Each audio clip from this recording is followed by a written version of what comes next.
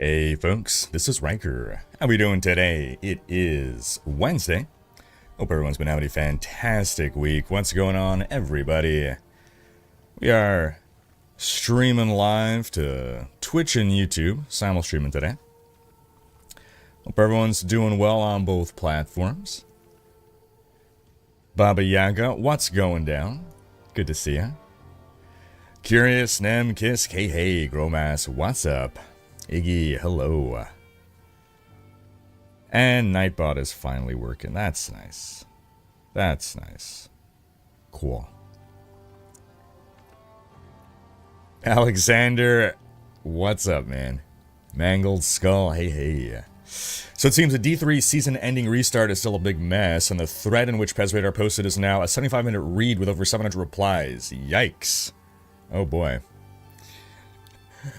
All right, let's lay some backstory here. First off, so today we're going to be playing some Path of Exile to mapping, the Endgame, the Atlas. I have been running a solo self-found minion witch build. Not super, like, I'm not really following the meta. I'm not really following a build. I mean, I'm kind of following a build guide. It started off with me doing my own thing, and then consulting a build guide of the kind of build I was trying to make to look for certain optimizations when I needed them. So that's my current path right now. But yeah, as we get into that, James Cook, what's up, man? Here, we'll talk a bit. We'll start playing, and then we'll talk about the D3 situation as I understand it, and then we'll get some further clarifications on where we are with that. Okay, we're gonna run a tower right here. So for a tower, we're just gonna toss in a quick ol' garbage map. Although, hold on. Any of these? Sure. Why not? Why not? Make it a rare, huh?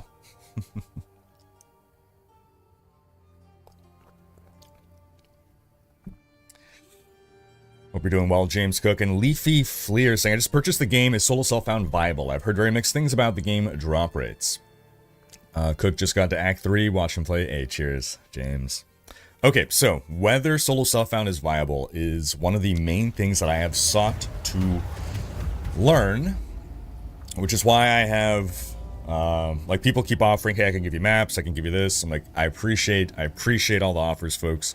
I want to go no trade, no handouts, just want to see how the game plays solo self-found so that I can answer questions like, is it viable solo self-found, or how does that go?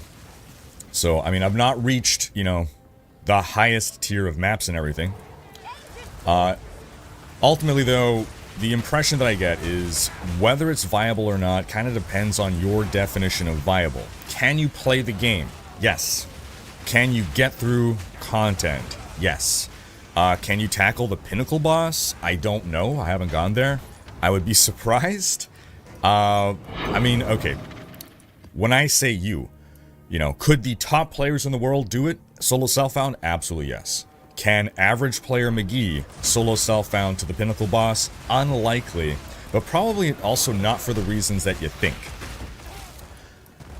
Not necessarily because you can't put together a good enough build or get enough power via items, via trading, but there's almost no way without trade that you'll be able to farm up within your lifetime, or within the lifetime of a season, barring no lifing the game completely, that you're going to farm up everything that you need to even tackle the pinnacle boss.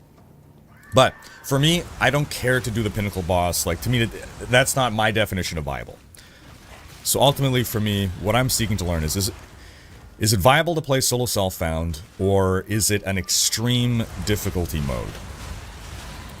And ultimately, the answer is, if you trade, the game is significantly easier for you, yes. Not only that, though, because the game could be easier, but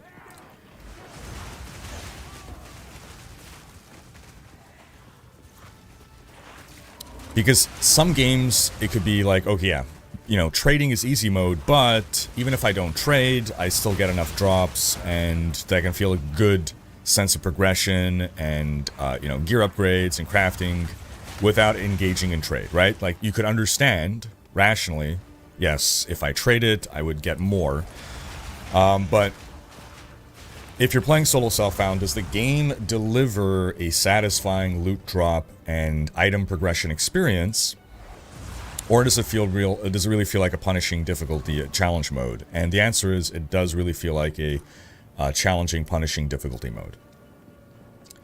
Upgrades are exceptionally rare. It is very common to be stuck on the same gear for 5, 10 plus levels. Maybe in 10 levels you change one piece of gear.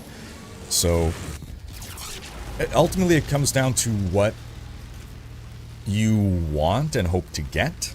So for myself personally, for my tastes, I like Last Epoch's way of, you can choose to join the trade guild or the solo, you know, drop no trade guild. And if you do the solo no trade guild, then you get enhanced drop rates. It's still going to be more efficient to trade, but if you don't trade, you're not just completely screwed. Now, okay, completely screwed is an exaggeration. Again, I'm playing the game, I'm progressing. It's not about... It's not that it's not viable, like I can't play the game.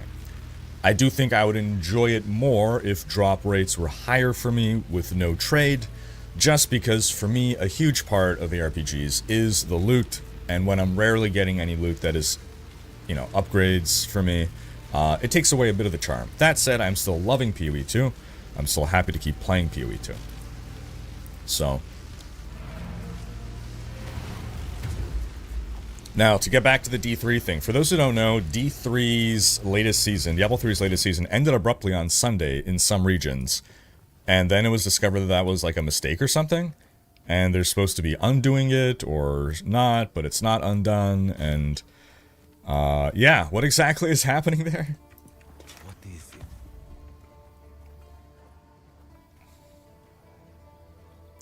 Hey, nice, James Cook. Ice Inside of Fire, nice. Got your demon form, congrats. Alright, cheers, Leafy. Yeah, so what I can say is, you know, I fully enjoyed playing through the campaign. I am enjoying doing the end game.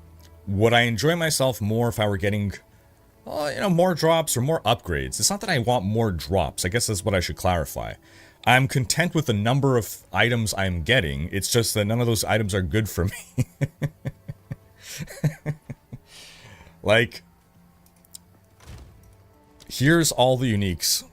This is every single unique I found, plus the 2 that I'm wearing. I got Giga Lucky, and at low level I got these 2, which happen to be good for my build. Like, super low level, like around level 20. I got these 2. Also this one, which is okay. It was good for my build, but I outgrew it. These 2 I'm still using. All these other uniques I found. I think that's a good number to have by my level, but like, none of them are good for me. I can't use them.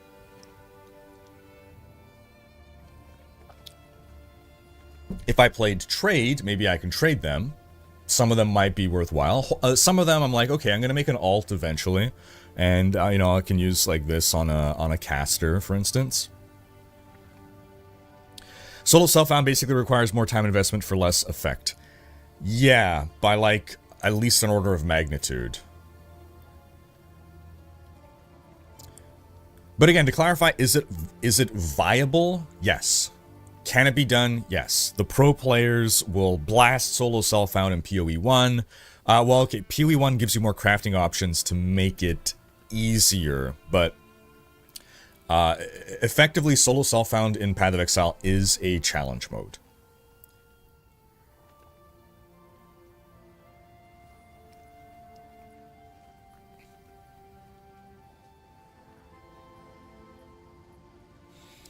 Bobby Yaga saying, yeah, it sucks that we have to trade. I'm level 71, been playing 100 hours, and my build is kind of stuck at Waystone 3 because I didn't trade once. Yeah, so I generally dislike trading in games. I'm not interested in it, and I would rather not do it. That said, when I played PoE 1 seriously, I did engage in trade because that's basically, it's a part of the game. It's the intended way to play the game, to trade. Solo Self-Found is like hardcore in that it's like a challenge mode. I would even argue that Solo Self-Found is more challenging than hardcore. So I'm doing Solo Self-Found now. I don't know that I always will. Basically, I'm going to reach, the end of my test, and I'm going to say, okay, yep, this is Solo Self-Found. My feedback is I personally would rather the game make Solo Self-Found not a challenge mode and something that is just an option to play for those who prefer that kind of playstyle. But if the devs don't want to do that, that's fine. It's their game. I will begrudgingly partake in trade. I'm not going to hate the game because of it. I will enjoy it a bit less, but that's fine. There's no perfect ARPG out there for me yet. But, PoE 2 is damn close. I can't complain too much.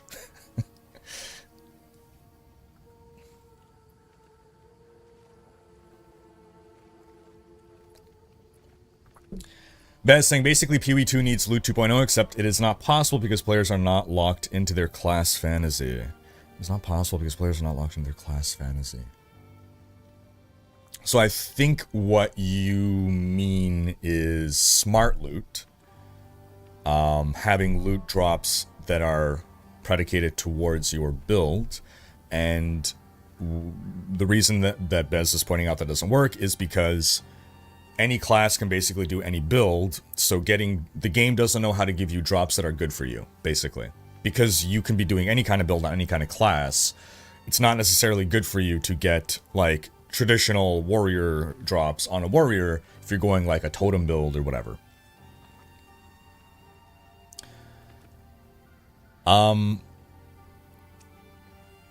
I believe Last Epoch gets around that by allowing you agency over customizing your drops. So imagine instead of a loot filter that is filtering out loot, your loot filter is selecting what you preferentially drop. So imagine in solo play, right? Maybe it's the same loot filter, maybe it's a different loot filter, and this is like, you're selecting the stuff that is getting boosted as a chance to drop for you.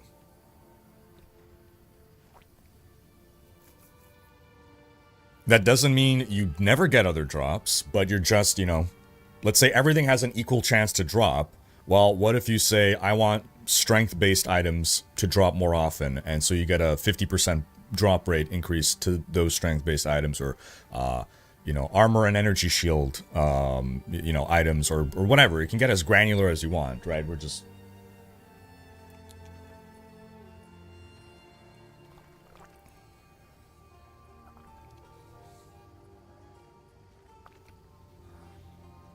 Yeah, this shield is the tops, man, for minion builds.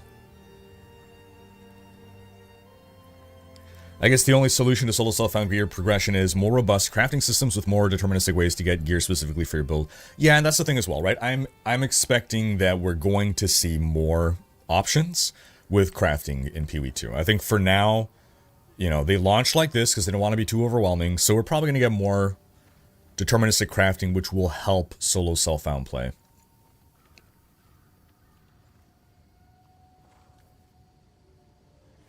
Felipe Carvalho saying, I just don't want to engage with trade as well. I really don't. PoE 1 was always balanced around trade for everything, and this is tiring. Want to fight a boss, trade for the key, or spend 2 hours farming.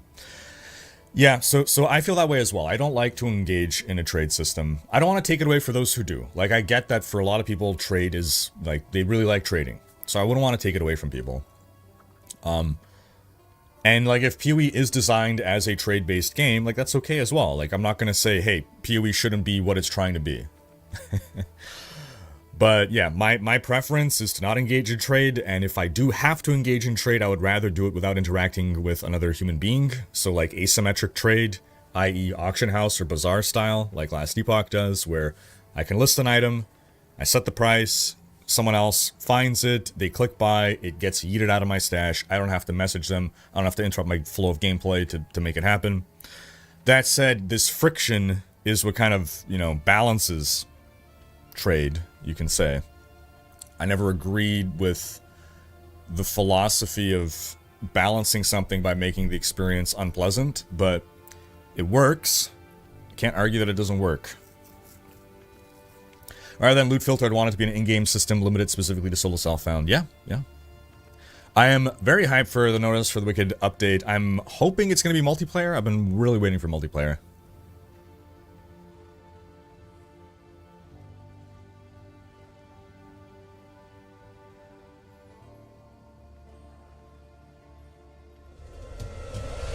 Roma, 16 month, a resub. Hope you've been well. New Year, old me Kappa, I can't stay, but I am always lurking. Keep on keeping on, Rice salute. Appreciate ya, Gromas. Take care, man. Banana. BMW, what's up? How you doing? Good morning to you. VC, hello. Geeky, good morning. Oh no, I'm having a good day. What's going on with you? Oh my gosh, curious. How many times have you rewatched those?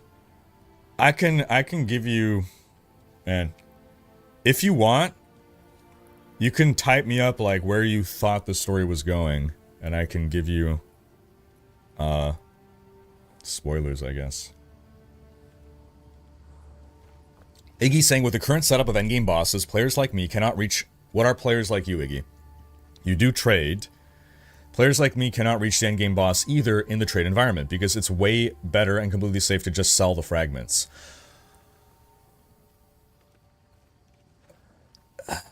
So I fully understand... This has been a thing in PoE 1 as well, generally, right? Where it's like, well, why... You can run a boss, right? Let's say you have a key to do a boss fight. What are the odds of the boss giving you a good drop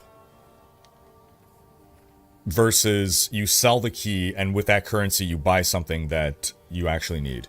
This is the general thing that I dislike in ARPGs, which is why I don't like trade, and I would prefer to have a system where it's the drops. Like for me, like ARPGs are all about the drops, but this is what I am not fond of, but again, I'm not passing judgment on it or saying that people ought not enjoy it this way or to change the game away from this.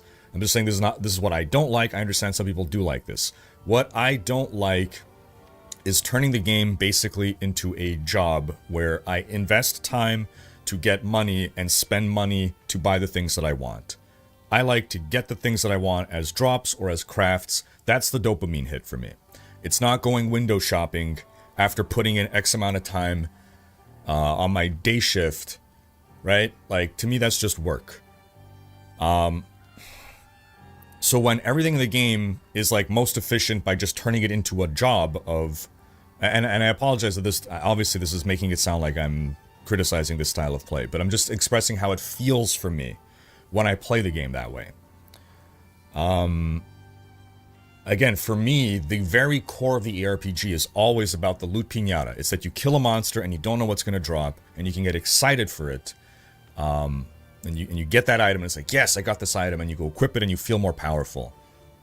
That's the very core of the ARPG, and when it moves away from that, where it's like, yes, I got this item so that I can sell it, so that I can eventually buy the thing that I want to buy from someone else, it moves away from what I love about ARPGs. So that is arguably at its worst when it's like, oh man, I got this rare resource that I could use to tackle this boss, that I could use this resource to play the game, but it's actually more worthwhile for me to sell this to other players to get currency so that I could buy from other people who did play the game the stuff that I want. Which is, I believe, what Iggy is bringing up. And I think... I'm going to guess the reason that it's not the same as in PoE 1 is the one death thing. Which is why it's too risky for you. You have this extremely valuable key to a pinnacle boss. You have one shot. If you die, the entire run is wasted. Why take that chance? Just, it's like Iggy just got $1 million, right? He got a gold bar worth $1 million. And his choice is either... take that gold bar and buy a lottery ticket with it, or invest it. Or, I guess not invest it, literally just use it to buy stuff. So you can either, you got a gold bar, do you buy a lottery ticket with it to win $1 billion, right? You have $1 million gold bar. Do you invest it into a lottery ticket to potentially win $1 billion, but probably not? Or do you just buy stuff with the million, right? And so logically, it's always best to just buy stuff. The core of the RPG is the Gamba, right? Everything in the game is designed to make our feelings overtake our rationality and our reason and make us go for the Gamba mechanic. But rationally, the most effective way to play the game is to not Gamba and go for the safe thing. Joey, what's up, man?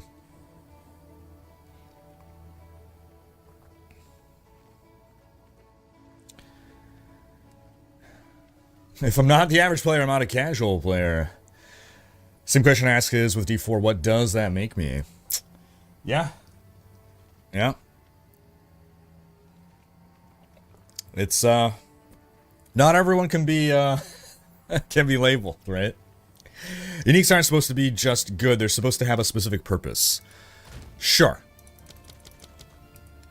So are you saying that each of these items has a specific purpose? Like, there's some build where they're, like, a best in slot or something. Diablo 4 when? Diablo 4 Season 7 begins on the 21st of January. We're definitely jumping in on that.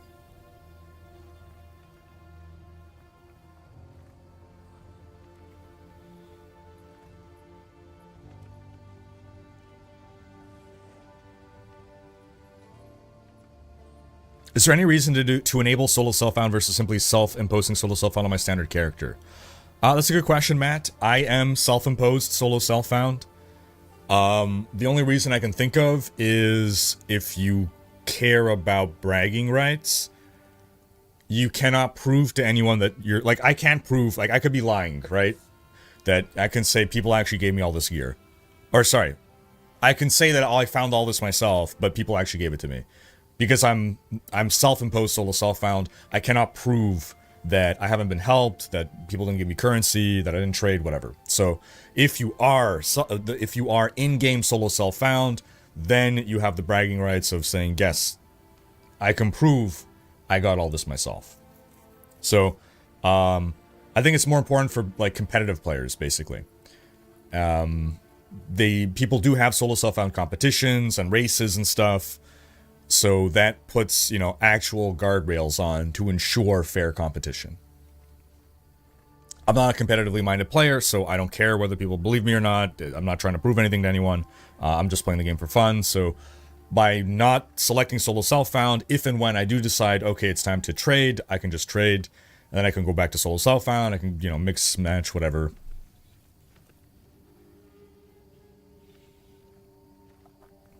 Start using a unique that makes my fire damage electrocute, my lightning damage freeze, and my cold damage ignite. Plus Ice Herald, Fire Herald, and Lightning Herald. Yes, my only active skill is still Explosive Shot easy.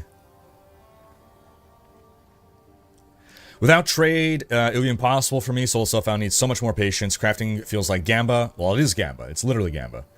Honestly, Last Epoch crafting I love the most, and also the solo self-found of Last Epoch. Yeah. Last Epoch has, honestly, genius, wonderful ideas. It's a shame that... Well, okay, their next update is coming soon-ish, right? Couple months. I'm hoping to see a resurgence of the game, but yeah. What you're saying is they need the WoW gear drop aspect. If you're a resto druid instead of a tank druid, you have to set it to resto preference. I guess. I'm not very familiar with WoW, but I guess that sounds correct. That you can set your kind of drop preferences, yeah? Like, one thing that I always... So, anytime people, like, are opposed to smart loot, what I say is, okay, here's what I would like. An option in the settings. Disable smart loot, right? Because the argument is, I want to be able to get drops for any class so that I can then get an item for an alt, and that's going to encourage me to like, build for the alt, or so that I can trade. Okay, just make it a toggle. Better than make it a toggle, what I would like, actually, is... this is what I've been saying since Diablo 3. Let's say I'm farming on my Barbarian. I want to farm gear for my Necromancer. Make it a pull down. Smart loot selection. Change from barbarian to necromancer. I'm on a barbarian and my smart loot selection is for necromancer. Now I'm getting mostly necro drops. Or just set it to no smart loot and get whatever drops, right? Why not make it an option? What is the argument against giving players the choice? For those who don't like smart loot, what is the argument? Legitimate question. I'm not being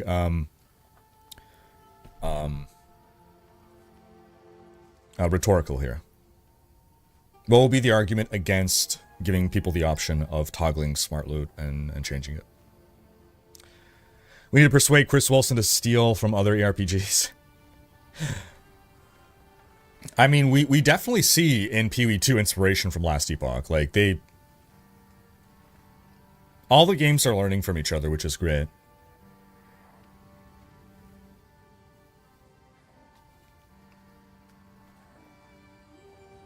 Vol the shield. I'll vol the shield once I get another one. I'm saving my chance orb for getting another Sigil Crest shield so that I can probably get an Oaksworn, and then I will vol that so that I don't brick my one item.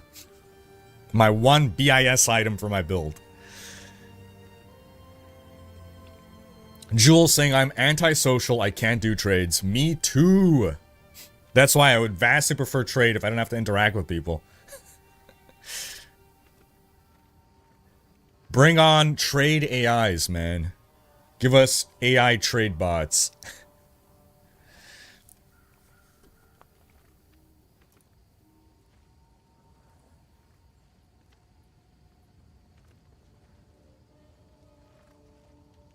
Okay, so, the D3 season story, not just in some regions, it ended in all 3 regions. They said they wanted to stop the NA countdown, but that didn't work out.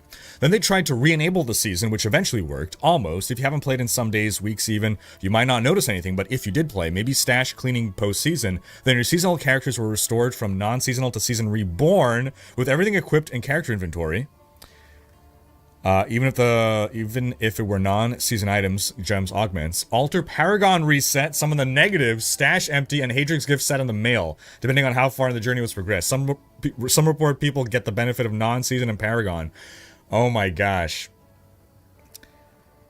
Clearing 147s only with 1,500 Paragon or something sounds exploity. Console players seem to not be able to play their characters because it says no season available. They can't make new season characters. Some people say they could restore their account with a rollback from before season end, but you only ever get 3 rollbacks total for your Battle.net account, so you'd use up 1 here.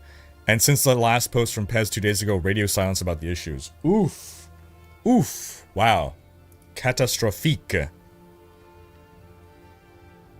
Catastrophique.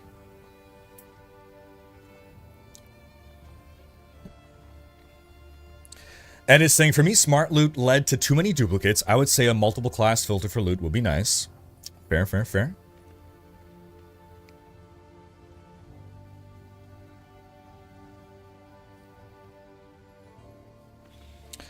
Cesar saying, hey guys, I got a premium stash tab, and when I set it to public and click save, the configuration is not saved and is not letting me sell items. Any suggestions are appreciated. Anyone have any insight there on what might be going on?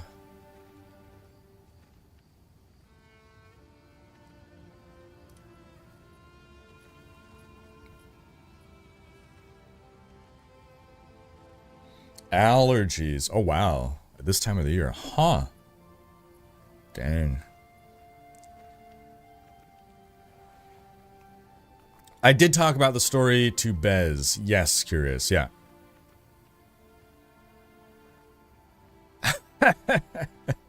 Balden theory. The Binnacle boss, Arbiter, has a one-shot mechanic where you have to stand in his area, but also he has other one-shot mechanics. Right. My dopamine hit is finding gear my own, not window shopping on the auction house. Can agree with you more. 100%. 8 cheers. I'm not good.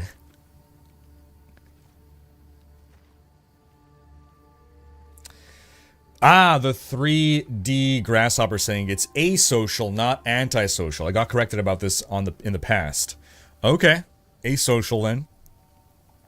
On topic though, Last Epoch's filter is kind of your suggestion on smart loot class option. It's a nice innovation. What's your opinion on Mercenary Grenade build? I haven't tried it. You think it's endgame viable? I have no idea. Folks, is Grenade Mercenary endgame viable?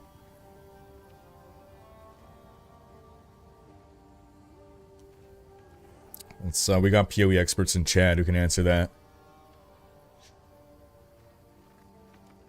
Leandra's saying, kill the boss, finish the game, roll out the credits, trading away a key to the boss lair sounds like anti-gaming. Rip. Rewatched it almost 4 times. Nice, curious. Re-listen to, yeah, I mean, it's understandable. There's not much to watch. Am I going to play Season 7 of D4? Absolutely, yeah. I like Smart Loot as a, so this thing just is a fact thing, because if such a version of Smart Loot is implementable, the game starts with limiting character options.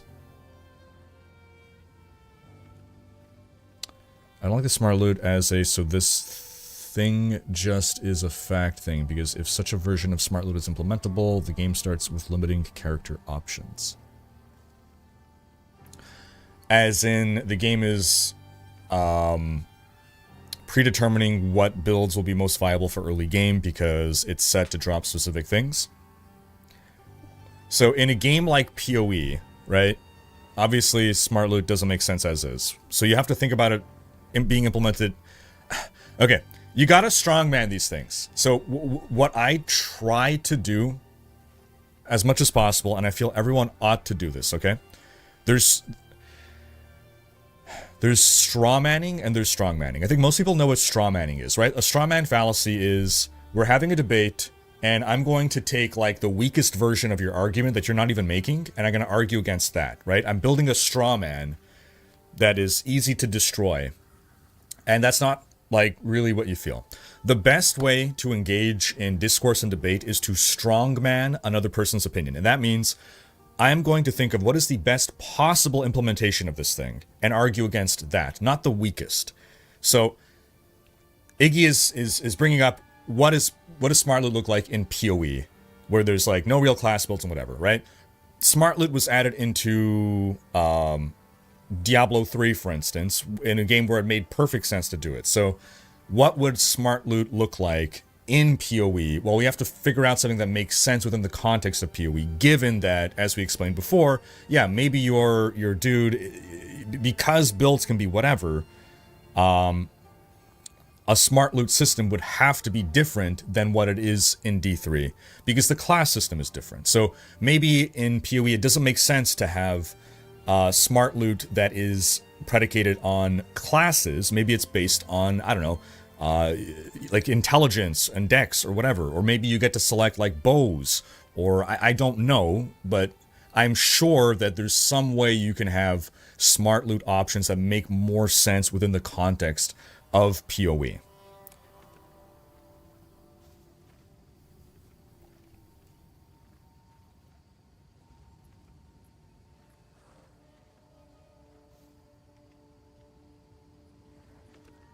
Good snacks thing. I just finished my third Ascendancy. Gotta say, not a huge fan of these. What are your thoughts?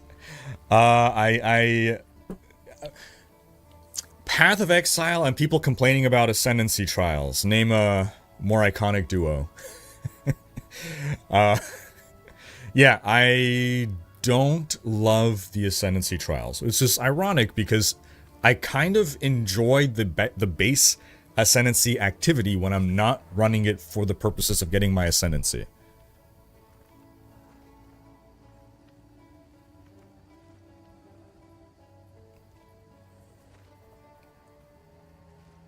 And I'm saying it would have been better to roll with it and screw their internal schedule. Yeah, at this point, they just bunked things up even more. Nerd Herder saying, happened to me too, restart your game and it should fix it.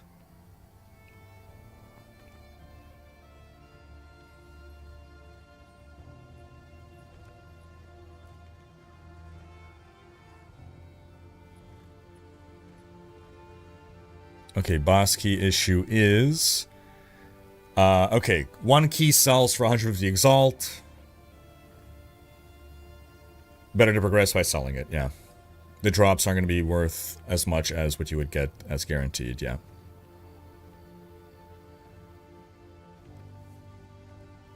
It's not because of the difficulty risk with the boss. I saw the fight, I know the mechanics, I could do it. Okay, that makes it even worse, yeah. It's just that it's pure gamba, that the drops you're gonna get probably aren't gonna be good. Or probably aren't gonna be worth more than 150 Exalt, yeah.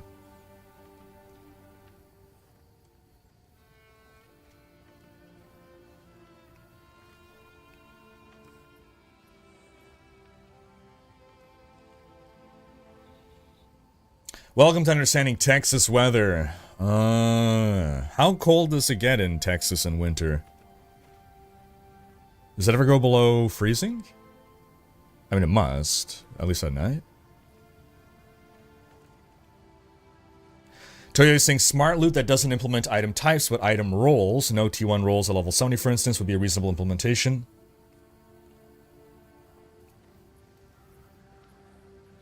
My voice is out of sync. Out of time. Out of sync. Am I speaking like a poorly dubbed over foreign flick?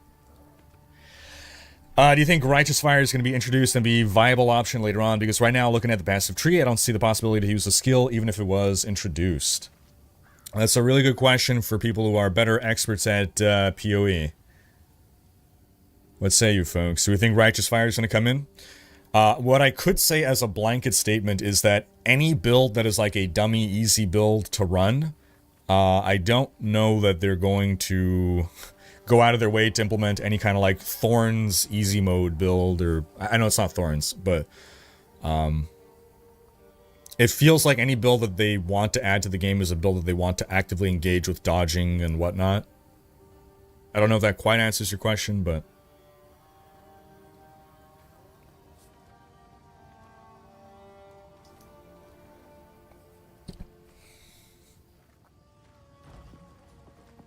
yes.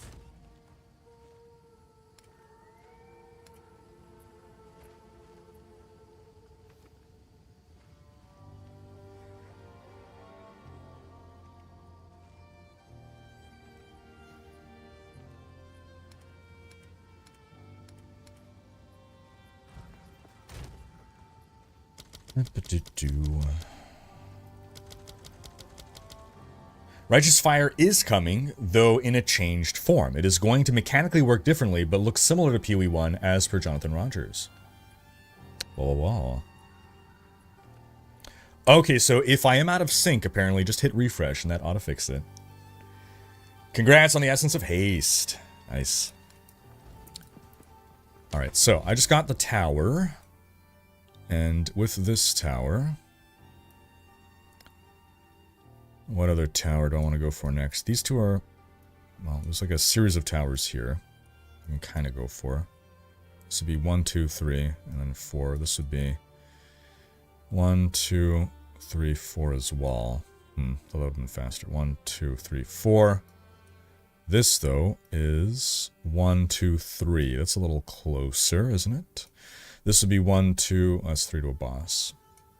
Okay, I might want to come to this one at this point. Oh, I'm sorry, this is the one I just did. Yeah.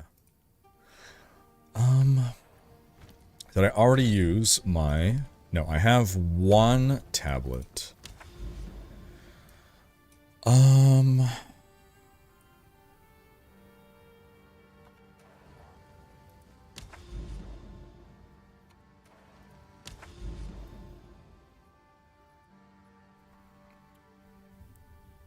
I would get like 1, 2 bosses if I did this.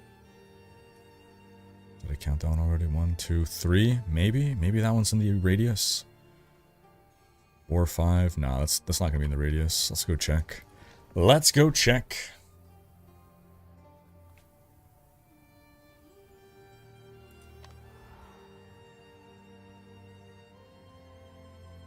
Franco's in the middle of a dilemma. I'm a semi-solo self-found player, only use currency exchange, doing tier 3 maps. I like the gear progression, slow, but it's got a divine, and it's like, damn, I could accelerate hundreds of hours of grind with trading. There you go. Do you have to wait until Waystone level 11 before you can get materials for boss encounters? What's the answer to that, folks? Okay, so yes, look at this. All right, I can get 1, 2, 3, 4, 5. All right, I'm gonna boost this one then. I'm unlikely to get those boosted, but hey, you never know. Let's zoop some more onto this. Nice. Okay. Cool. You get the keys for Pinnacle Boss from Citadels. Citadels randomly appear on the Atlas and require at least a T15 Waystone. Boom! Alright, so T15, there you go. Okay, and we said this one here. Yeah. Boom. That's such a cool thing. This is the kind of, like, endgame thing that I wish D4 had. Not necessarily a copy of this, but, like, just something, right? Like, last Epoch has Monolith. P1 had Atlas. Sorry, PoE 1 had Atlas. PoE 2 has this Atlas. It's just nice, is all. I don't know if you answered this yet, but do you think PoE 2 is going to be a better / more popular game than D4 when it's released? So those are two very different questions. Better and more popular. More popular? No. People vastly underestimate how many, like, casual players there are. D3 was a more popular game than PoE. No one wants to admit this. Everyone will argue against it. I'm a shill for saying it, blah, blah, blah. It's the reality. The most dead D3 seasons had concurrent players that would rival the best PoE seasons.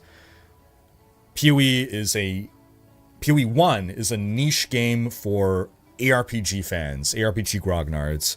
D3 is an arcade game for dude bros who just want to, like, chill and kill monsters. And there's a million billion dude bros who just want to chill and kill monsters. And there's, like, 3 ARPG fans in the world, right? Like, it's giga niche appeal, and it appeals to that niche, right? PoE appeals to that niche super well. But it is a niche. PoE 2 is broadening that, for sure. Absolutely for sure. Elden Ring, for instance, busted open Souls-likes to a broader audience. We're talking millions, right? We're gonna get millions of players in PoE 2. PoE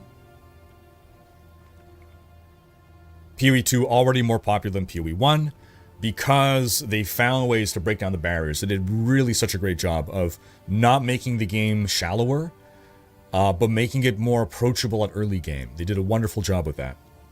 So people aren't getting filtered out at level 1, level 5. They're getting to engage with the game longer and become fans of it. That said, from a sheer popularity standpoint, as in, like, how many people total are playing the game, D4 is going to win out. Which game will be considered the better game? PoE 2 is going to be considered the better game if you poll average person who is aware of both games. If you poll average person on the street, more people will have played D4 than PoE 2, but of the people that have played both, more people will say that PoE 2 is a better game.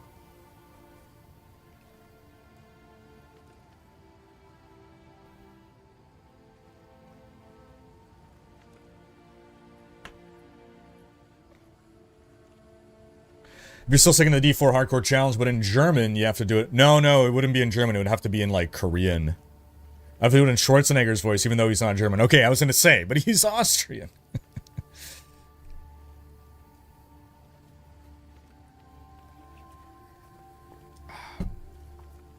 Okay, so... What can I do for you? I only got 2 T6s left.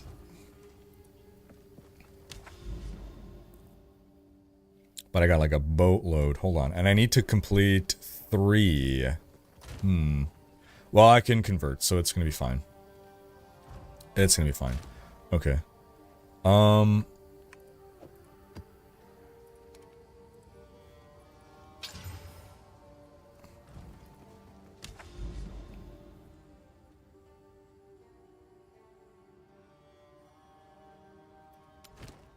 Let's go. Gotta blame someone, Geeky. Everyone wants a scapegoat.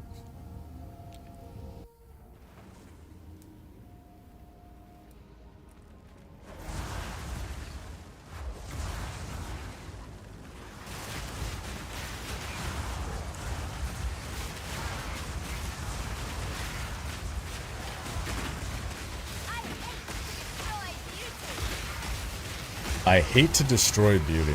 I love the witch voice lines, man.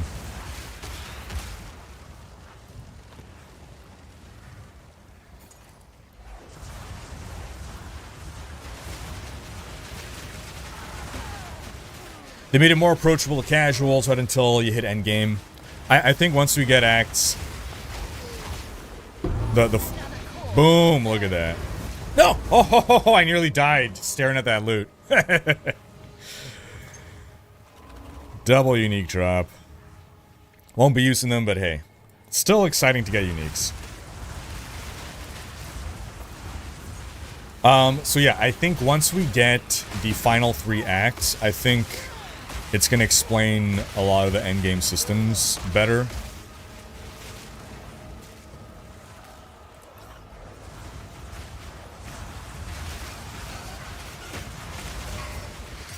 What class should you start with? Big Diablo fan. So, how much of a challenge do you want? The more melee your build is, the more challenging your game experience will be.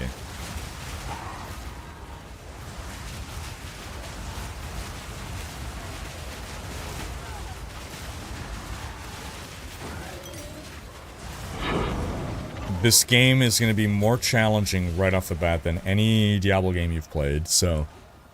Do you want to make your life even harder by playing a warrior, a melee warrior?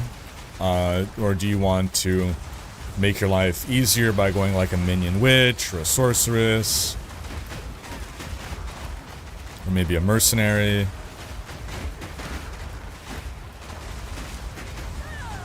Oh, I looked at chat for half a second. Rip. Rip.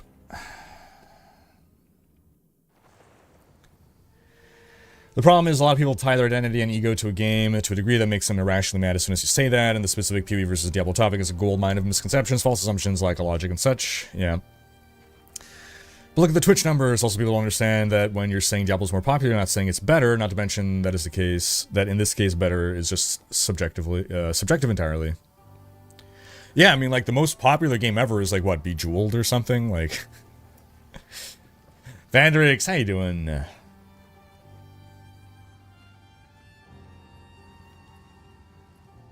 What happened to Nightbot? What's going on? What? Did Nightbot just go on some kind of a power trip? What is it?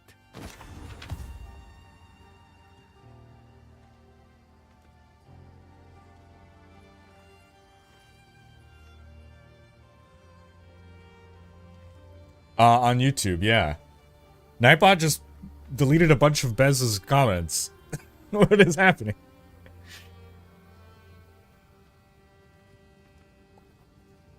Vandrix, I'm doing well. How are you? Need an update on the Spirit Din build for D4? Oh, for the Spiritborn Paladin? Hopefully it's going to be better in season... well, so it's going to be relatively better in season 7.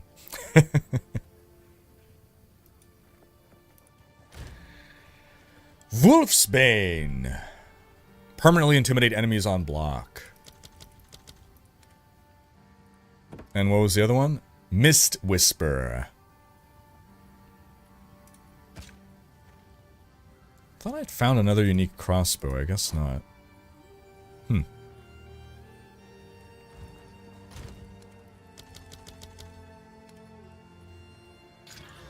Saw a nice amount of cold res. And that's garbage. Nope. T10 max life. What a shame. I'll hold on to it just because it's a nice item to look at. What a shame. What can I do for you? I'll be here, waiting. Waiting.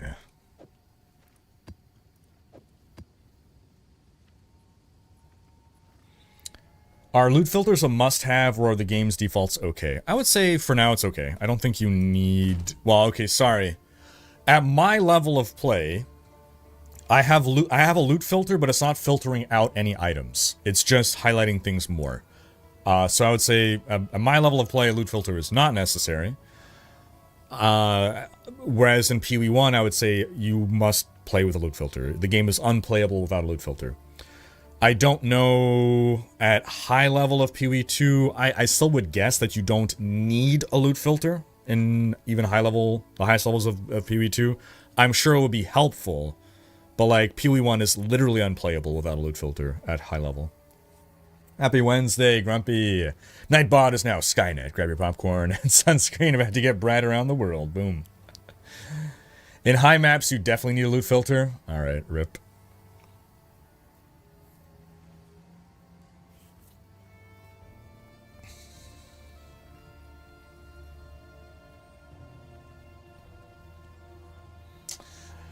Did he really compare those? Oh man, curious.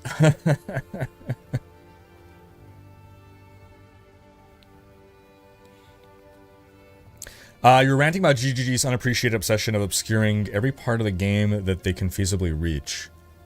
Okay. In Endgame, I guess. Okay.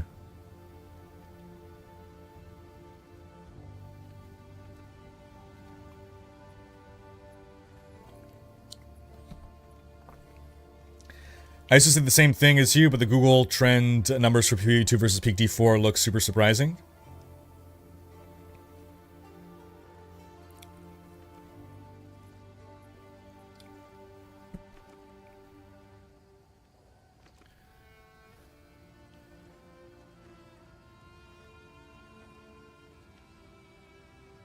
Oh yeah, we're gonna have a look at that. Trends. Google Trends. Diablo 4. Online game. Compare. Path of Exile 2. Yeah, 3. Video game. Worldwide. Past 5 years. Sorry, what is the surprise here? So Diablo 4 peaked here. PoE 2 has peaked at about 60% of the interest of Diablo 4.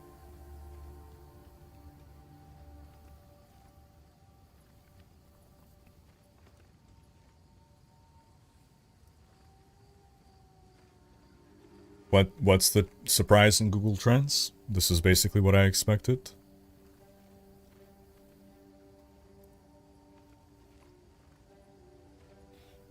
There's a saying, it's hard to find a black cat in a dark room, especially if there isn't any. And first half of it is what GGG's current maps and enemies' relationships are. Oh, okay, visual clarity, gotcha. Yeah, I mean, it's been, a few people. A couple people have brought up visual clarity. That's something that needs to working on.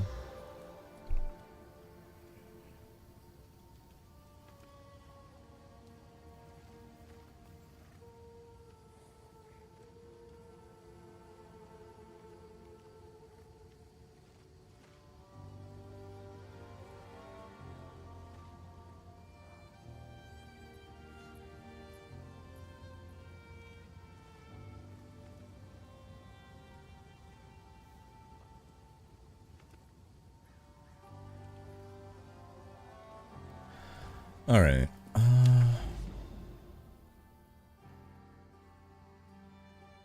Well, we'll try it again. Map attempted. Rip. I will pay more attention this time. I will not glance half a second at chat throughout the map. Oh boy. What keyword do you use to find tainted oil on the market? I want to anoint a corrupted Ami. I don't engage in trade. Chat, what is the answer to Howie Itzer's question.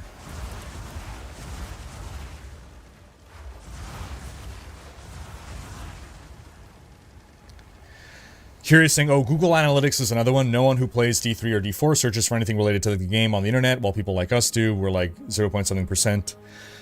Yeah, so Curious's point as well is Google Trends is...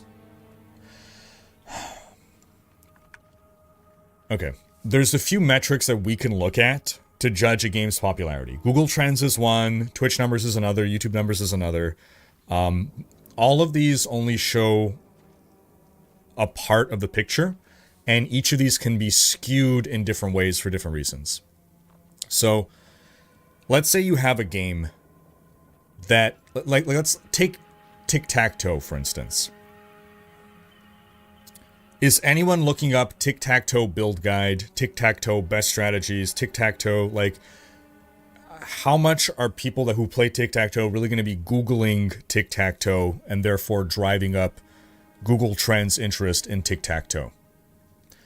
Versus a game that's vastly more complex where you are going to be Googling how to do this in the game, how to do that in the game, how to do that in the game. So just in general, Google Trends will skew towards games that have more complexity or reason for people to be searching up things within the game. The exception to that is generally just when a game is kind of new. I guess you can argue people are just Googling like to look up reviews and stuff. But yeah, like throughout a game's life in general, the easier the game is in general, the less likely you are to have high Google search traffic, and therefore Google Trends traffic for it.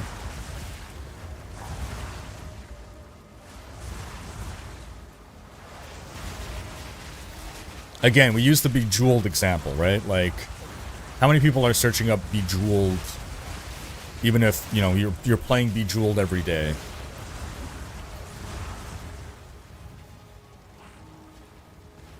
Man, these things are spooping me.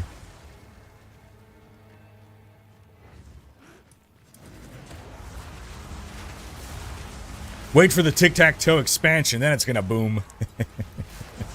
Obey me. Okay, tainted oils don't exist in PoE 2. The message is just a leftover for when they were porting the mechanic over from PoE 1. Ah, well there you go. The answer is there are none. If you find a divine orb, what would you do since you are solo self-found?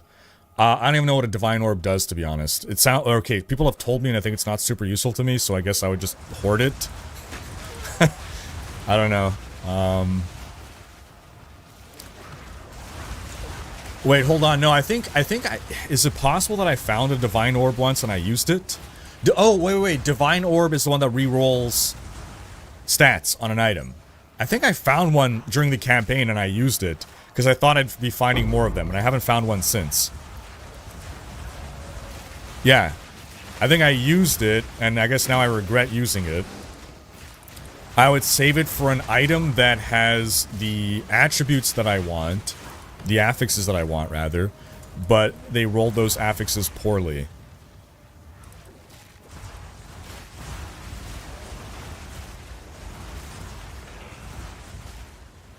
I also fully understand your comment about Nightbot's work into the start of stream. Oh, yeah. Sorry for the confusion, Nem. I spent so much time last night trying to figure out why it wasn't working the previous times, and...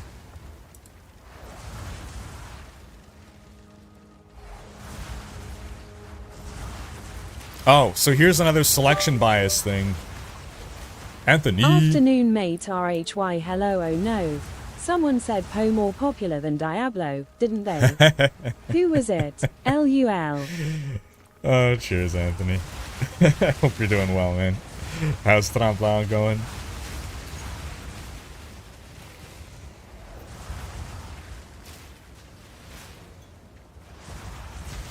I only can add Bejeweled video game series, and it isn't even a contest. There you go.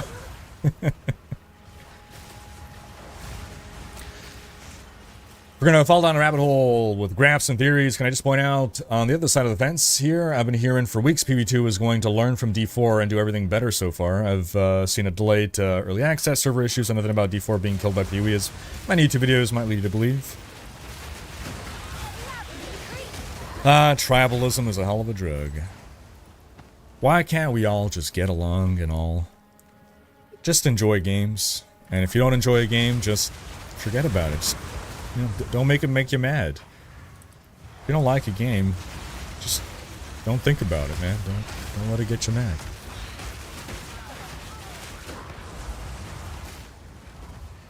We waste too much of our energy on hatred.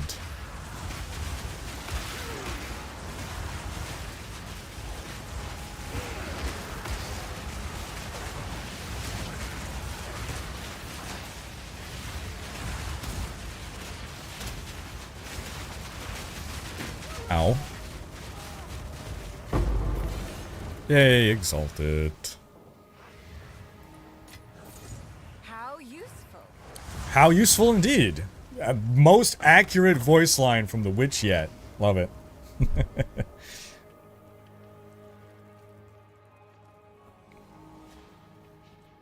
Me hoard something? Impossible.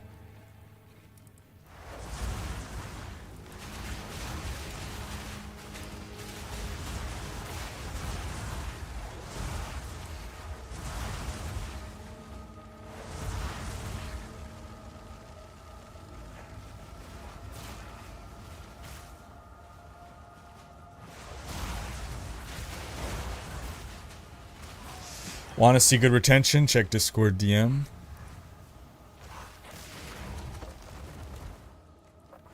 Oh, was that the Season 5 retention? Yeah, D4 Season 5 had really good retention. Surprisingly, shockingly good retention.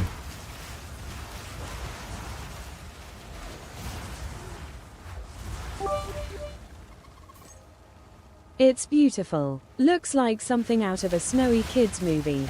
Even my mum, who once stepped foot outside of Australia because she has panic issues, has said she would leave Oz to come here. Aw. Glad you're enjoying it, Anthony.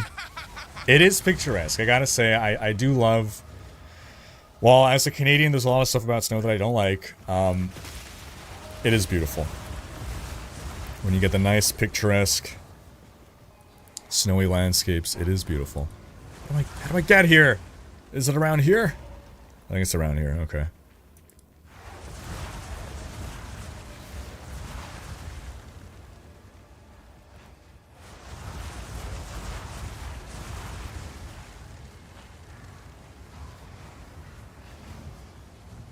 Using divine orbs in general is extremely niche because it doesn't change the tier of the affix. Oh, rip. I don't think there's a real solution where you use a divine on a rare item, which leaves it for uniques, and then you have uniques which are more common than divines, so that's a waste again. Uniques that don't really have meaningful ranges. Huh. Well, rip.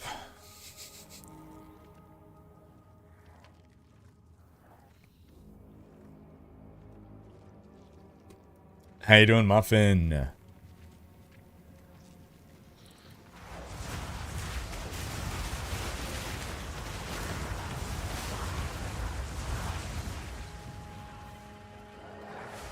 Alright, this is gonna be the last rare on the map. I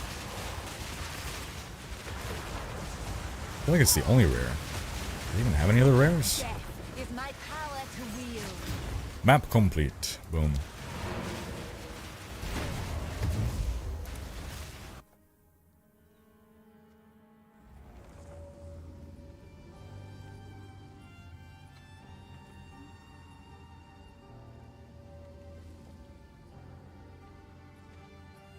It didn't, Iggy, no, I just read the rest in my head.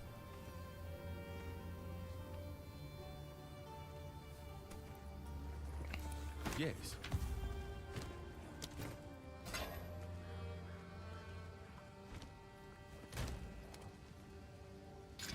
Hey, rarity!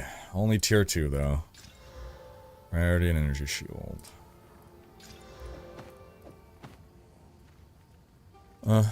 Well...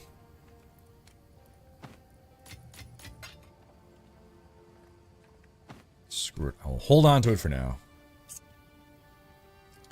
Worst part is, in these types of arguments, I don't care about the Diablo versus PoE thing, but I get probably as frustrated by the terrible arguments people make as these people get frustrated by the possibility of D4 having more players.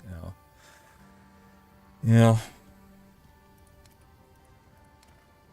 Okay. I'm gonna go fill up on some water.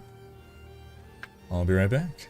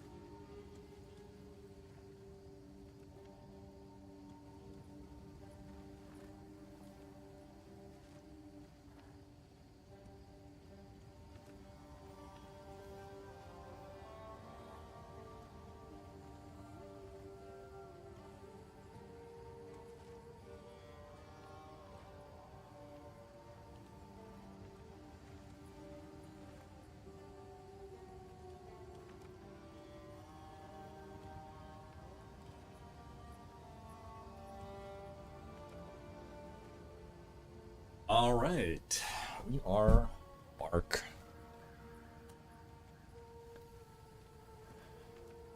Yeah.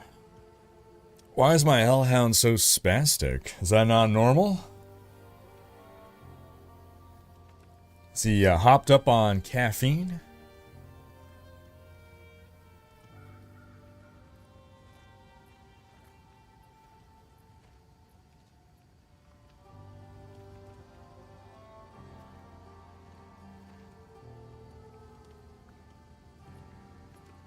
The Scallies are just chilling. He's going around. Yeah, you're right. Huh. Okay. So I completed that map. I gotta do 2 more 6s. Desert it. I want to eat some desert. 1, 2, 3. 1, 2, 3. Ah, dang it. Okay, well, here we go. 1, 2, 3. Hold on. There. Zoop, zoop, zoop. Got him. Alright. Booped.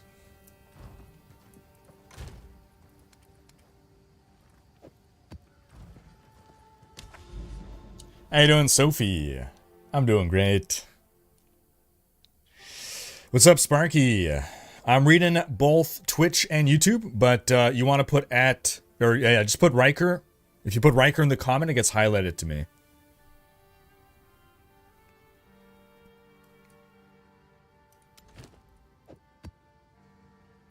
%, monster elemental resistances. Well, that's fine. That's okay. We can break through that, right? This monsters have 40% more life. It's fine. It's fine.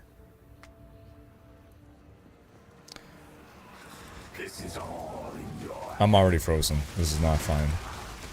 This is very unfine, in fact.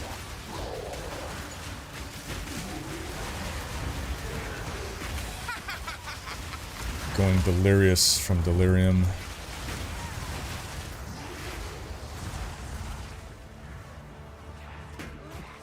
Is there some way to make this less blocking everything? I want my overlay map, but I don't want... There, okay. Thank you, game.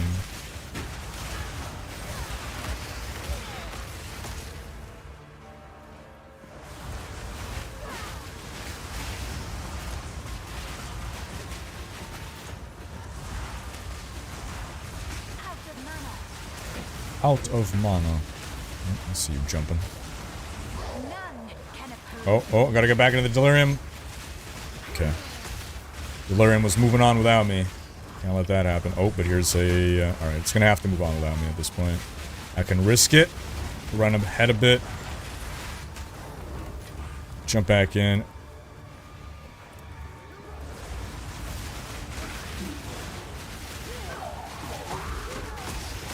I left some loot behind, but honestly, it's whatever. Doesn't matter. Better to stay in the delirium. Ow, don't do that. That's a cool monster. I don't know what this is. Demon Harpy is... That's a cool monster, man.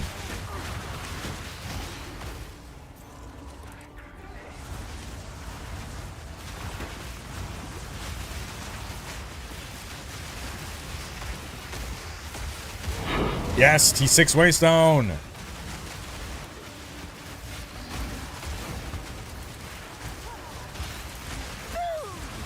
Boom, baby.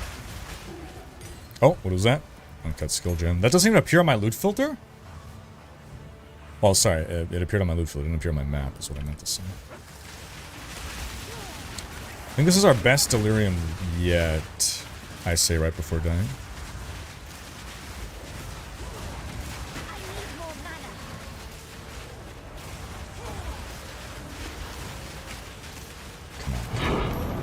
Alright, that's pretty good. Pretty good. Cannot complain about that.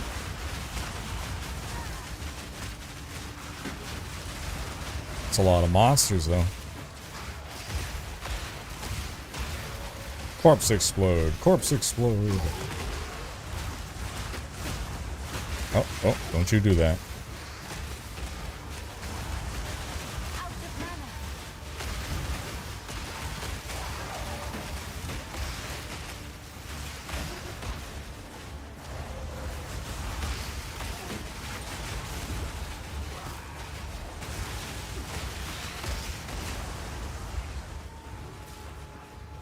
I have not remained in delirium for this long. Ever. In PvP.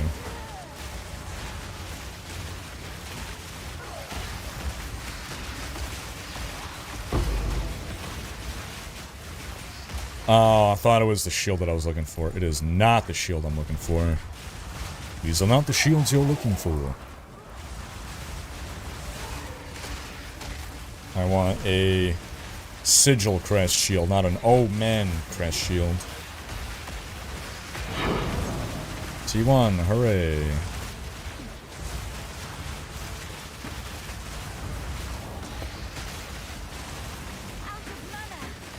Out of mana.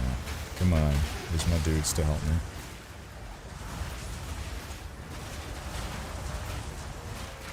Get that guy, Risen Magi.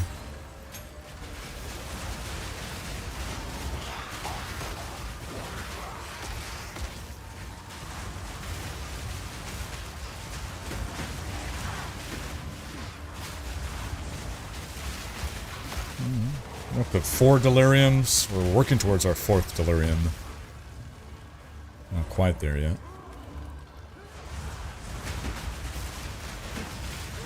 I'm getting surrounded here. No! Oh. Okay. This is where we lose the delirium, and that's okay. These are speedy boys.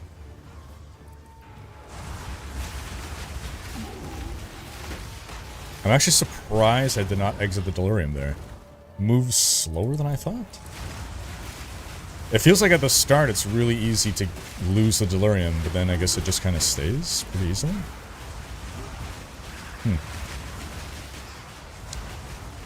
I won't be able to keep up though because, well, I'm not going to be able to keep up with loot drops is the problem. I guess I can always run through the map again. I'm not going to do that. To get drops. Just be more selective in what I'm picking up.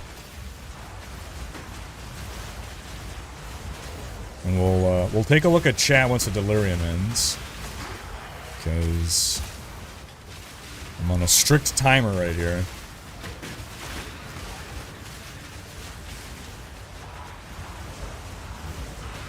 Ow.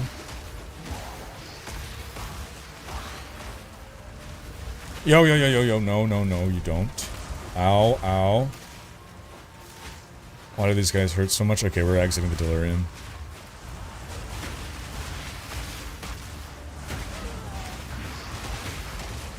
Really? Not still no. Huh. I am surprised.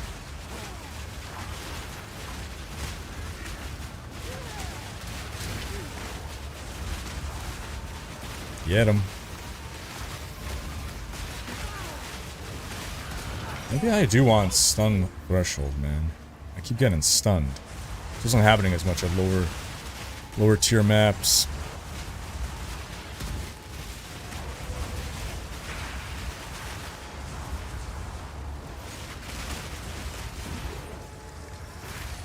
I can't believe we're still on delirium. That's crazy. We still haven't reached T4. We're getting there, but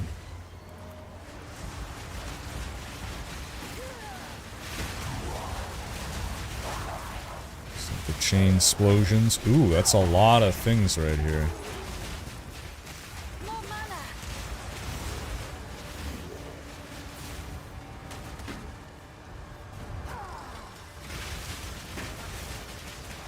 Watch out for these.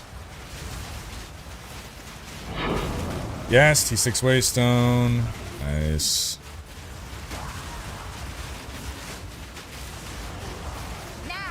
We're about to pop our 4th delirium. Look at this. This map's going good. Let's jinx ourselves now.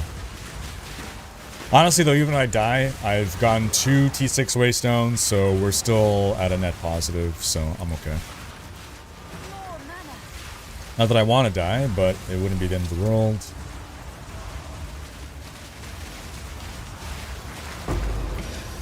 Regal.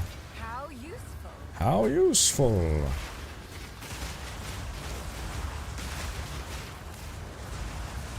I guess the shame of dying would be that we would lose all this delirium we've stacked up.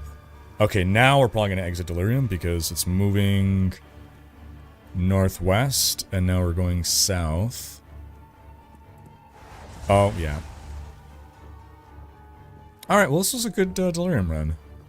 Huh. We're so close to the rank 4. Maybe we can still get it. Oh, right here, maybe. Come on, come on. Give me that 4.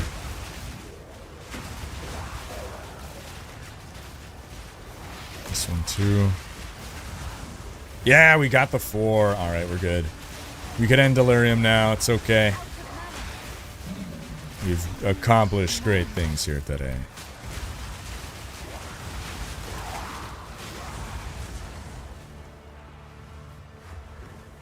No way we're gonna get 5. Not enough left to get a 5.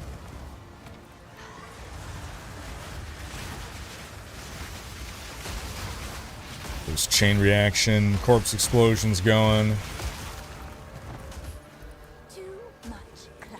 Too much clutter. I am blown away that delirium is still going. I maybe just don't understand how delirium works. It's very possible.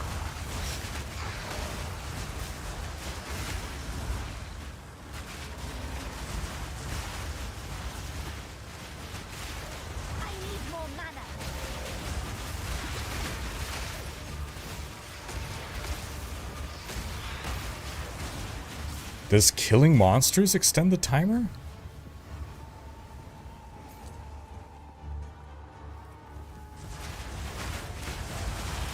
I wish I could read chat to find out.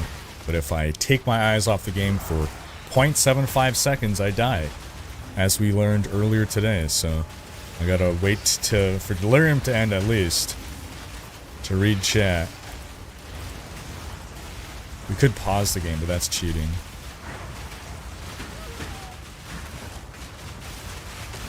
Hey look, I accidentally dodged that demon harpy. Sonic boom.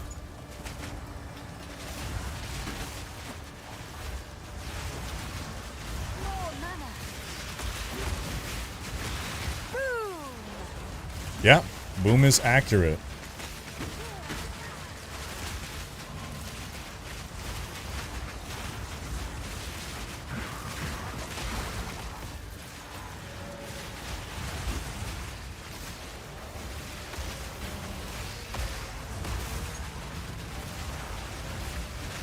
This map is a lot bigger than I expected, I gotta say.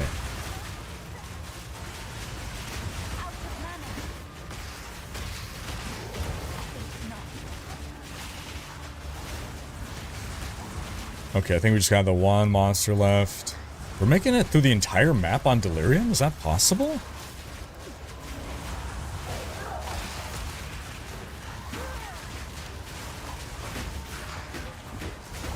Huh. I've literally always, like, failed delirium after, like, 2. This is the most delirious I've ever been.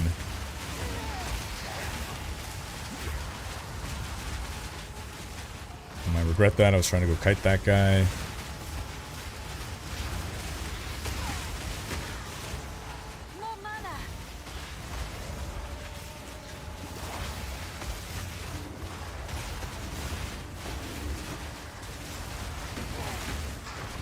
Map complete.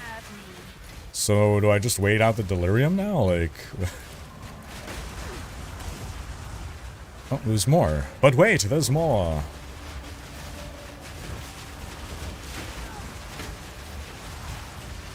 I've never had delirium go so well. I don't know what to do. Huh.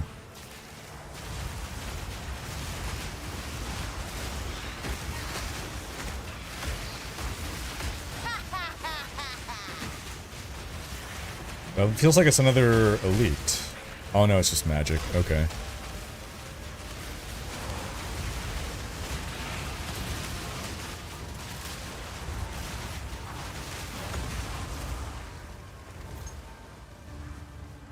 Okay.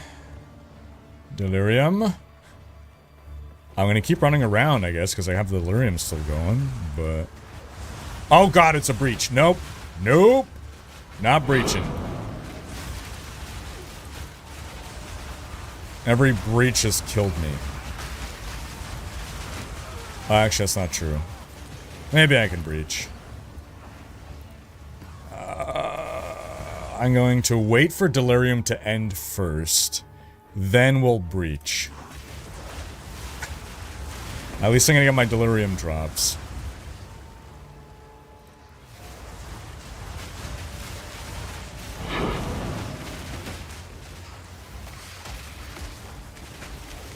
Alright.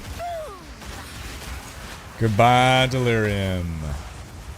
Oh, we're back in it, though.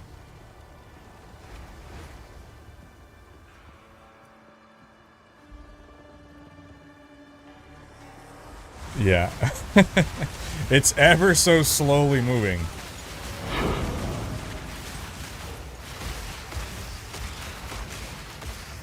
Okay, so I have an idea of where it is, so I can still kind of go down this way, grab a bit more Delirium. No, never mind.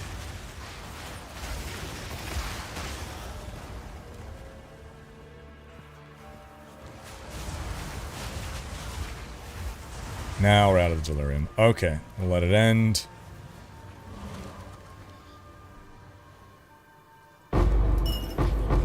I have literally no room. Alright. Cool. Well, here, I'll drop this temporarily, just in case. Who knows what's going to happen. Go back to town and get caught up on chat here.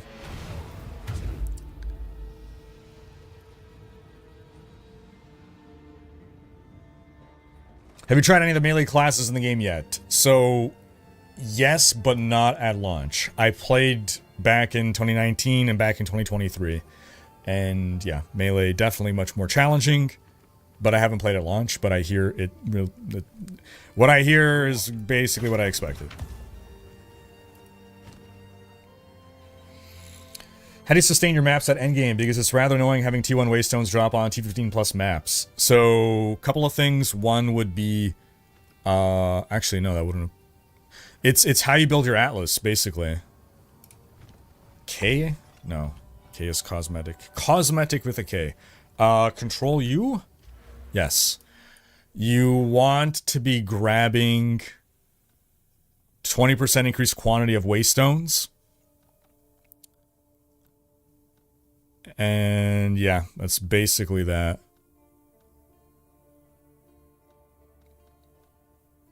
And increased rarity of Waystones. Okay, yeah, so this is it. You want to stack rarity on yourself and rarity here so that the Waystones that drop for you are going to be more likely to be rare, because rare Waystones are going to have the possibility to drop even more Waystones. And then you also want to be doing bosses that drop even more Waystones. So definitely do bosses with rare Waystones. That said, I haven't been doing T15, so maybe it's not going to work at T15, but...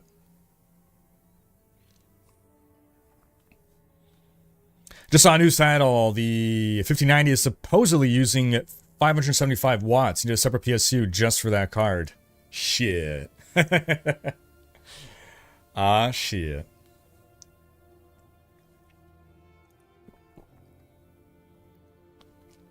Ah, those are some beautiful pictures. Anthony. Wait, is that a real Bambi? Or is that a... That is a real Bambi. Oh my gosh, look at that. Oh, wow. That is adorable. That is adorable.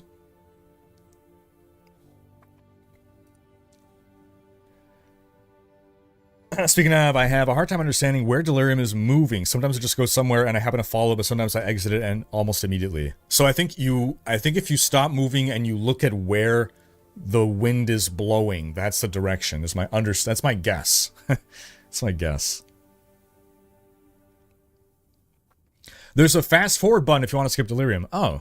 Bottom right above your skills is a button you can click so that you don't have to wait the timer. Ah, thank you, Sparky. Currently in Endgame and taking a little break when the new season in D4 is releasing. Have you heard anything about which class is going to be OP this time? Ooh, I don't remember now. We played PTR about a month ago. Oh, was it Necromancer? Hold on.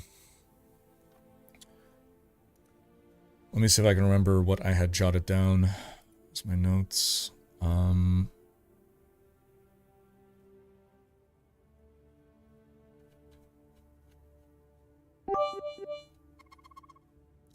Yep, walked down, took a photo of that spot. Oh, Made a nice. 20 seconds video, turned around and they were just standing Wow. there, like what's up? Got any food? LUL. What a magical experience. That's great. That's great.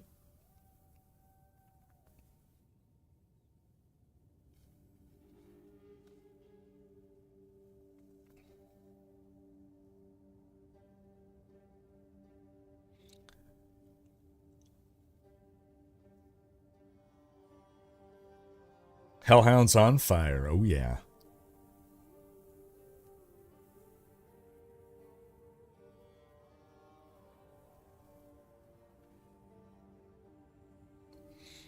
Yeah, curious. Yeah, PoE definitely does a better job of hooking you in and feeling good about spending money on the game. The witch is so delirious she should exude delirium mechanic without map mods. True.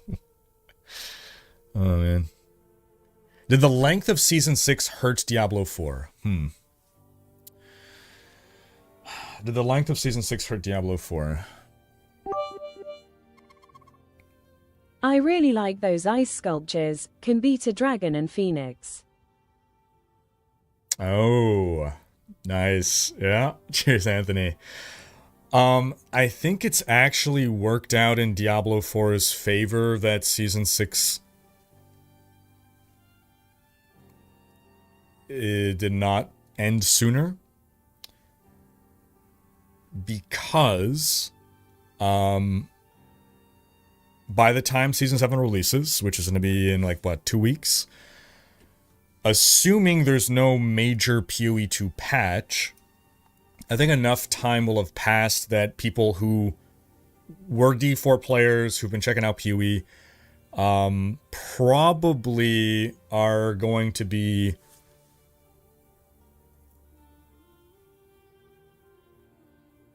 feeling like they can take a break from PoE 2 to play D4. If it had started earlier, more people would still be on PoE 2 and not willing to move off of it yet. That said, PoE 2 can like do a big patch next week and, you know, screw that over. But Season 7 doesn't seem to have a lot of people excited for D4, so if Season 7 would have been, like, absolutely mind-blowing, then, yeah, I would have benefited it from releasing sooner, but as of right now, I think it's actually worked out well that it gave PoE 2 space.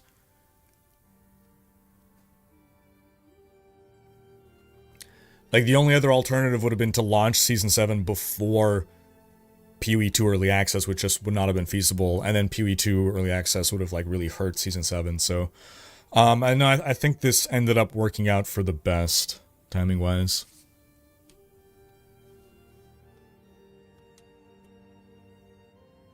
If we were to take PoE 2 out of the equation completely, pretend that didn't exist, then yes, Season 6 has felt extremely long.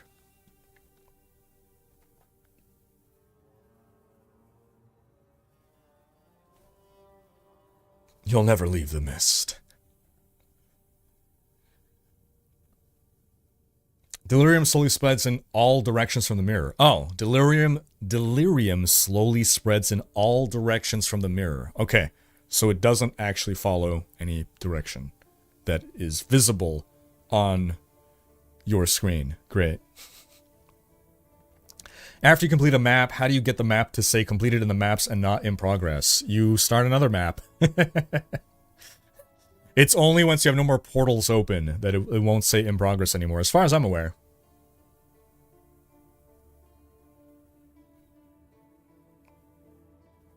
Loving the Witch.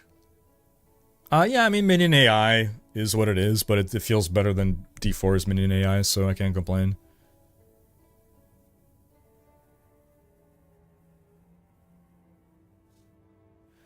Season 6 is only 2 weeks longer than the current average, and we had the 2-week holidays in between.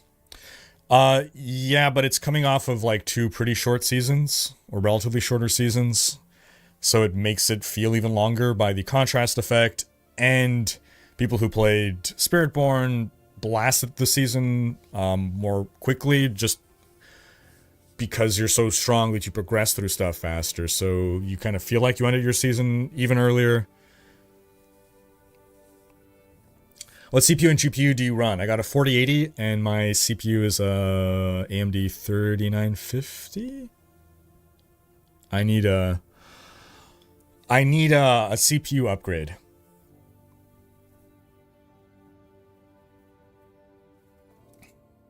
Data better than feelings. I mean,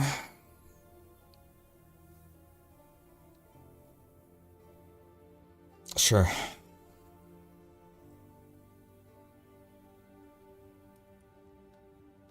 It won't let me start another connected map until that previous one says completed, so I have to go through all portals, log off and back on. Oh, wait a minute. That's really weird, Howie, sir. That shouldn't be the case. That means you actually haven't completed the map. Are you sure you completed the map? Once you're... like, if you're in the map, does it say completed? Did you get a pop-up saying completed? And do you see map complete over here? If you don't see map complete, the map is not complete. I tab and it says complete. That's really weird. That's a crazy bug. You can't start another map. What the heck?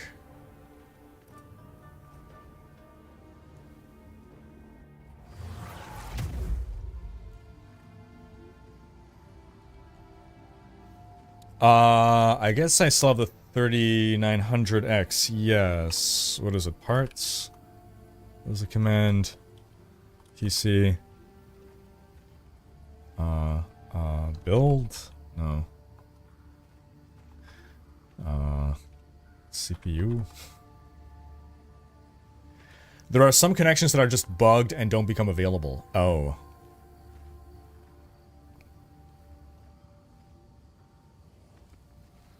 Okay, it's a 3900X. There you go. Specs was the command. Specs. Alright. Yes.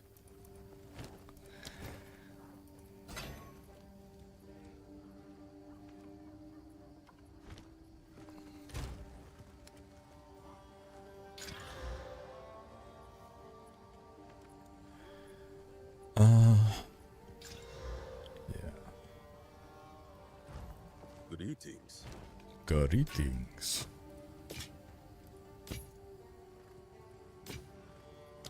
On with the work. So that was a good map. That was a good map.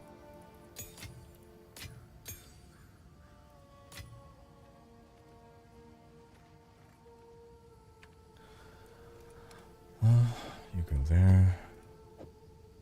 Hey, you are 5. You don't belong in the 6 lineup. You're a 6. You are 7. Look at all these 7s we have. That is fantastic.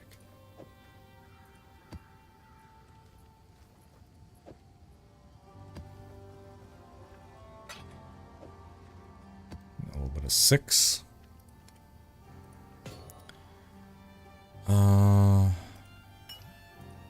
Yes, I do have an affinity tab for that. Wonderful. Wunderbar.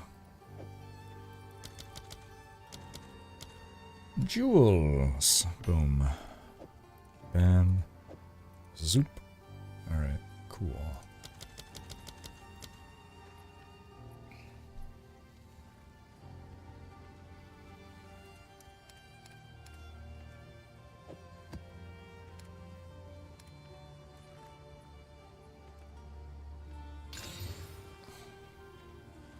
Nice. Alright, our last T6 here. Although I could go here for a quick... Actually... Oh, but I can't... Oh, these are boosted. Nice, it's already boosted. Yeah, I think I'll do that actually, because I don't have another... Yeah, I don't want this. I don't care about... I could magic it, though. 9 maps in Rage contain ritual altars. What happens if I magic this? Eh.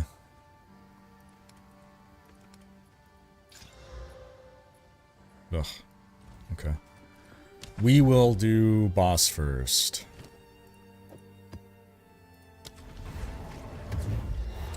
Yeah, I can definitely use a CPU upgrade.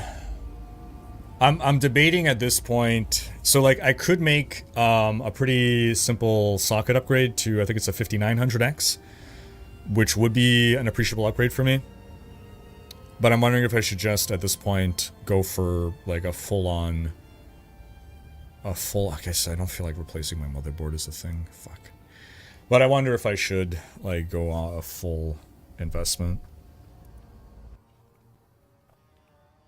Noob question, is armor on gear or armor plus evasion better? I'm going to say armor plus evasion, but I'll let other people answer. I mean, part of the answer is it depends on your build, but like in general, just relying on armor, I'm hearing is not a great idea. Energy shield is the real best thing, but if that's not an option, right, if we're picking between armor and evasion and armor, I'm assuming armor and evasion is better than just armor. Yeah, people saying armor is not working as it should.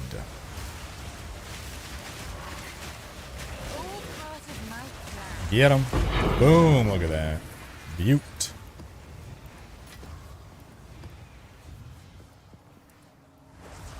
Wonder how much GPU prices will drop with the new 50 series release. Oh yeah. I mean, with the 5070 being only $550 for the performance of a 4090 on DLSS, that's going to be a price driver there. My hand is getting tired from taking pictures, lol. No re-jiggity chat. LUL heading up to the summit today. Enjoy, Anthony. Cheers, man. Armor currently has an awful damage reduction formula, is the problem. New computer build time. Love putting together a new one. Hopefully this summer for me. Nice mangled skull. You looking for what is your build likely to be? I know you probably haven't, you know, fully decided, but if you had to pick right now.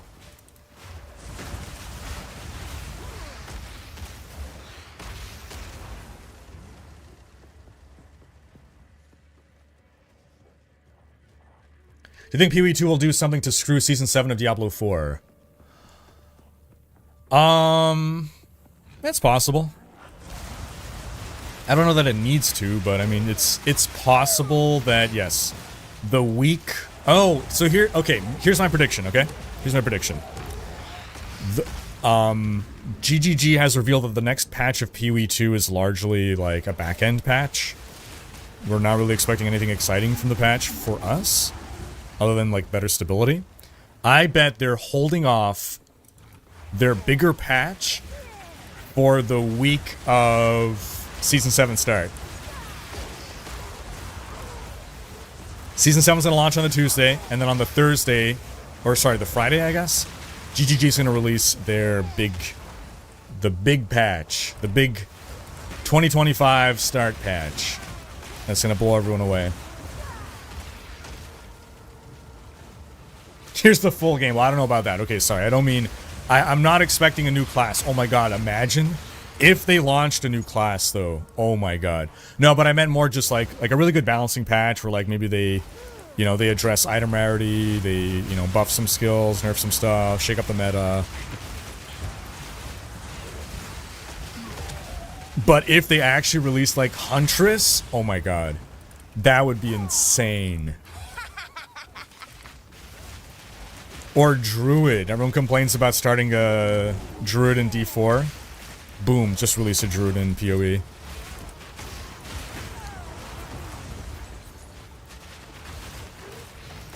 I would personally prefer that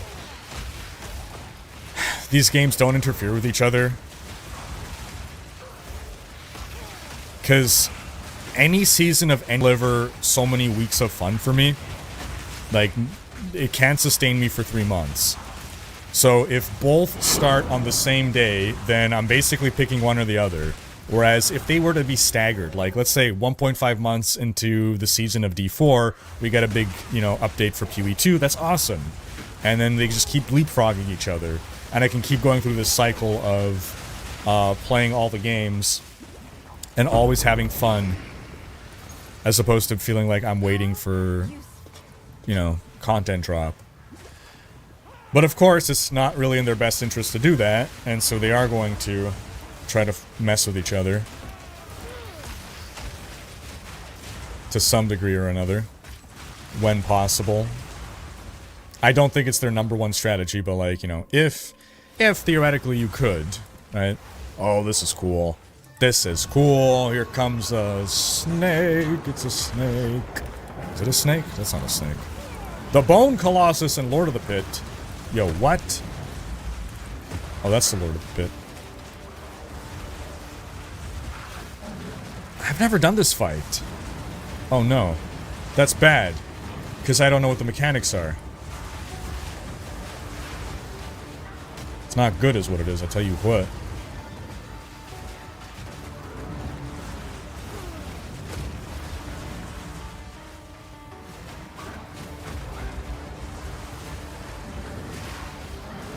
I should be focusing Lord of the Pit. He seems squishier. Oh god, what is this? I don't know, but I don't like it.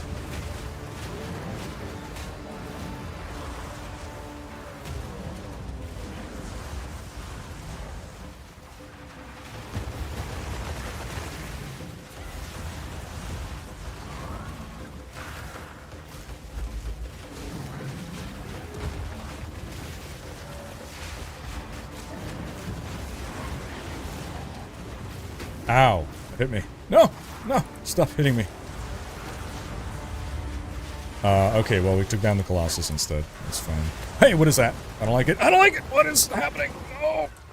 Do we get him? This is phase 2? Okay, that was anticlimactic. It's so weird to do the boss fight and then be like, oh, yeah, you're actually not finished the map. Go fight some more scrubs after this freaking epic fight you just did.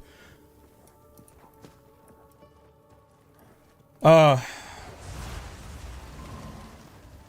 did this fight at least twice as mandatory part of Act 2. Oh, wow. I have no recollection of it. Jeez.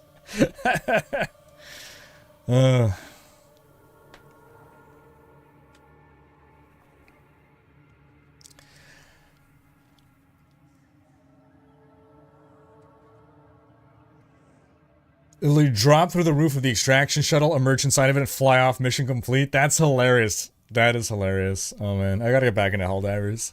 Am I gonna play the Torch Infinite new season? It starts on Thursday, right? Next stream's gonna be Monday. Maybe on Monday we'll play that. And we'll see. Yeah, maybe we'll check it out on Monday. Since I've had about 3 crash desktop every time I play PoE2, heck, this is the best kind of news yet. Ah, well, there you go. Alright.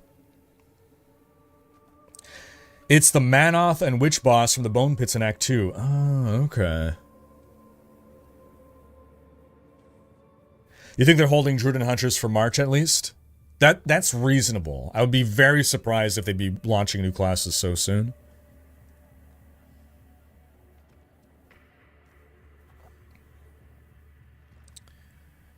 If they stagger, they will both maximize their player counts, but it might be against their interests as you may split your money spent on MTX. So the question is if people will have a yearly budget or not.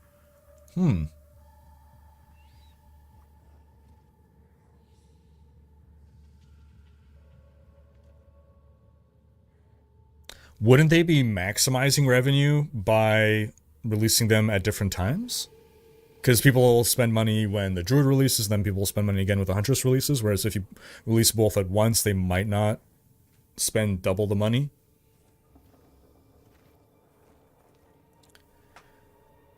Probably either the AMD Ryzen 7 9800. Not sure about GPU yet. Alright. Can you rate a build I'm doing on Diablo 3 for support GR Monk, no set, and can I post a link? Oof. I've not looked at D3 for a while, man. I don't know what the... And I was never really an expert on support meta.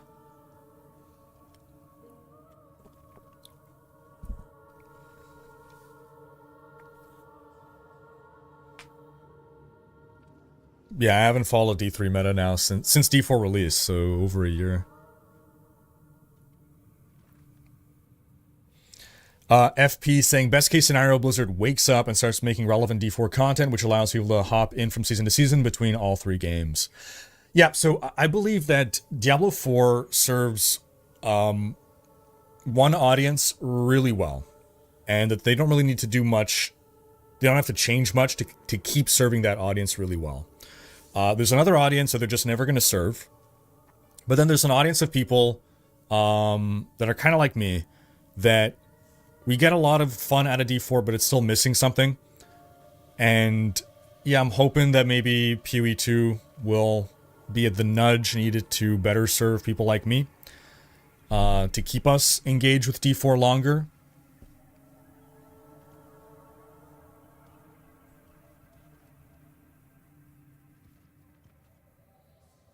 Oh, my bad, Frank. Okay, my bad. Okay, if they stagger the 2 games... yeah. Okay, I misinterpreted. If they stagger the 2 games, they will both maximize their player counts. Right, both games will maximize their player counts, but it might be against their interests as you may split your money between the 2 games. Right. Yes. I see what you're saying. Right. Hmm.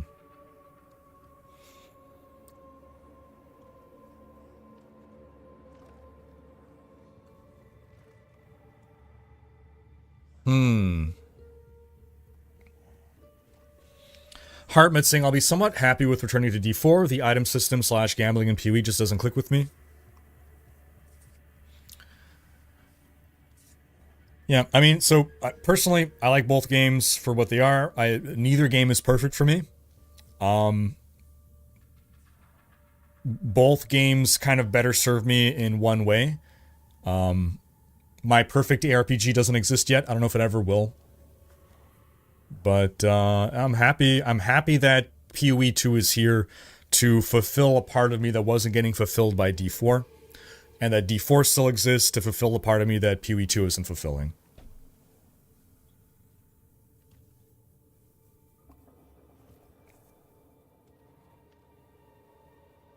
Oh, really curious. I thought... Okay, sorry, Curious is saying that you would pick D4 if you had to choose. I thought... Was your opinion not different a couple weeks back? Or maybe I'm misremembering. Compared the Bone Colossus from PoE 2 or the Skeleton Boss that appears from the pit in Act 2 to the damn Bone Lord in D4. Oh man, yeah. All PoE 2 bosses crap on D4 bosses, yeah. Lilith fight is kind of interesting, I guess, but I guess the average D4 boss, let's say. What does my perfect RPG look like? Yeah, I mean, it's a big topic, but I guess, let's say we were to work off the base of PoE 2.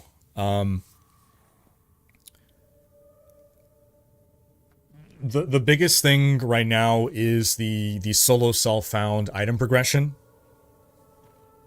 I just feel like loot isn't as satisfying as I would like it to be in PoE. That's because PoE is kind of made as a trade game, and I don't really want to trade for my loot. I would also say the game is more punishing than I would ideally like. I could put up with that. It's not as big of a thing for me as the loot thing. The loot thing is the #1 thing. Like right now, if I were max level, like what's keeping me going right now is that I'm still leveling up slowly and I'm still progressing through the Atlas. If you took away those 2 things, I probably would have stopped playing PoE 2 at this point. Or, sorry, I would have started a new character. I would be done with this character.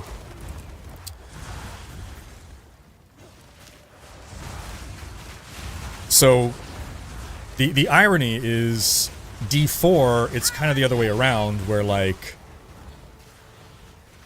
The loot is what kept me playing. Ow. I need more mana. Because there was no endgame to keep me playing.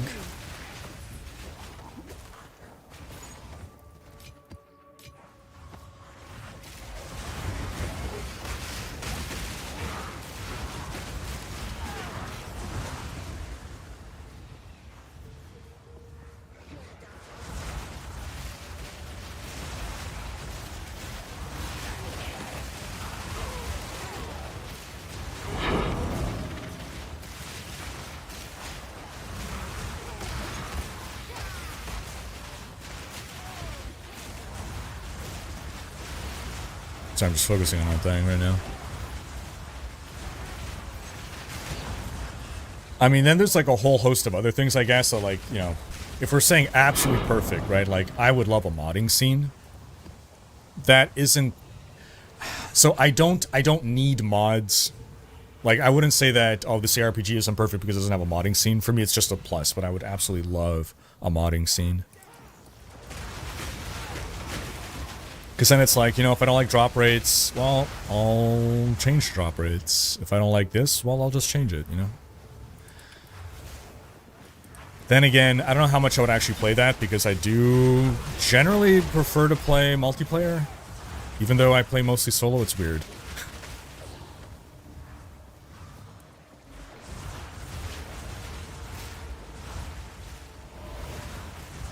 The thing I'll be happy to go back to D4 for is that since power is so exponentially scaling on D4, every drop is so feels good. Monkey brain claps for the first 3 weeks. Bingo. Bingo. Exactly. Yeah. D4's drop progression just feels so good right now. Up until you get to the point where your gear is pretty, like... once you've got, like, your basic endgame gear together... But, like, as you're getting to that point, it feels so good.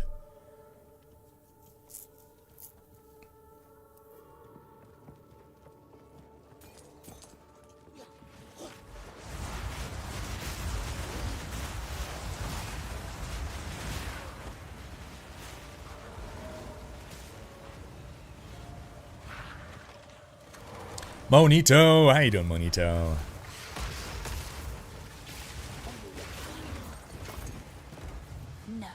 No. Well, I say yes. I'm going back to town. Leafy saying, challenging is fun. Overcoming it is a goal to have. Punishing is usually not fun after the first few experiences. There are times when we forget that we play games to relax and not agitated. Dude, freaking chat is on fire today, man. Yeah, fully agree. So... I think you can have the game be challenging without being so punishing. It's already, like the mechanically, it's already pretty challenging. Endgame is pretty punishing. The campaign experience, I think, is not too punishing.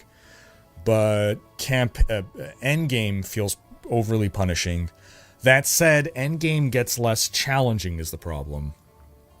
So it's like, in order to be just as difficult overall, they are... Because they recognize the challenges are going down, because our builds are so powerful, they have to like ramp up the punishment to retain the same sense of it being difficult. And Brian, new sub via Prime Gaming, welcome. Thank you for the sub, Brian.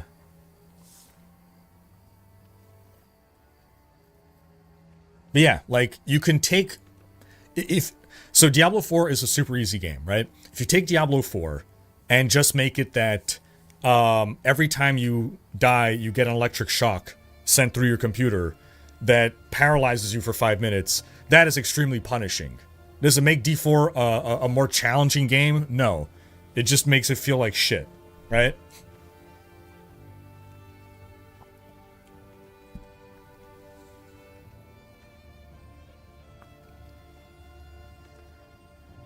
Hartman saying, for me, D4 is just this little itch.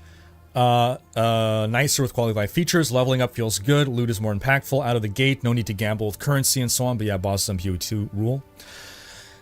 Yeah, so like, what I would like to see from PoE and D4 is like the end game meta progression, tying stuff together. D4 feels really fun up until I'm kind of like in the end game and I've got a decent build together. And now it's just like, okay, well now what?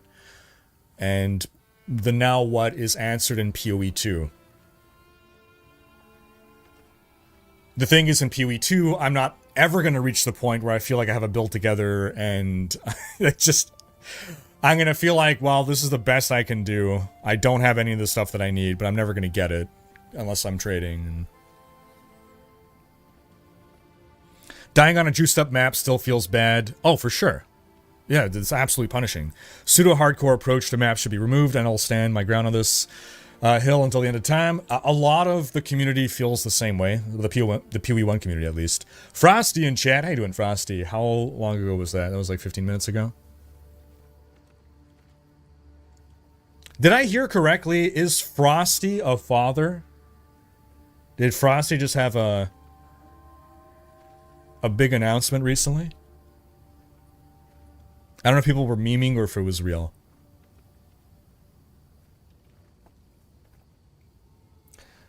They gotta have classes ready soon, even if they release in 2 years. Well, they're not. They're releasing by the end of the year. But yeah, they are missing 24 ascendancies, which is 1 a month for 2 years. Okay, good point. Yeah, I see what you're saying. So maybe,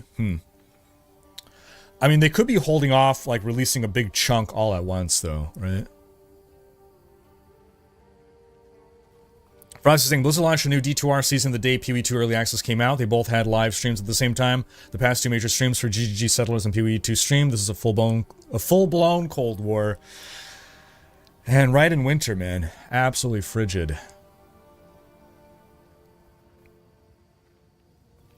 Okay, Toioiz, are you still around? Do we have anyone who is a support monk player or would have the capability to rate a support monk build if they linked a planner in D3?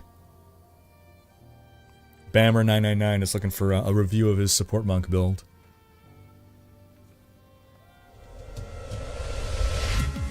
Dark Genesis, rocking that half-year badge. Appreciate you, man.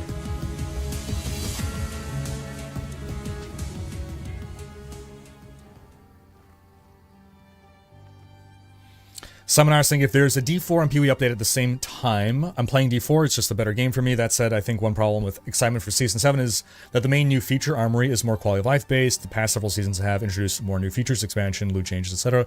that change up the game more significantly. It's reasonable.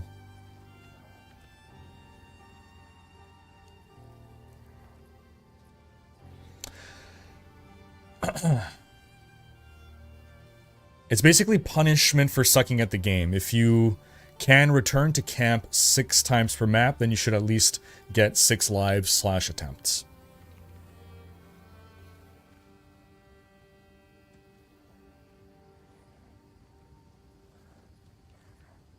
Soon to be in April, end of April. Frosty, congrats. Papa Frosty.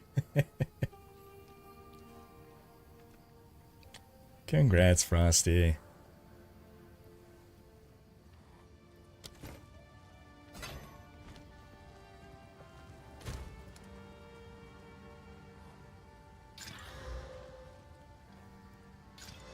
Stun threshold.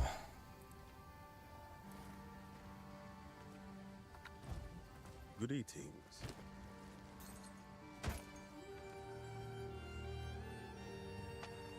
Yeah, that's not bad.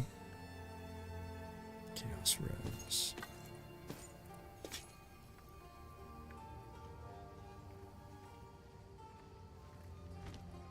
I'll be here. Will you?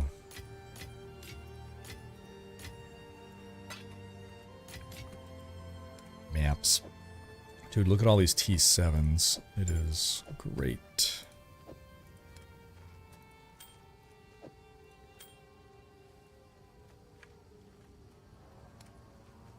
I don't need all these T3s, however, so let's do a little convergio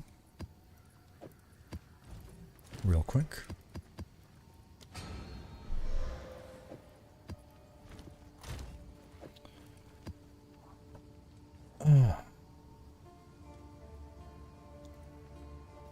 Nine. 8 gear. Boop it there. And what do we got here? Boom, boom. All right. Cool. Bonjour Pierre, ça va bien?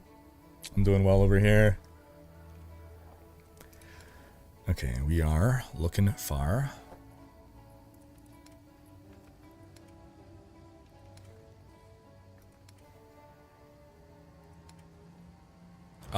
One more. One more T6. Burning through my alks. Wait, I didn't finish this map. Hold on. Gosh darn you.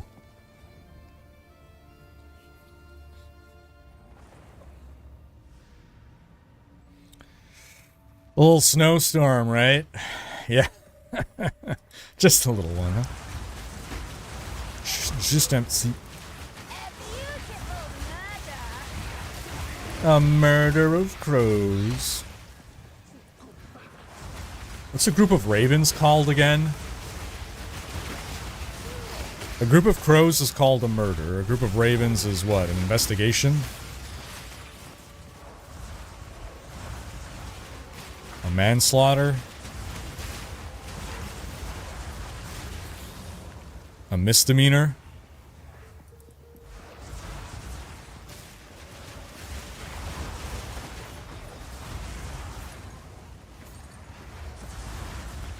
When was this, Pierre? I don't think. An unkindness. There you go. A group of ravens is called an unkindness.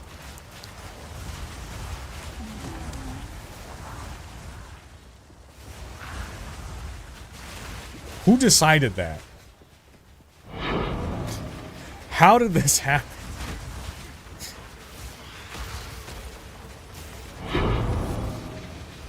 I like conspiracy. A conspiracy of ravens. I like that. An Edgar Allan Poe. Boom. Got him.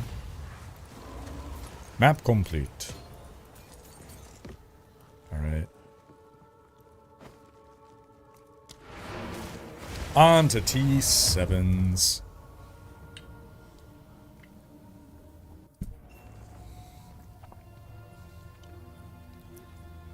Oh, why is my door ringing? Could be.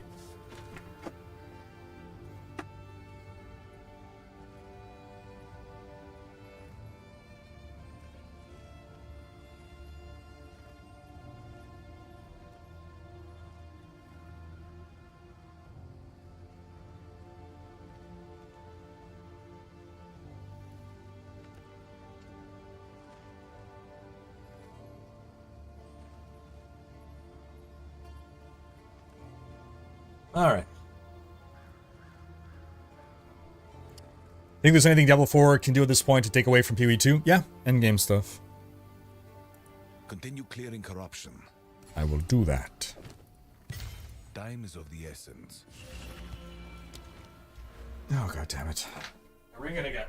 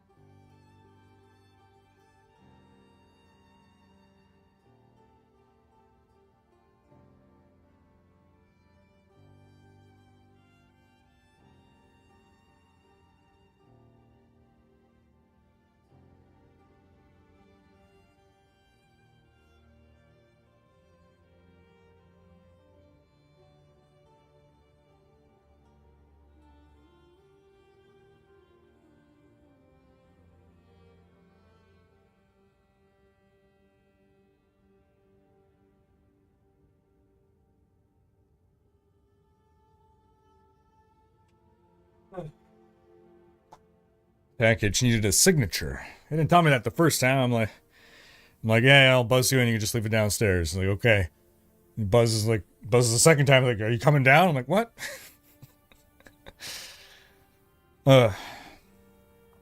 The term "an unkindness of ravens" is believed to have originated in the 19th century. This name stems from a misunderstanding of raven behavior.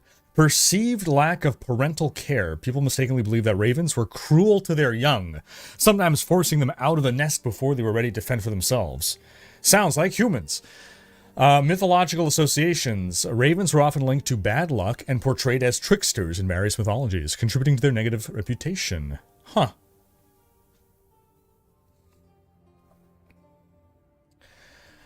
In actuality, ravens are apt and caring parents, and overall very social birds. There you go. A raven sighting was considered a sign of bad omen, and a raven is usually considered to be unkind to the viewer, bringing bad luck. The conspiracy part, I'm not sure.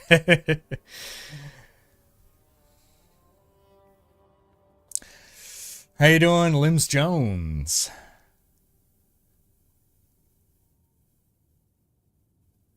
They go by many names. A conspiracy, a treachery, a rave, and a flock. A rave of ravens? That's hilarious. Okay, so I wanted this. Wait, did I want this? Yes, I did.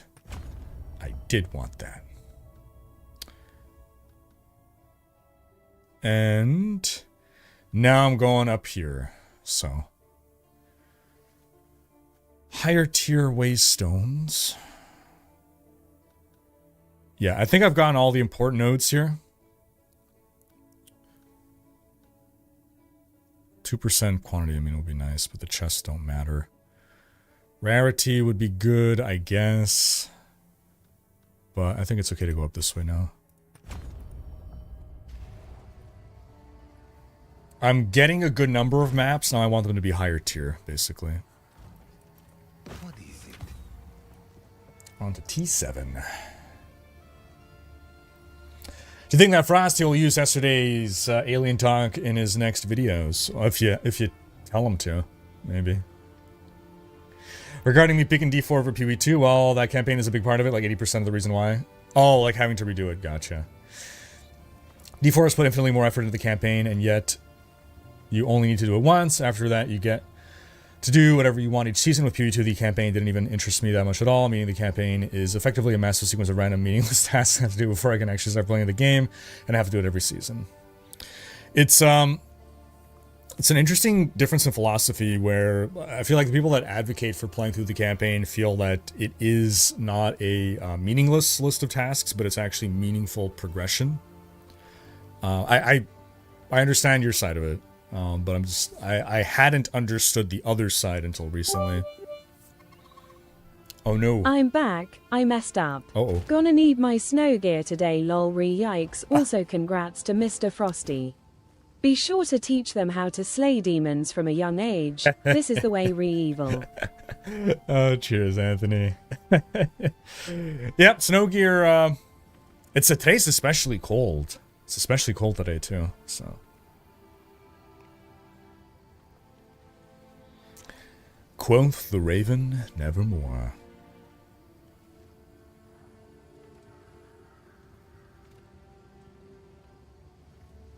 Dragoon saying, is PoE 2 the best ARPG ever, or does D2 still hold the crown? I think PoE 2 has the opportunity to claim the crown. I don't think it's there yet. But I think by the time it releases out of early access, it might.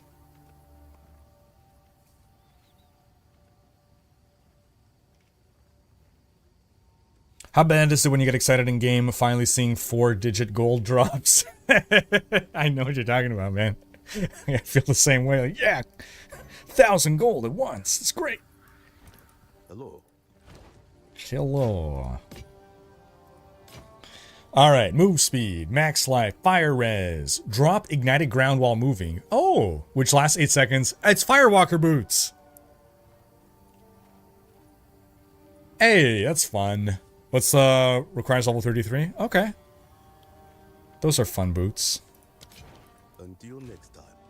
Birth of Fury. Out of? That's fine. Okay, cool. Cool. I'm basically going to be getting an alt that is just going to equip every unique I have.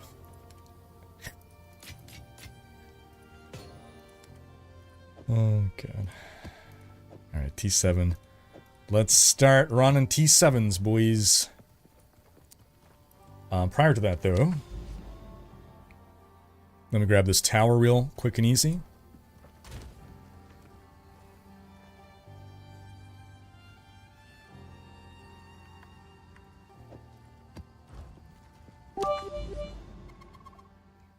Yeah, walked outside in my thermals, Oh, no. jeans and a thick jacket, hoodie. Turned around like nope, not enough face Yep. palm. I know the feeling, Anthony. Oh, yeah. Cheers, man.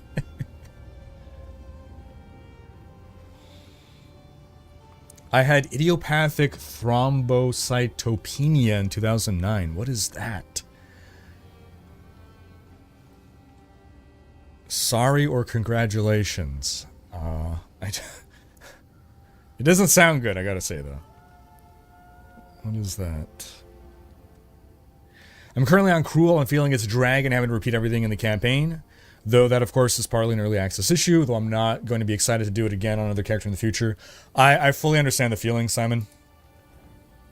But yeah, again, the Cruel is just a temporary thing.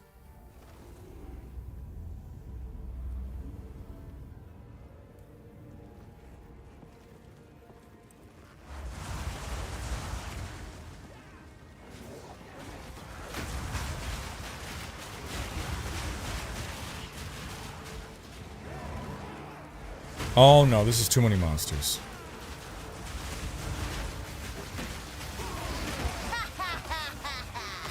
God, I can't. I love the laugh. Ah, I love the laugh. It's too good, man.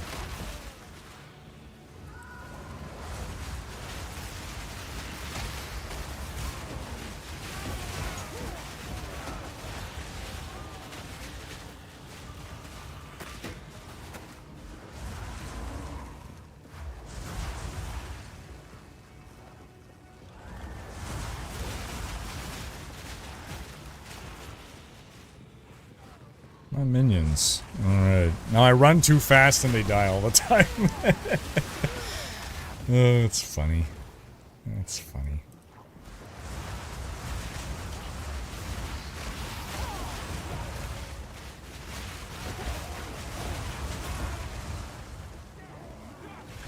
Will we keep our characters when the game fully launches? Yes, but they will be sequestered into a penalty box for characters who've been naughty.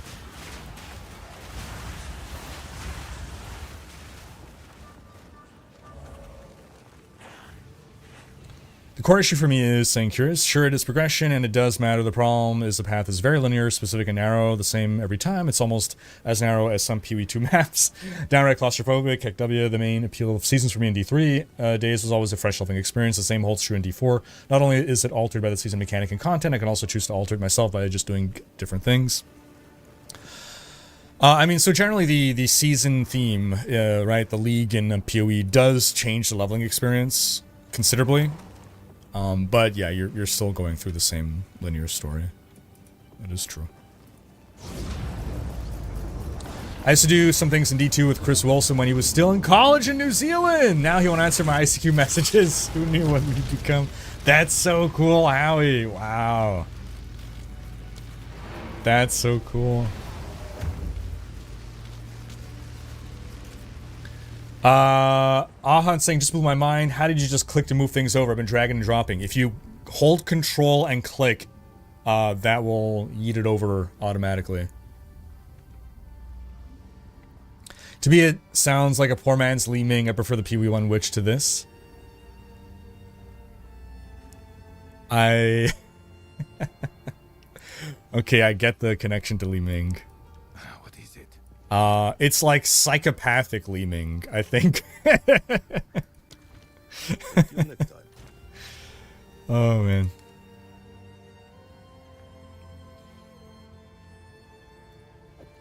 Alright, let's see. That's fine. Everything's fine. I can do this. I can do this! A lot of what Dragoon WoW was saying, it deals with immune system. Its platelets, in my case, can drop low. With infections, I got easier than most because of no spleen. Okay, gotcha. Gotcha. ICQ days, right? Good old times. Good old times.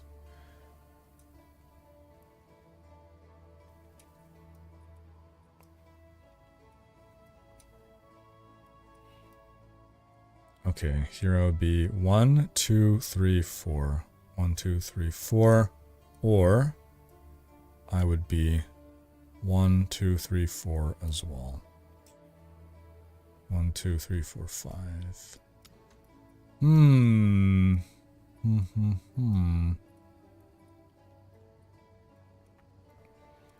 Four away. It's 2-4 away. 2-4 to go. I guess we're going with the 4.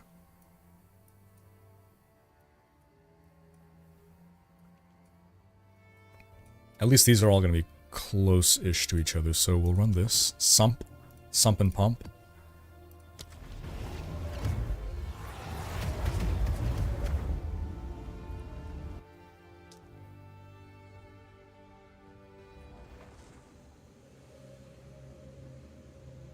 I grow weary of places like this. Yeah. Nature. Beautiful plant life. What a horrible place.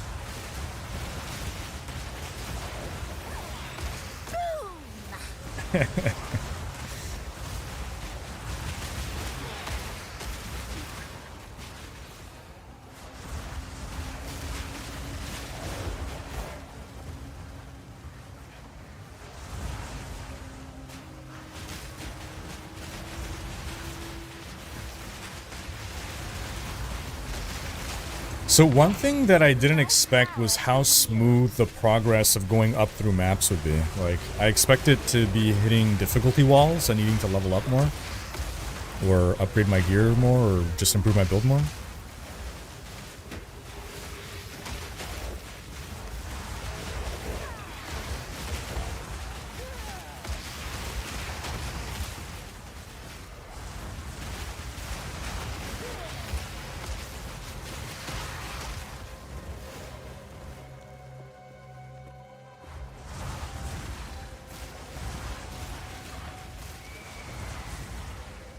There you go, Neverborn.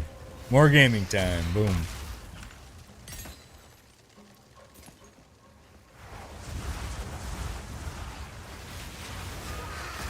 Nature, plant life. What a horrible place, she says, casting a firewall.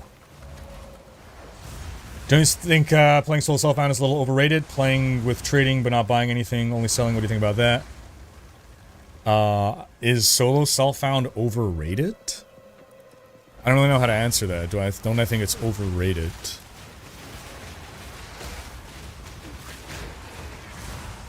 To say it's overrated would suggest that it is rated highly to begin with. I mean, looks like home to me. Needs more death and things trying to kill you and or eat you, Kappa. If we had a few more monsters in this map, then it would be accurate to Australia. It's not quite there yet. A little too docile. Cheers, Ant.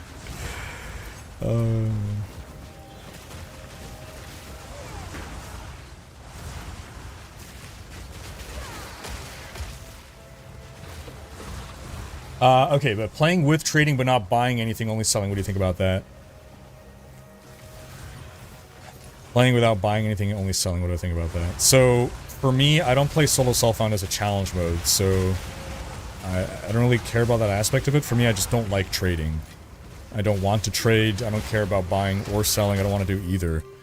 That said, I mean, I guess if I would just be selling stuff and getting currency that I can then use to craft, I guess that would still be preferable to full trade. because at least I would still be getting my own items and not just buying items. So it'd still be getting items via, I guess, drops and crafting. I just don't like having to engage with the trade system at all. Again, I don't want to take it away from people that do, but the two parts of trade that I dislike is one, just having to engage with the system, and two would be getting your gear versus via those methods. And the thing that I dislike the most is, yeah, that I want to get my upgrades via drops or crafting myself as opposed to buying it in the shop. So at least what you propose would address my bigger concern.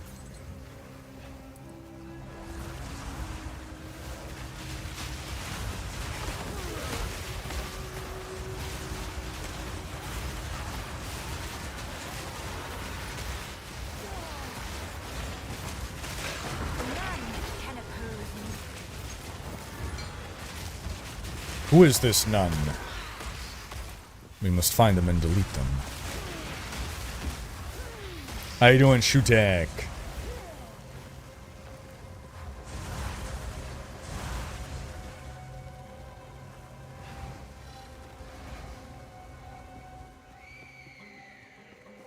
Scary jungle sound.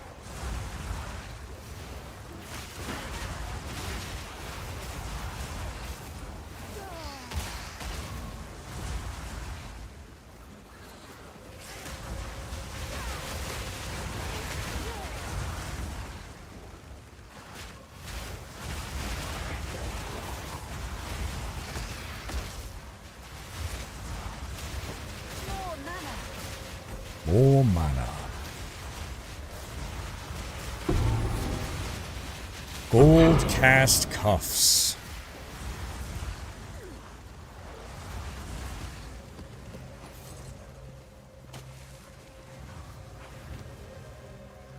I'm curious. Intel, fire, cold. 100% of fire damage converted to cold damage. Interesting. Not what I want, but...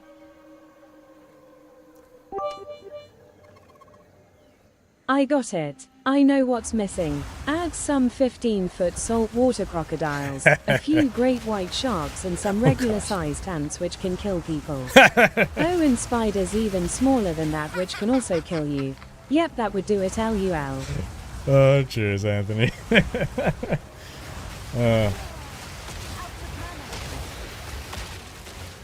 We've gotten, I think, no ETA yet on the next patch.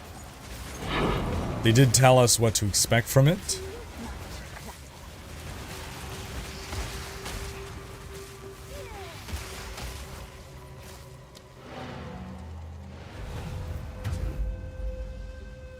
ESO reignited my desire for some sort of dark, demonic magic user in D4. Of course, I still want my Inquisitor the most by far, but in ESO I play an Anarchist this time, a follower... Sorry, an Arcanist, rather. Follower of Hermaeus Mora, Dietrich Prince of Fate, Knowledge and Memory. I shoot green lasers and summon tentacles. I know exactly the build you're talking about, or the class you're talking about, yeah.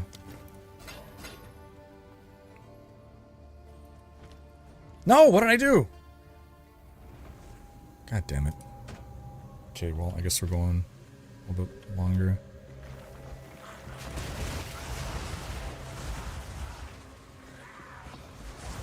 There's no boss on this map, I don't think, no.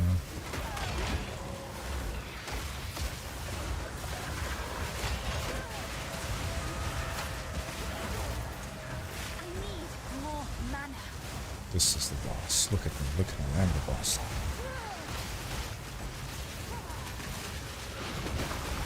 Map complete. Yes. Get my sump pump going.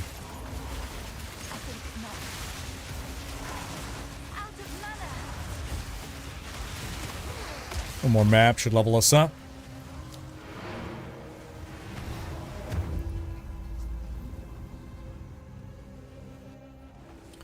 Probably a hot take from Curious. D3 Wizard better than D2 or D4 Sorcerer.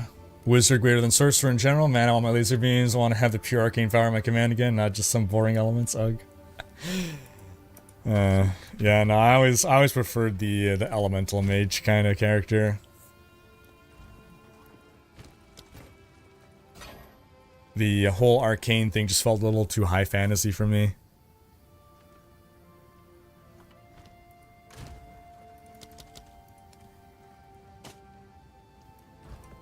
Greetings. And bad. On with the work. On with the work. Oh, irradiated. Okay. Yeah, that's a good one.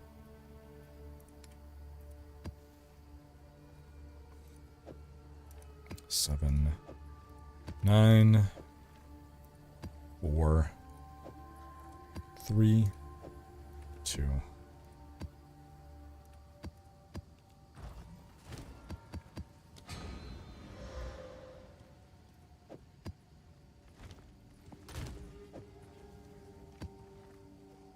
Map sustain looking pretty good right now.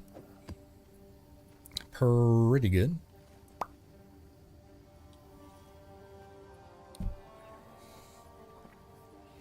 Dark Genesis saying I periodically hit difficulty walls while mapping on my ranger, but I'm certain my issue is more gear resistances than anything else. I have the damage to survive, but I randomly get murdered out of nowhere.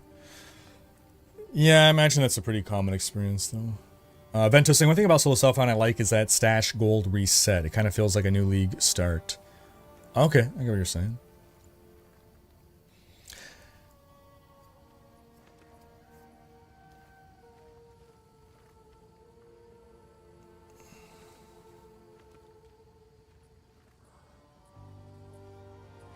An arcane wizard is closer to a chaos sorcerer than it is to an elemental one because we still have no clear idea what arcana is.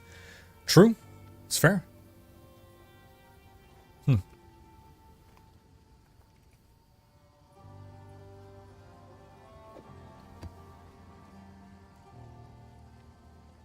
that's not too bad. However, I think I do want to juice some maps. So I did finish that, although I think there was still items on the ground to pick up. Yes.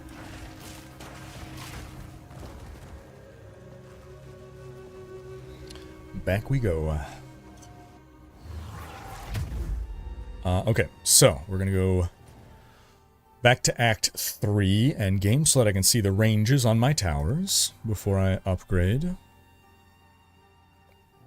Generally speaking, I prefer more grounded fantasy, but in this case, it's just cool. I can't have arcane powers. If I can't have arcane powers, I'd settle for a wizard like Gandalf. He could use elements, but he also had some other tricks like blinding flashes, etc. As a mage, knowing how vast magic is, I'd feel incompetent just flipping myself to 3 elements.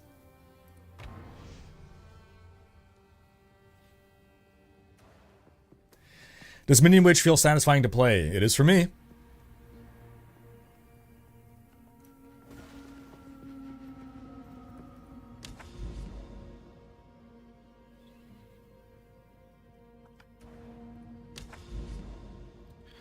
Okay, so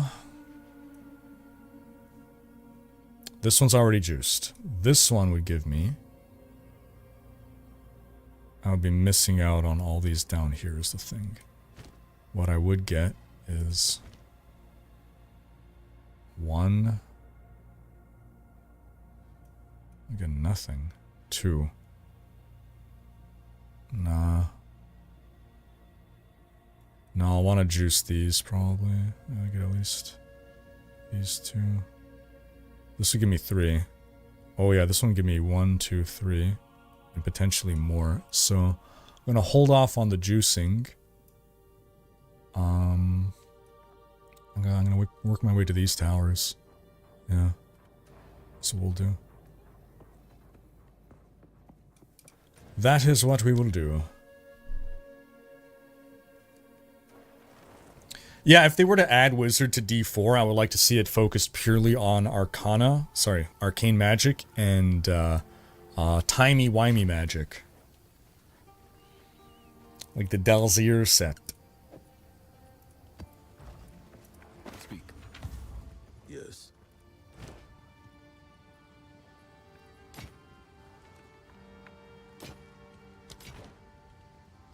is not on our side. You don't say.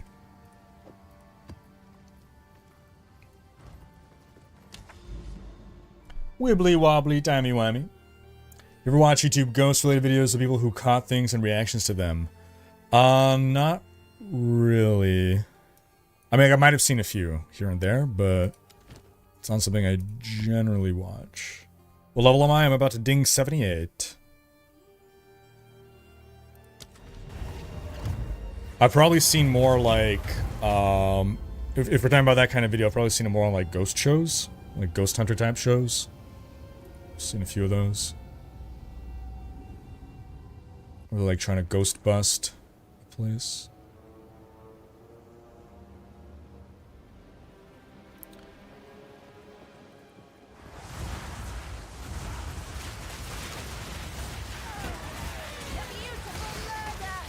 A beautiful murder.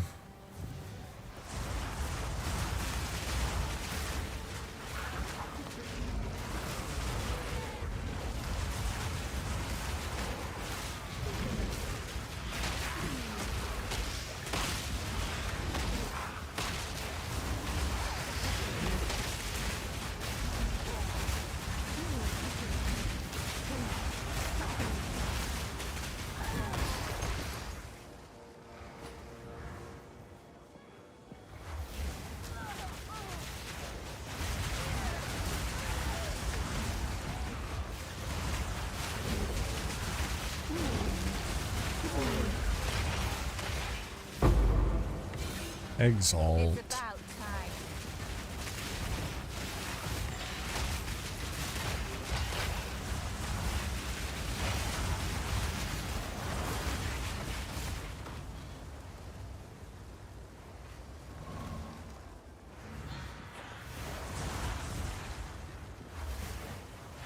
Check out Nuke Top 5 and Slapped Ham.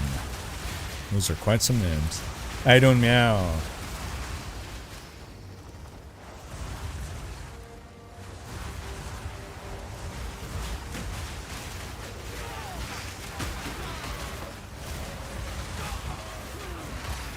Yeah, any kind of paranormal stuff, man, it's just like, it's so easy to fake. It's hard to trust any footage.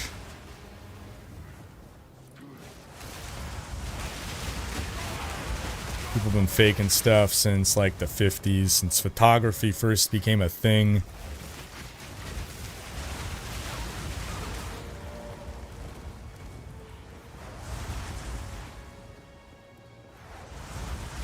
Do you know where the wibbly wobbly timey wimey comes from?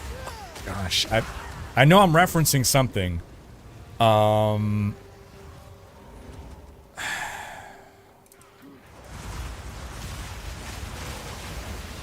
It's at the tip of my tongue.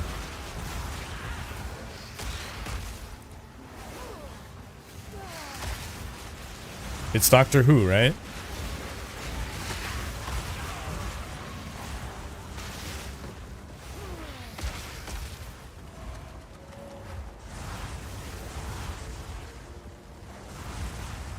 Which Doctor Who is it, though?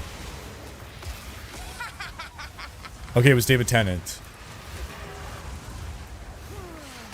Oh, it was in the Weeping Angels episode.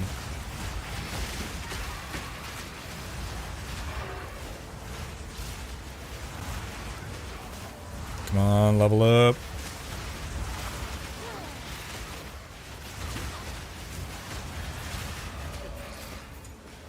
So close now.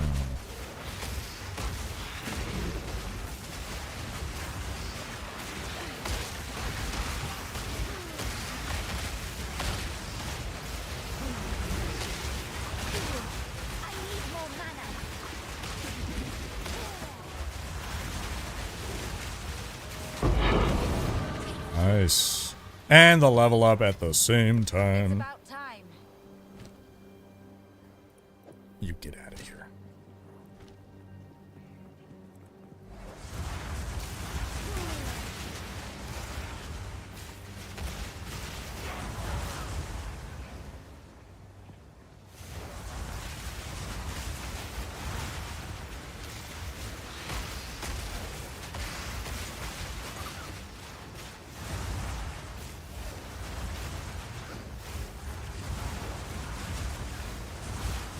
They faked stuff since earlier times of photography. Back in the Victorian era, okay. The ectoplasm was what I was thinking of. I botched the time frame. They put like the cotton balls coming out of the mouth. Or cheese. It was cheesecloth. Oh, okay. That's so crazy that, like, my gosh, hoaxes have been around since the moment photography was invented. Hoaxes already. Oh my gosh. Thanks for clarifying, Elrath. Yeah. My gosh.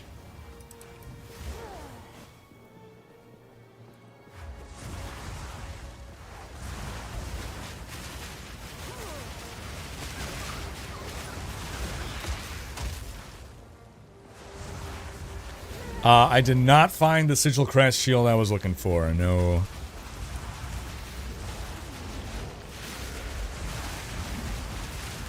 It's impossible for me to find without making a new character, basically. I guess I just leveled up. I can go check Act 1 again, but I'll look not good.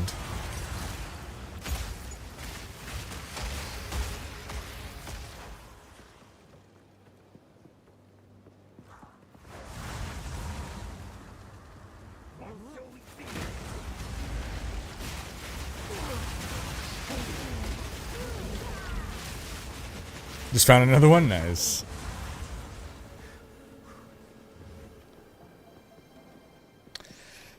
My resists, I got 76 fire, 31 cold, 62 lightning, 46 chaos. But I am that kind of witch that converts other elemental damage into fire. So fire resist is my important resist.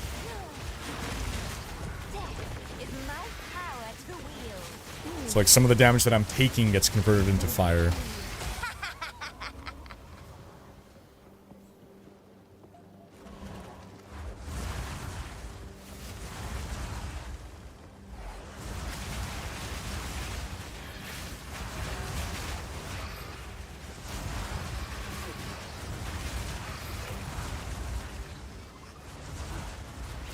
Just dinged 78.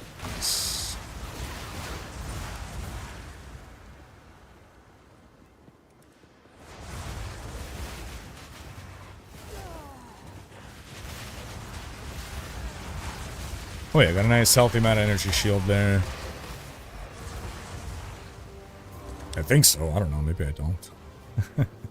I know people have much higher energy shield than me. Like tens of thousands or something.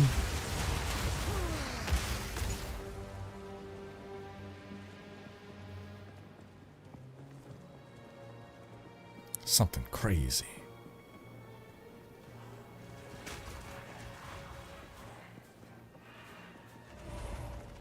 What is my view on haunted or cursed dolls? So I don't really believe in the paranormal. I think everything has prosaic explanations, or... yeah, everything has prosaic explanations. Like, I love horror stuff. I think, like, it makes for cool stories, but...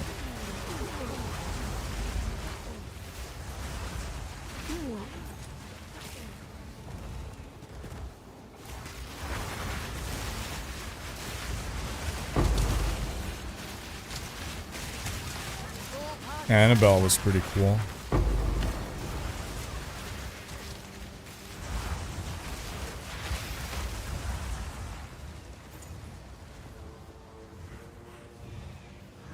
Is there a shortcut to get to that guy over there? It doesn't get me killed.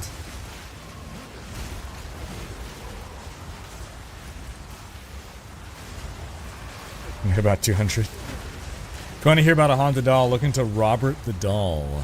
Robert the Doll, huh?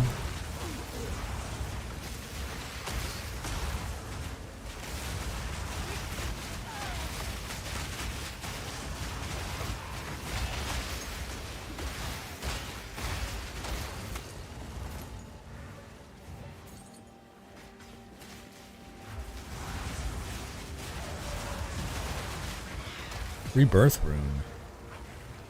Huh. How to explain this doll video moving on its own? CGI, wires, stop motion,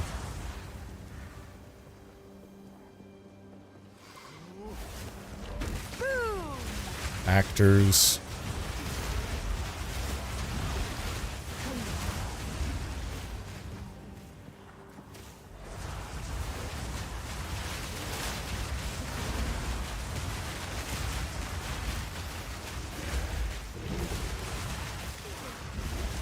Another corpse to serve me.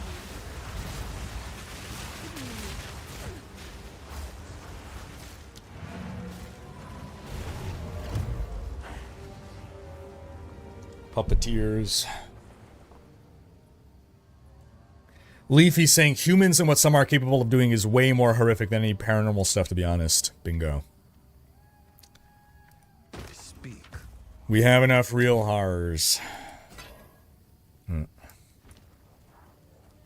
I don't need paranormal IRL. My wall's already haunted by loud neighbors. Rip. That said, I came across a village once in Italy where it was believed that a female ghost would appear and slap men 3 times if they were disrespectful to any women. That's a good room. That's a good. That's a good ghost to have. It's a good ghost to have.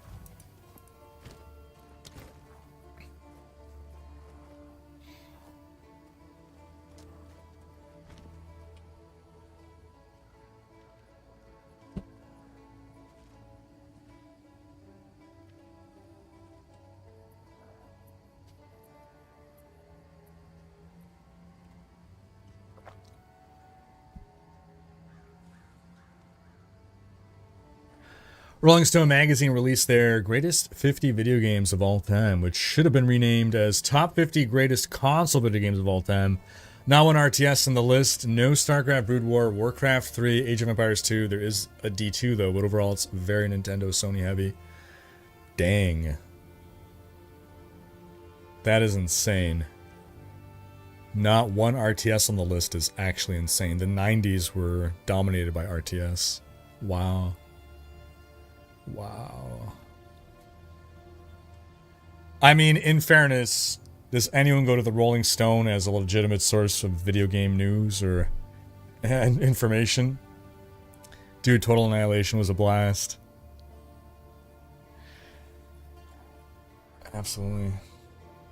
If we can have aliens, why can't ghosts be real? Well, first off, I never said aliens were real, but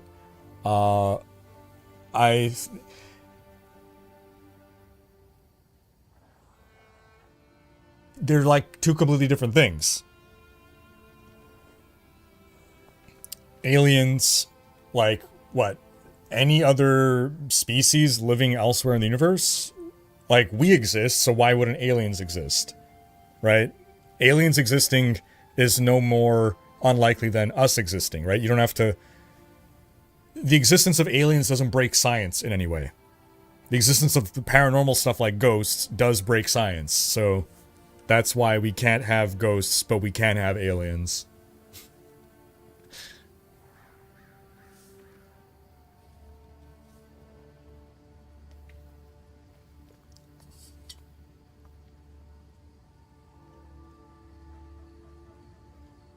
'97, '98 was such a great time to be a kid teenager for gaming. Boom.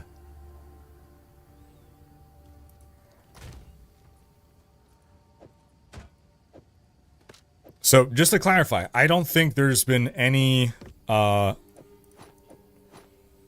convincing evidence presented to the public of either aliens or ghosts existing and visiting planet Earth. Maybe that evidence exists somewhere, but it has not been presented to the public. Ghosts might not break science, we don't know. I suppose so. Kiss saying, I fully believe the universe is full of life. I'm inclined to believe that we are currently the only intelligent species in this galaxy. Yeah, like, there can be some bacteria living on some other, you know, maybe in Europa or something. Yeah. On a quantum realm, we don't understand all the energies of the Earth, so couldn't there be laws of physics that would explain ghosts like quantum, like Google Quantum Chip is talking to other Earths besides us? So, is it possible... Okay, this is basically what it comes down to, right? Science is not a rigid set of rules. Science basically represents our current understanding of the universe. Until we get more information that alters our current understanding of the universe, this is our current understanding of the universe. So theoretically, yes, anything is possible. But as per our current understanding of the universe, the way ghosts are commonly described as operating does not. I mean, I don't know. Maybe I'm making some assumption about what a ghost is and how it operates, but like, let me put it this way. Anything is possible. I don't believe there's been any compelling evidence that ghosts are real.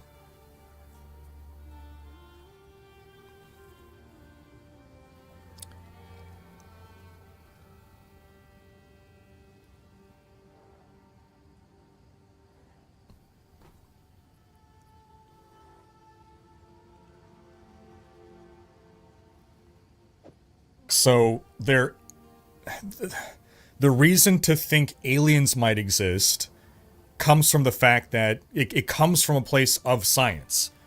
Humans exist, animals exist, bacteria exists. There are certain requirements for life to exist. Those requirements could exist on other planets. We have observed them exist on other moons and things. So in theory, it is possible within the confines of science for life to exist outside of humanity elsewhere in the universe. There is nothing that science is governed by that says, yes, a ghost can exist.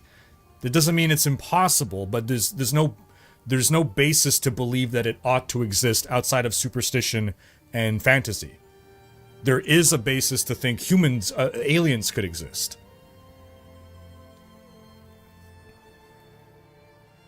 Like, any belief in ghosts is rooted in religion and superstition. It comes from the belief that a soul exists, right? Which there's no scientific basis for. And I don't want to see some fringe study from some Yahoo whatever, right? Like, there's no scientific basis for the concept of a soul unless you want to really look into some, again, right? So given that, the only reason to think of paranormal stuff potentially existing comes from entirely religious and superstitious stuff.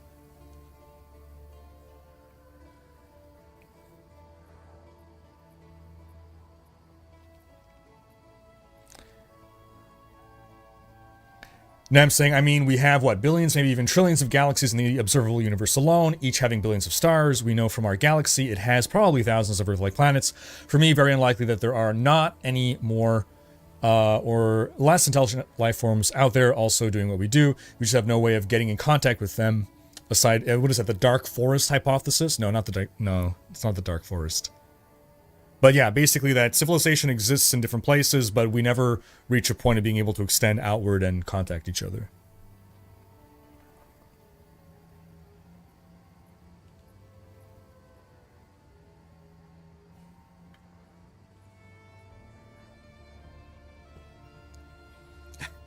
Good question, Solemn Vesperi.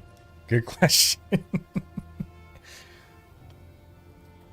Kiskaloo saying, I have read papers that are of the opinion that complex/higher life requires a significant chain of events to happen, and as such it may be very rare, even if more simple life, virus, bacteria, etc. is common. Yeah. Yeah, I know exactly the kind of stuff you're talking about, Kisk, yeah.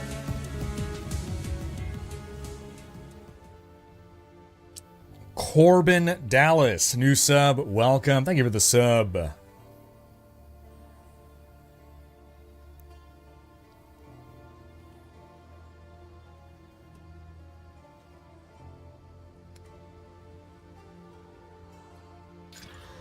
Terrible. Awful. Yikes. Greetings. Hello. On with the work.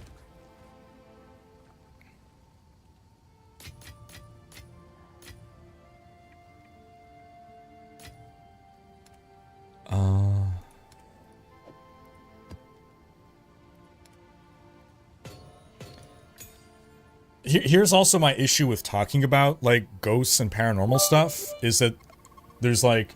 Given the human race's track record with meeting new races, probably for the best reason. True. True. Cheers, Anthony. Yeah, so hypothetical and theoretical discussions about aliens and alien tech can ultimately be grounded in science and our understanding of science. Discussions about ghosts and paranormal stuff, like everything is just make-believe and made up. So like anything goes. Like, sure. I cannot say it's impossible for ghosts to exist. I cannot say it's impossible for haunted dolls to be a thing and demons and this and that. But what can we really talk about? Like, what's their power level? Like, how many spells can they cast per day? Like, it's all just... There's no foundation of science that it could be anything. Like, I don't know. Like...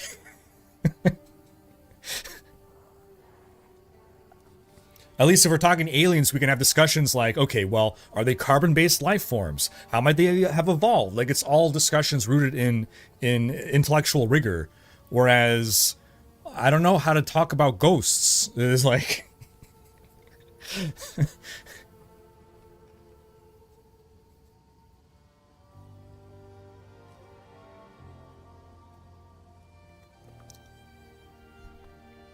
There's a theory that water and quartz are a cause for ghosts as well as memories being trapped within an object. Like, sure. Magic crystals and magic rocks. Like, it's a theory, but it's not grounded in any kind of science. It's not grounded in any science that holds up to rigor. Let me clarify. Because again, you can find fringe scientists who have beliefs and they come up with theories that are maybe grounded in science, but like you can't... I challenge anyone to find any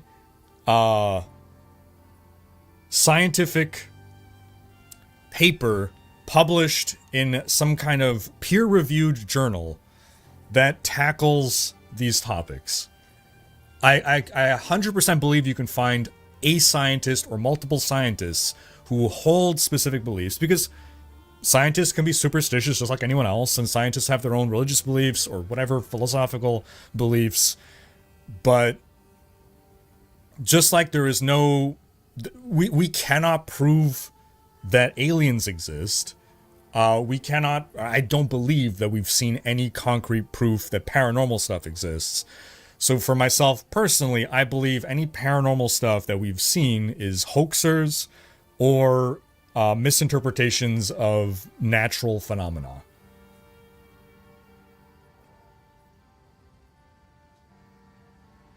I wish using the word theory was strictly prohibited to actual scientific definition of theory, yeah.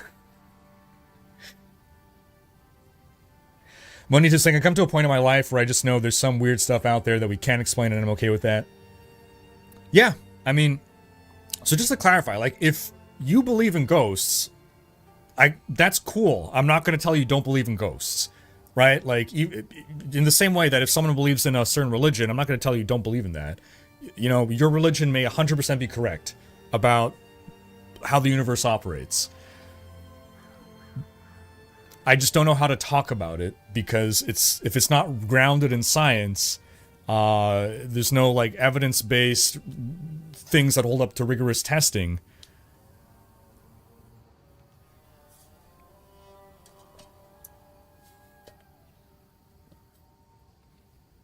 Neverborn saying, let me state that we didn't think auras were true until science proved we have an aura around us. Excuse me, what?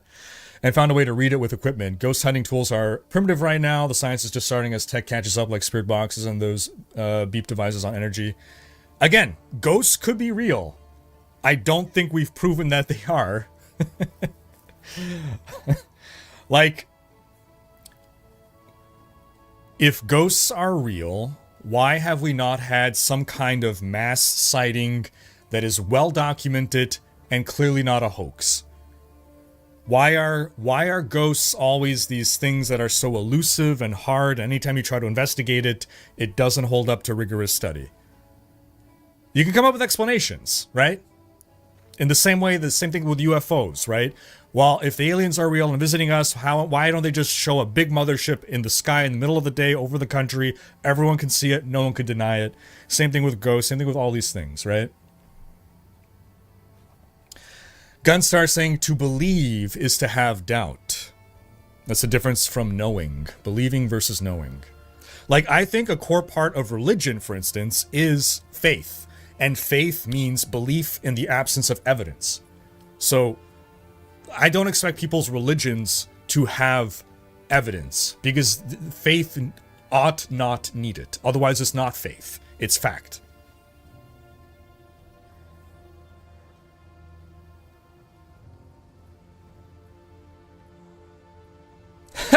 Solemn. There you go. Oh god, DeFrosty's gonna have a field day, ain't he?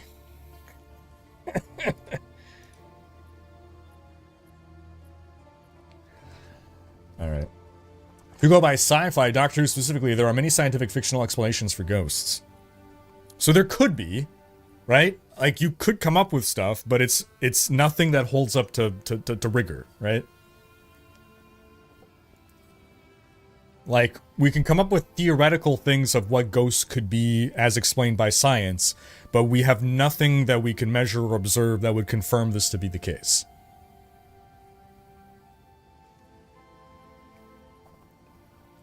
Because 40 years ago, Ray's getter plan didn't work. Bum, bada, bum, bum, bum. Oh, Frosty is here. Oh, god dang. Yep, there we go.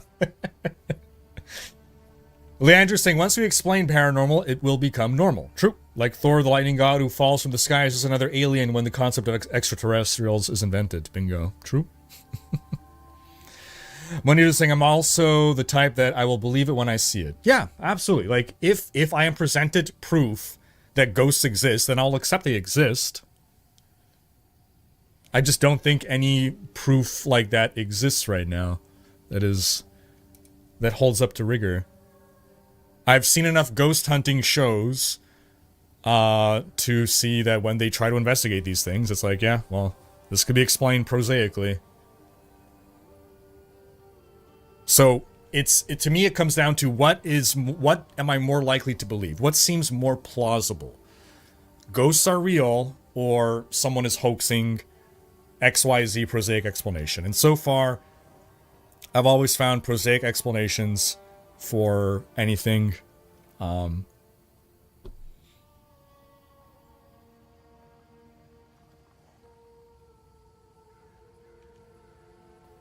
I'm saying, I mean, we are powered by microcells and electric impulses in our brain and nerve system that can cause maybe some sort of low-level energy field like electromagnetic field, but not sure if that is proven. Okay, as in, like, so that's like what an aura is? Okay.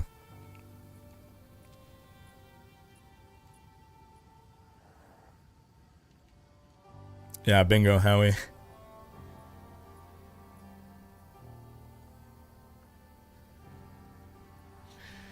Ghosts are like miracles. When we invented cameras to record miracles, God stopped doing them because he was shy. Oh, man. Okay, so. I think there are ghost hunters like Zach Baggins that are just, that were just for scare reactions. Yet, there used to be a show called Ghost Labs that tried to come up with science to explain how to read ghosts. It is an interesting and new science field. Yeah, so I am fully in favor of science trying to figure out ghosts. I'm fully in favor of that. So as soon as science does figure out ghosts, hell yeah, I will believe in ghosts. So I'm not like, it's not even worth exploring the idea. As far as aliens go, life on the planet could be one giant experiment, and ghosts, we humans probably just aren't spiritually aware enough to be able to see them. For the select few that are, we deem them crazy anyway. Remember Tony Stark always said to Thor that magic is just another means, science we have yet to understand. Yes, let's live our lives by what fictional Marvel characters have said.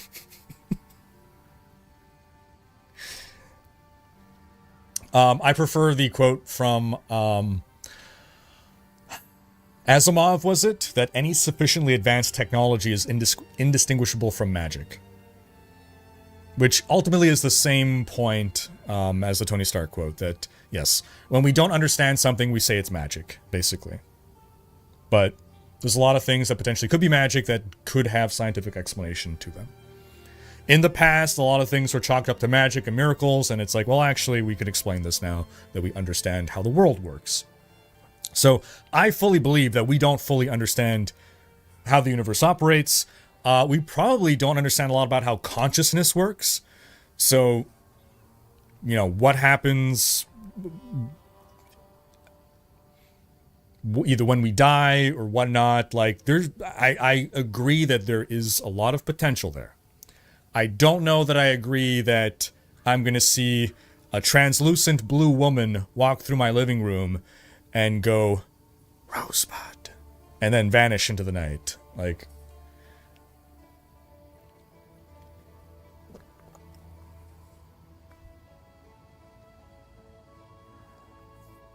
if you consider ghost is the same as jinns, there's actually a paper which discusses about it. I bet if we really saw a ghost, it would have a ring of power on. See, it turns out we're all living in a simulation and ghosts are just bugs. It's just like glitches in the system. It's like lag. That ghost of that Victorian era maid, it's just severe lag. Her latency got so high. We're seeing like a ghosting artifact. Yeah, graphics artifacts. Remember how particles exist in multiple places and different states at the same time when not being observed, not interacting with photons? Well, that's called rendering. When you don't look at them, they're not rendered. When you do, they assume their correct state. Bingo. So in addition to the big alien mothership, we can also deduce that blue transparent women will change your worldview.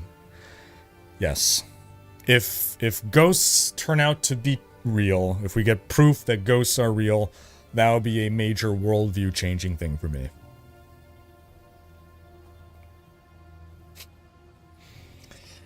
Birds aren't real either. That is true. Yes. Birds are government drones. Yep. They sit on the wires to recharge.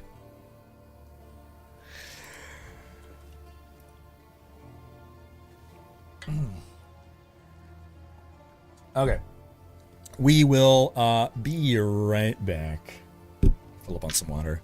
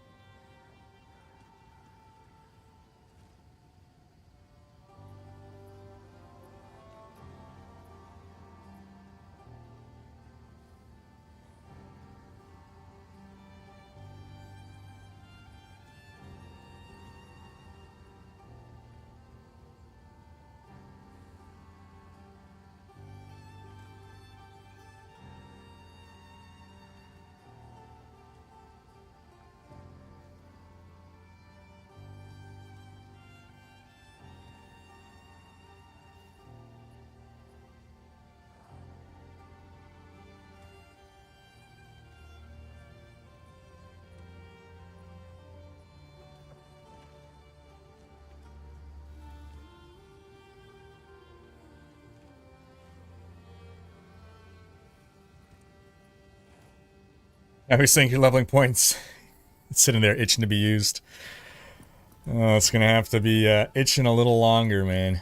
We're gonna be moving on now, actually, to sponsored stream. Let me get set up for that.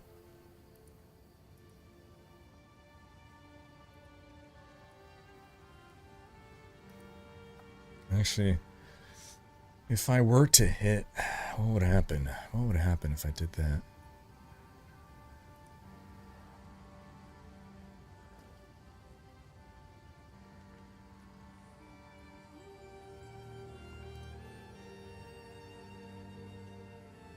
What was that reminder? I'm hearing my Amazon device in the other room saying something.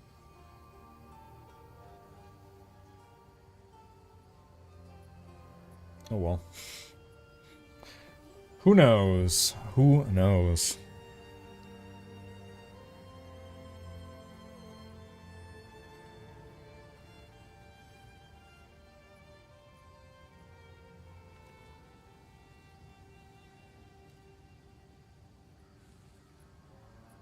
I love the, is this Act 1 music? It's Act 1 music, right? I love it. So good. So good.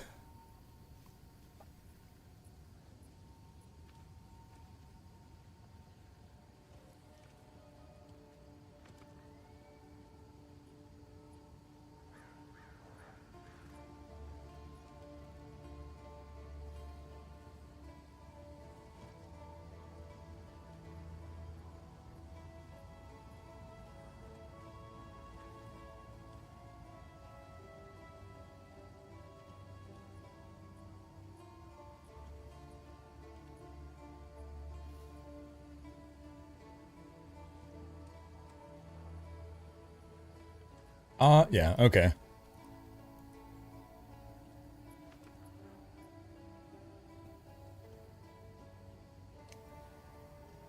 Conclusively believe in magic when I believe in the transparent blue woman. There we go. There we go.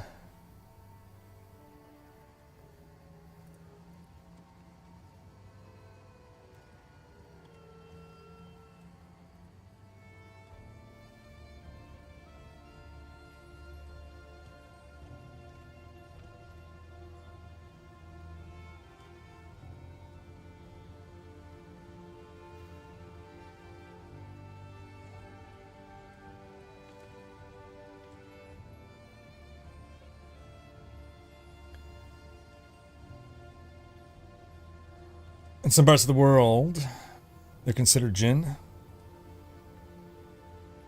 Alright. Alright.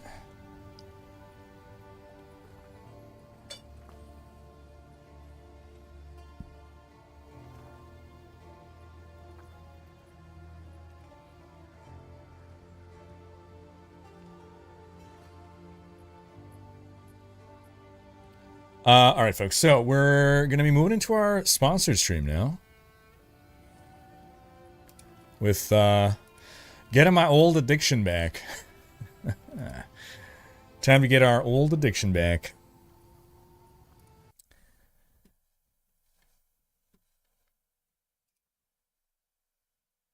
And come here a moment as we, turn on the volume, get this booted up. Yeah, we're still in here. Let's get the volume going.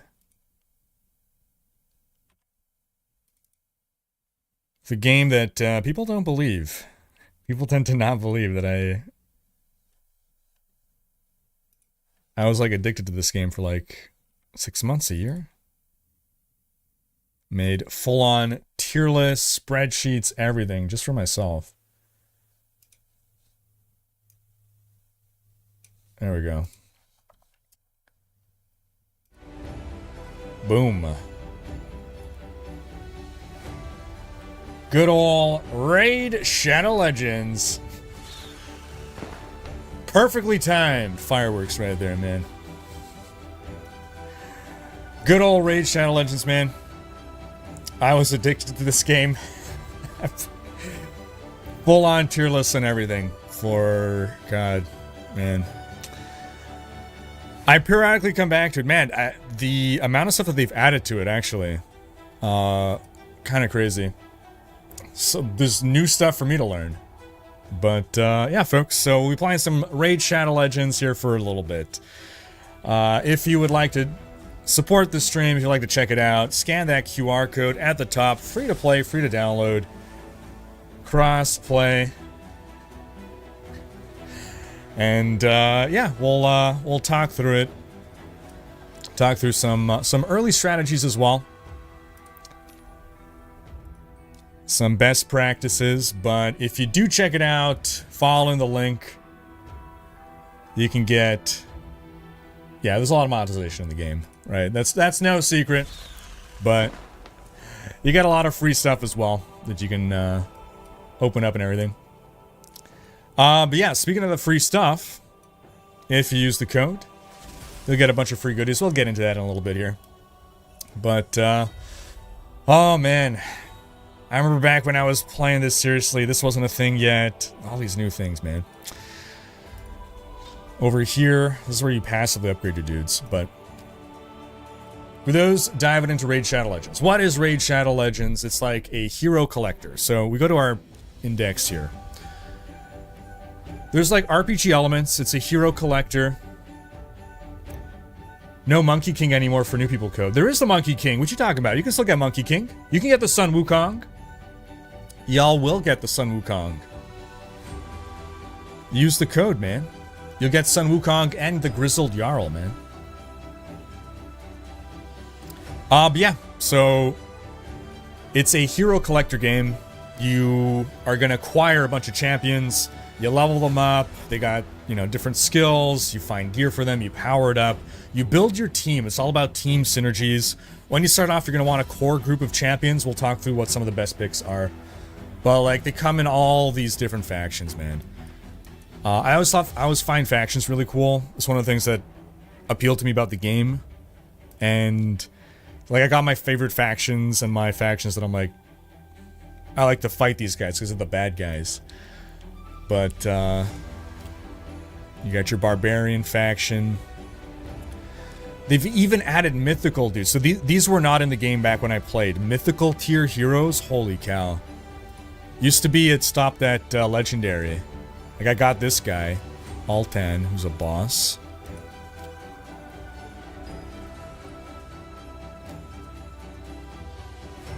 Got your, let's go to the Dark Elves. Who are the new mythics? Oh my gosh. Aphetus the Hive Lord, look at this guy.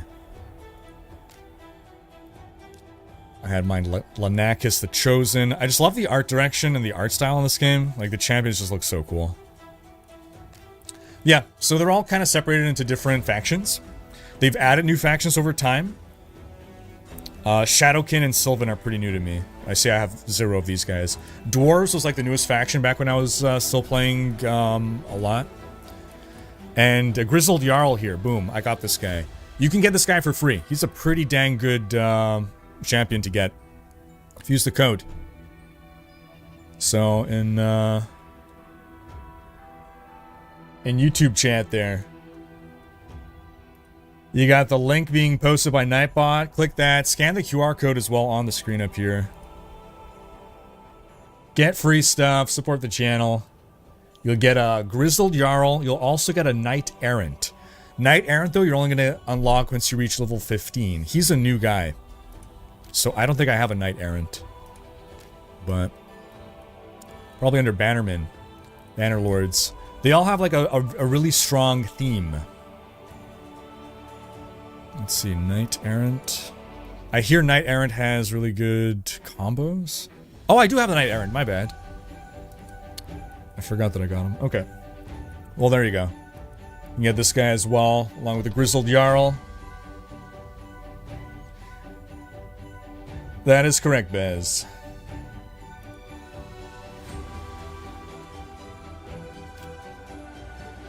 Yeah, so you collect a bunch of your heroes. And there's a whole lot of different game modes. There's a campaign to play through. That's what you're going to want to start with. You start off by picking... You have a selection of starter heroes to pick from. They're all good, but...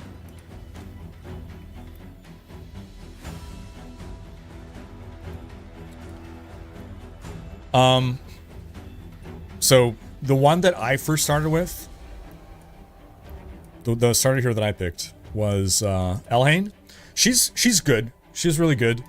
I don't regret it, but if I were to suggest a hero for new players, it would be Kael, who I believe was in the Dark Elf faction, right? It's all coming back to me, man. Good ol'... you got Dark Kael. Hold on. So wait, where's regular Kael? Which faction was regular Kael? Oh man, Dark Kael's a boss too, though. Was he in High Elves and I just missed him?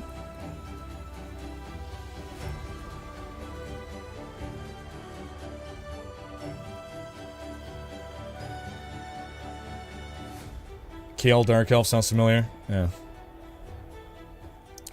But yeah, start off with Kael. He's like the strongest of the starters. Any of them is good though. You're gonna be playing through the campaign at that point.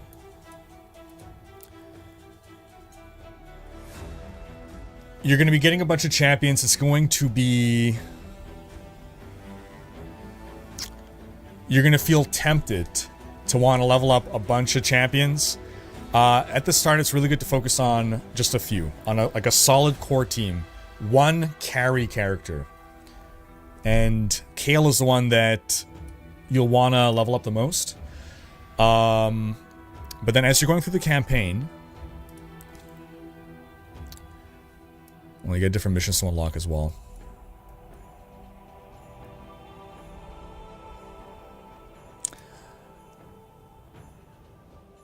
Yeah. Yeah, we should get a character in Raid, right? Riker's Raiders. Join the clan, by the way. We got the clan going here. Join the clan. Riker's Raiders in-game. Yeah.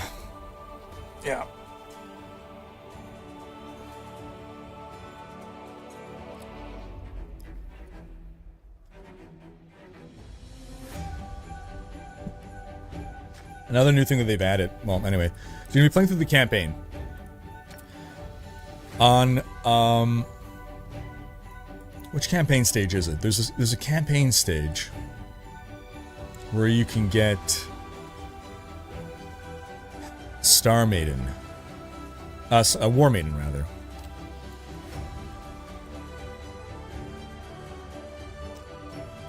Oh, because I'm on Nightmare. I'm on normal.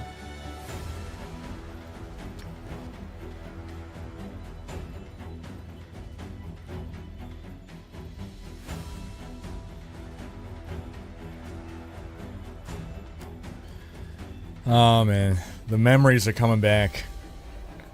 This guy, fighting this guy. Oh, I was so happy when I finally got this champion. Because he is something else, man. But, yeah, so you start by playing through the campaign. From there, that's how you're going to get your main progression. There's going to be dungeons to do as well. Dungeons you're going to farm, like, gear for your champions. Different champions are going to have different gear that they're, like, best suited for. Some are more like defensive oriented, so you want to get sets. This game has like item sets, like set items. So you have like a defensive set, you can have like a crit set, you can have like an attack speed set. And there's strategy between wanting to like pair the... It's not just the right sets, you have like some choice as well. You can go for different builds on your champions. And depending on the activity you're doing, like there's some like really, really strong campaign builds that are focused a lot on like life regain. But those builds might not be best for, say, PvP. Which is this whole other thing. They've actually now added symmetric PvP. So the arena, it's classic arena is asymmetric PvP, meaning, well, asymmetric. It's asynchronous. Sorry, asynchronous. So you set your defensive lineup, and then people can challenge you, and you're not playing, and your dudes will like auto fight back. And so when you challenge someone, you are playing, you are making decisions live, and their characters are just being controlled by the AI. At some point, they actually added live arena. I haven't had a chance to try it yet, with synchronous PvP now. And it's similar to like MOBAs where it's like a whole a pick and ban system. So like, there's not even like pre-made teams. You're like picking your champions, they're picking their champions, and then they can like ban one of your champions, you can ban one of theirs. And then while you're doing the rounds, you have like 15 seconds to get your attacks in and stuff.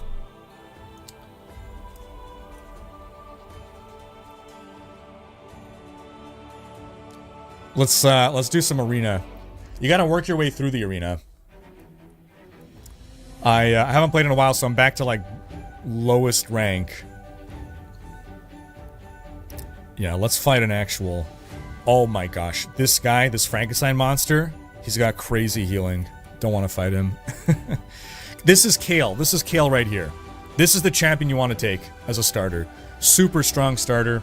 You're gonna get War Maiden in the campaign at some point. War Maiden is, she's a lower rarity, but she's a really good lower rarity. It's just a good, robust character to fill up your lineup with.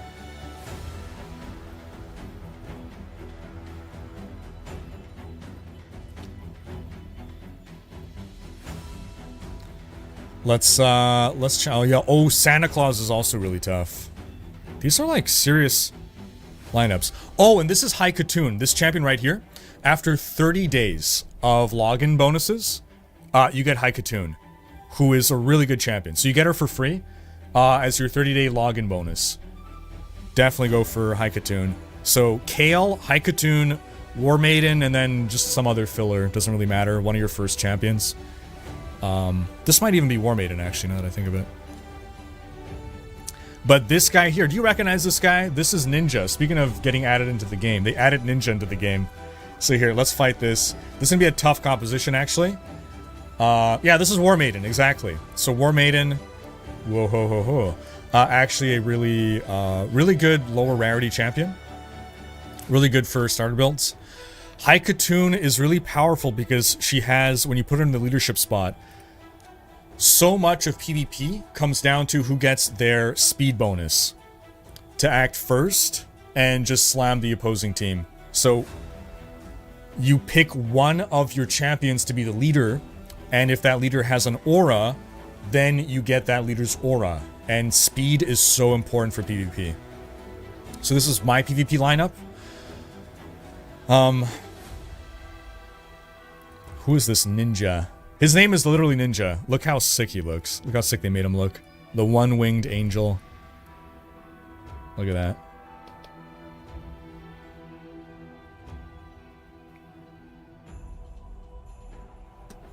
And here, I can lower the size of that. This guy's okay. He's like a healer. He's a good sustain. This is gonna be a tough compo. So here, let's see if we get our butts handed to us.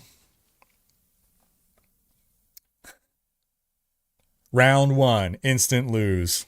Egg on face.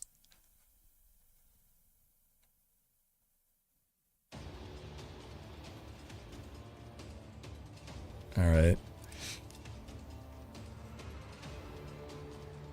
So my passive here places an unkillable buff on this champion for 1 turn every time their HP drops below 20%.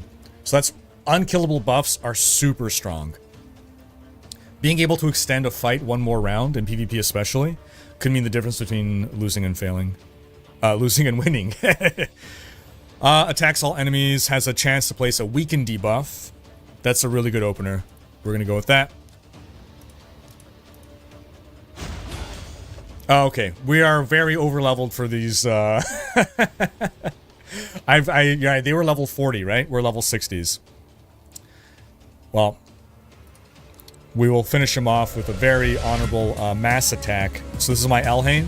She does really good area damage. We're gonna just rapidly go through the PvP ranks. A proper game, winking face. There you go, random mishaps. So, yeah, because I haven't played Arena in a long time, my rank went down to nothing. So I'll try to actually pick, okay. Yeah, he was 60. He should have held, well, he did hold on for 1 whole attack. But yeah, level 40, 50-50. We should be able to climb the arena ranks pretty quickly. So let me try to pick harder foes. 60, 60, 50, 50, 60, 60, 60, 60. That's gonna actually be tough. This is a mythic. I've never fought a mythic before. Okay, let's try to pick on someone our own size here. Let's go here. Boom. Actually, oh, I didn't look at the team power. This team's power is actually gonna kick our butt. So let's do it. It's only fair. It's only fair. We stomped a noob. Now let's get stomped. Again, this tier of character didn't exist back when I was playing this game. So, that's scary. Team power 165 versus 98. That's scary. Let's see. Nah, so I don't know when they added this mythical tier of champion.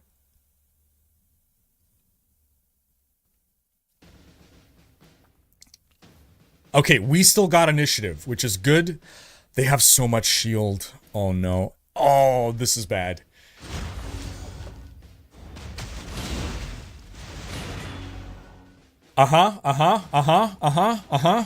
Okay. Yeah, we're dead. We're doomed. Dang, look at all those buffs. He's got such a good team combo. Oh my gosh, look at that. We didn't pick on someone our own size, we picked on someone bigger, which is fair. Okay, removes all debuffs from allies, then heals. Right, I have him as my healer, but like I got no one left to heal, man. We're just doomed. We're just doomed. I'll do it because it's just what I would have done anyway. But look, I made her survive one more hit.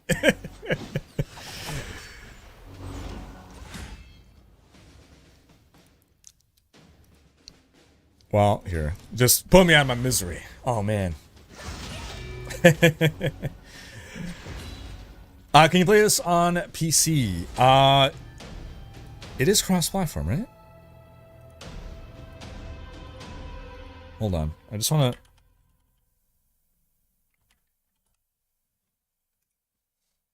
I know it wasn't when I first started playing. Yes, it is. It's cross-platform on mobile and PC now. Look at that. Boom.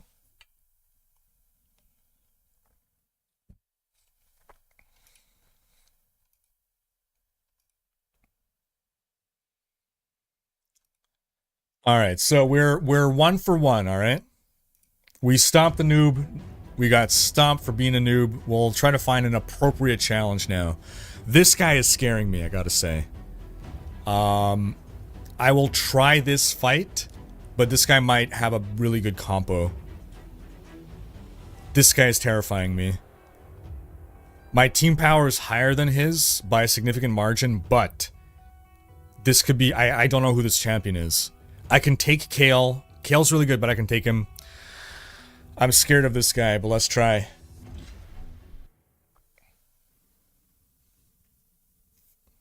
Raid is on Steam? No kidding. Dang. Okay. Here we go. Our opener. Boom. Good start. Good start. We're going to be able to take out... Yeah. You see, getting initiative is so important. We're going to be able to take out this guy and this guy. He's still scary, but I'm about to do a ranged attack. I'm going to take out 2 of them. As long as they don't have resurrections, I'm good. Okay. I don't need to do this yet. That's going to heal me. So instead, I'm going to do... Yeah. Buff my defenses. Beautiful. Beautiful. Alright. Here, attacks all enemies. Decrease attack debuff. Or do I want to just try to damage them? Decrease speed. The decreased speed won't really matter. So this is their speed bar. So if my speed bar... This is like their initiative counter. If mine were closer to being full, then I would debuff their speed to try to get to go again. Speed is so important in this game, especially in PvP. I'm gonna do this instead, though. Ouch. Okay. Alright, we're good. We're good. So she's done her thing. Let's try to take out Kale. Not quite. This'll take... okay. This attack hits twice. It hits one enemy and then it hits all enemies.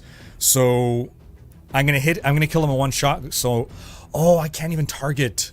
Because he's invisible, I can't target him. Uh-oh. This is gonna be a problem. I think we're still okay. I think we're still okay. But yeah, he is untargetable to me. I can only hit him with like area damage. I cannot target him specifically. Oof. Nice, mangled. Okay, we'll do... I don't have any debuffs on me. The thing is, I don't need a heal really either. Fills my turn meter. No, but I can't do this either. I guess I could. Okay. Alright, that's fine. Speed debuff. Sure, let's do it. Oh, because I can't... Wait, what? There we go. Alright. My gosh, this guy is tough. Holy cow. I guess because there's no other enemy, I could attack him now, but... Blocks active skills! Okay, finally he's targetable. Alright. Oof. We can take him out. What? Come on. Oh, because it's blocking my... Oh, jeez. Okay. Debuff blocked. Look at how long this single guy is holding. Oh my gosh. How embarrassing would it be if he beats me? Whew, thank goodness. Alright. Oh man. So yeah, you know, there's PvP. If we go back to... Bastion is where you set up your team. Let's go back there a moment. Bastion is where you set up your defensive team. Because it doesn't have to be the same as your offensive team. Or was Bastion... I could be remembering wrong. Yeah.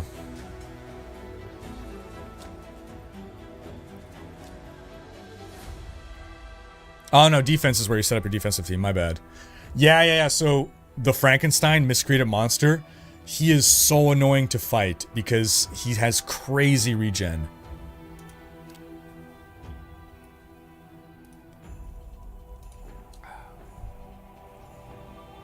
They've even added tag team arena, man. Look at that.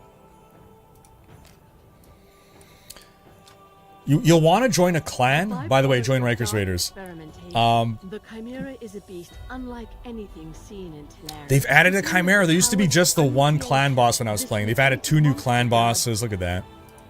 Defeating the Chimera will grant chests containing materials needed to craft relics. Will it now? Very good. Let's craft those relics, shall we? The catch? These trials require the use of specific and unconventional tactics.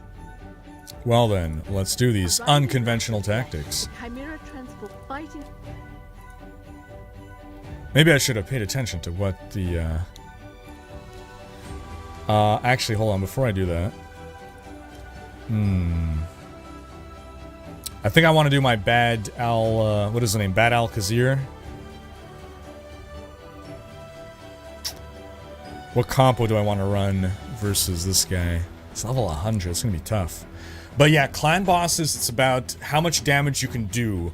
And so like collectively your team, your clan will unlock rewards for the collective damage done over the course of a period of time to the boss. Elhain looks like Megan Fox. Okay. Okay, I can see it. I'm playing on PC random. Yeah, I think that's my understanding, Geeky. Yeah, you gotta... The code will work for new accounts. Is my understanding. It's just like I wish I could have gone that Sun Wukong, man. Like, it's such a good champ.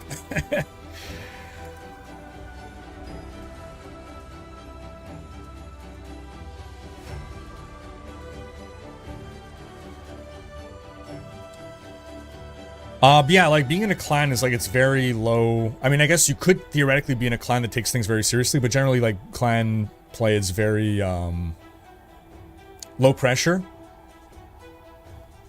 But yeah, one of the benefits, again, is doing these clan bosses. Let's see, what compo? Give me one of them.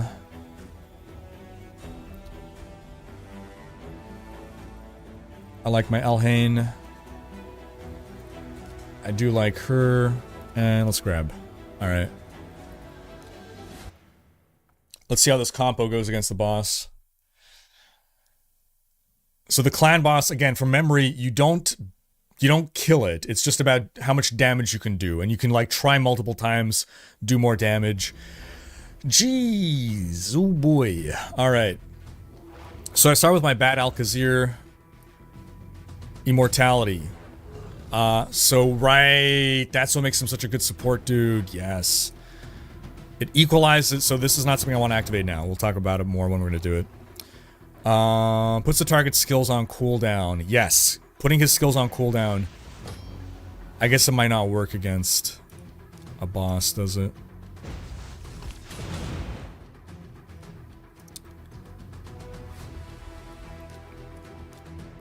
Let's go. Giga buffs.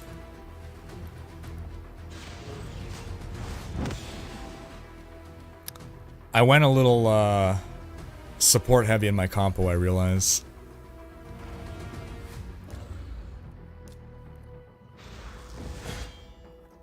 But often these are fights of attrition. So maybe it's good that I ignores defense. Decrease defense. Sleep. I'm gonna try to sleep it. Alright, time to do... So what this does, equalizes hit points of all allies. And then it's brought up to the level of the ally with the highest hit points. And then heals. So... boom. Really strong heal effect there. Clan's name is Riker's Raiders. There we go. We're back to full. Everything's okay. And let's actually get some continuous buffs on us, please. To survive this fight as long as possible, because ouch.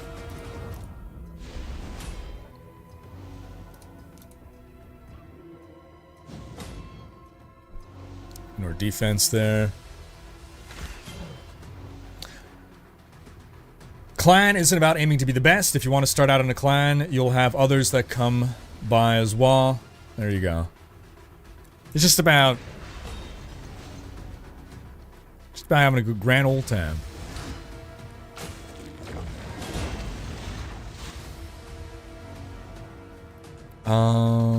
Heals the ally with the lowest hit points by 25%. I don't need to use this yet, so I'm gonna go with this still.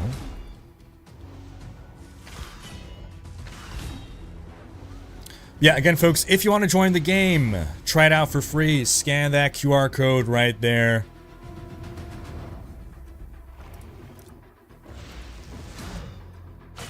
You'll get some exclusive bonuses only available through my link. We spoke about that Grizzled Jarl character before. I wish I could have started off with a freaking Grizzled Jarl, man. Jeez. So I started playing this. Obviously, we all know years ago when all the memes started, right? About Raid. My friend was playing Raid Shadow Legends at my place, right? He came over for D&D, and after D&D, I saw he was on his phone and he was playing. I'm like, you're playing Raid Shadow Legends? And he's like, yeah. And like, so to clarify, like this dude is like, first off, he's a AAA game dev. He works for a AAA, he's a programmer at a AAA game dev company.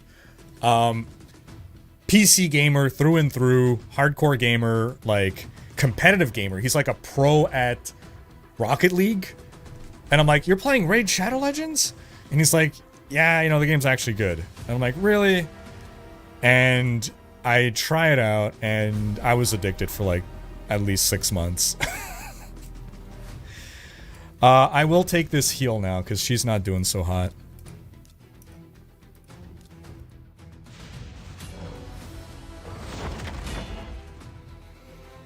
I literally built up tier lists just for my own personal use.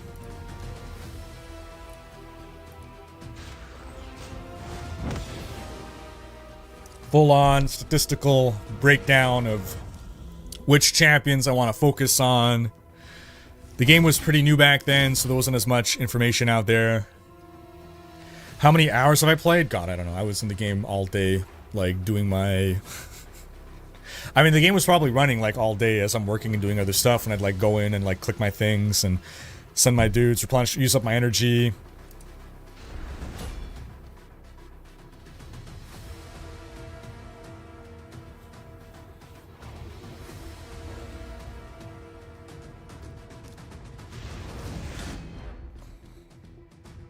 But yeah, so if you use that code, you're gonna get Grizzled Jarl right away.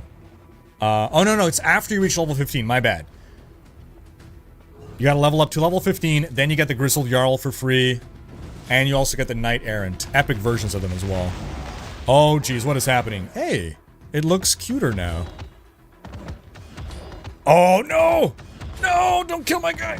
That's too many attacks! Wow. I just lost one of my supports. Uh-oh.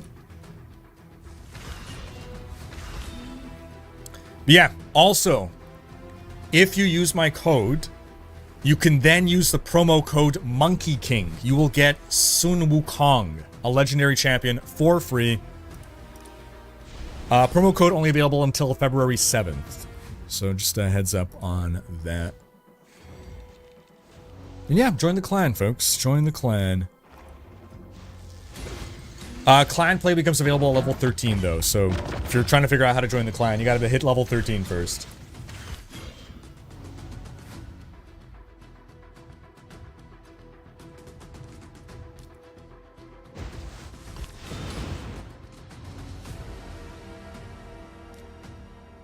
Well, I'm surviving pretty okay.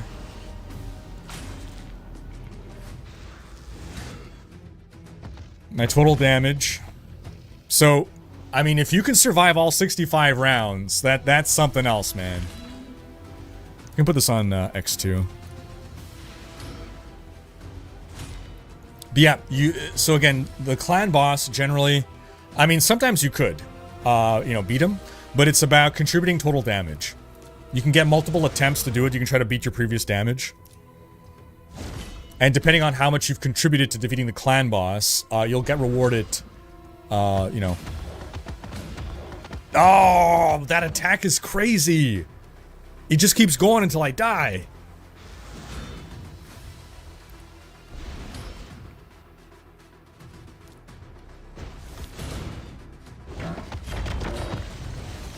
Ow. Thorns damage. Okay, well, I just got supports left, so I'm screwed. Okay, he's back to this mode. Well, my one support. Rip.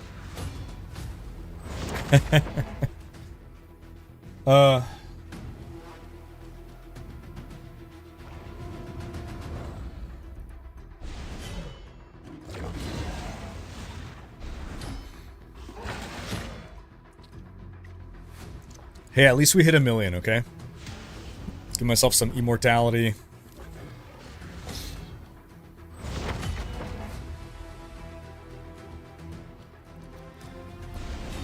Now, if you folks do download and try out Raid, they got some events going on until January 15th. There's a Christmas event. You gotta save Santa. We'll check this out here after we're done with the clan boss.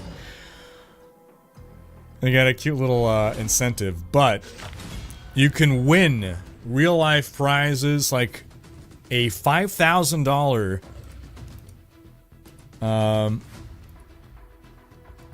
prizes up to $5,000.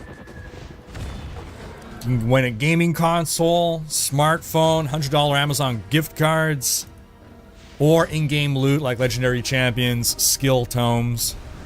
All for just going to a website and shooting snowballs.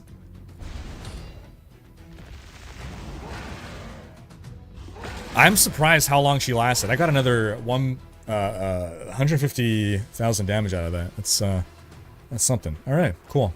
Well, we're gonna keep the results. So yeah, all right. Well, that was my contribution to Chimera Clash. There's different tiers of difficulty. So you can do easy Chimera, you can do hard, right? If we were to go to...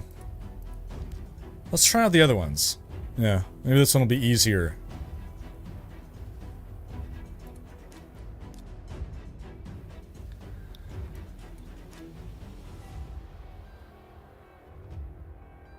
Discover the mysteries of the Hydra alone. Alright, mysteries of the Hydra, huh? Let's keep our bad man Al-Khazir.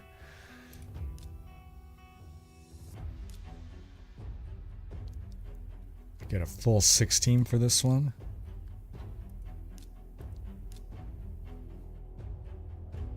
Alright, let's go. Let's do this one here. Actually, hold on. Before we do that, real quick.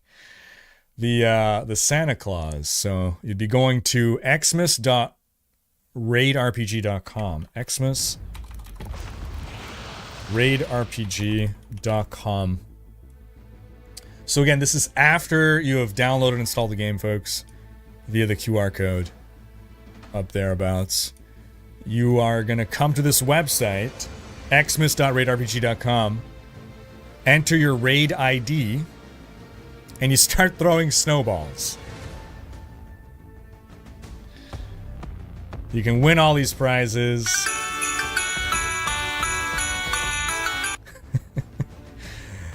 Where can I find my raid ID? Do I want to dox myself here?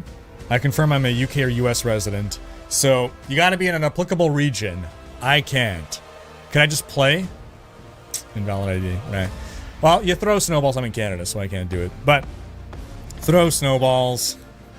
It's a Christmas miracle. That's a lot of Hydra heads. Yikes. Okay. Well then. Let's do this. This is a cool boss, man. This was not in the game when I was playing. They just had the one clan boss. That is sick. It's like multiple... You can target multiple things. That is so cool. Okay. This is the equalizer. I don't need that. This is... heal. I don't need that yet. I'm going to hold off. As a reminder, though, if you've downloaded the game, you only have 24 hours after creating your account to be eligible for freeing Santa.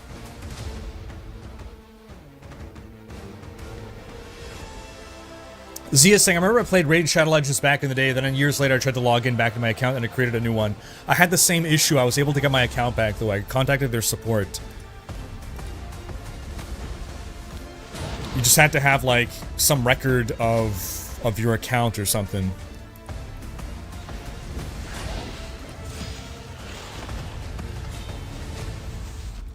On top of the Santa event, they also have, like, an Alice's Adventure going on. He's gonna ignore. You know what? Let's hit this guy. Boom. Alice's Adventure. This is until this starts today, January 8th. There's 5 brand new champions. Alice the Wanderer, the Cheshire Cat, the Mad Hatter, the Knave of Hearts, and the Queen of Hearts. Okay, I don't need heals, so we're gonna go with this instead.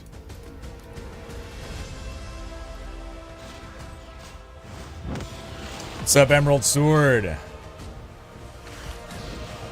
Oh man, we're taking some damage. I need to heal before I lose my Elhain. She's my biggest DPS. Yeah, for those starting out, pick Kale over Elhain. I don't regret Elhain, I really like her, but Kale is even stronger. Oh boy. This fight's going worse than the Chimera fight. Okay, time to heal. Oof. Here we go. Nice heals. Beautiful.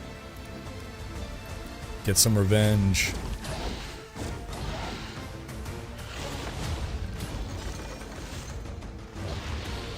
But yeah, you can get the legendary champion Alice the Wanderer for free. What does this do here? Removes all debuffs. I got a lot of debuffs. I gotta get those debuffs off. Boom. I got a really strong support team. This is gonna be a continuous heal buff. Let's do it.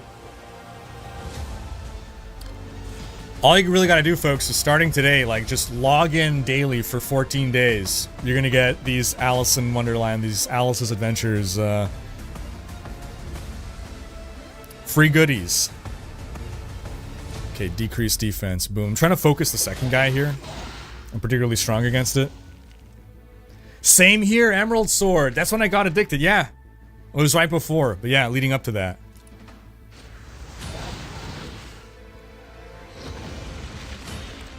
Ow, that's a lot of damage. So yeah, in addition to getting Alice the Wanderer for free, oh, I'm about to lose. You can complete the Mad Hatter Fusion event and get the Mad Hatter himself. And then if you conquer the event dungeon, you can get the Queen of Hearts. It's gonna run until March 5th, starting today. Tax one enemy. Let's do it.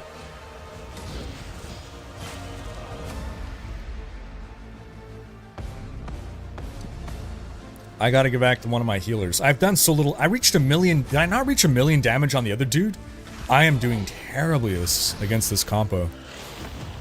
No! Don't kill my person! No! Rip. That's not good. Wow, this is not the right compo for these guys. Good question, Muffin. I don't know.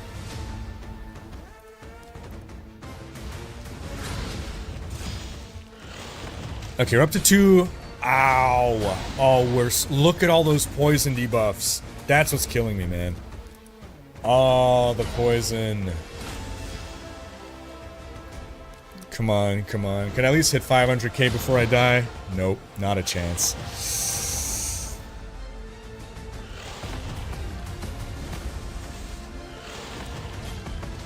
And then there were 4, and I lost. No, they're all doomed. They're all down. No chance. No chance. Jeez. All right. That's a cool. It's a cool, different clan boss fight, man. I'm used to it just being always like one boss. It's like different tactics needed. Huh. Hey, appreciate ya, Ender Bandit. And Ripperoni. Dang, didn't even break 300k. Oof. Oof. Alright.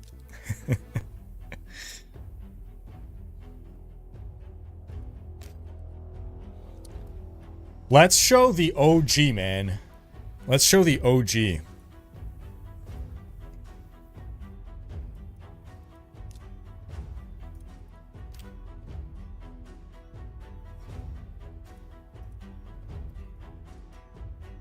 Should I start with easy?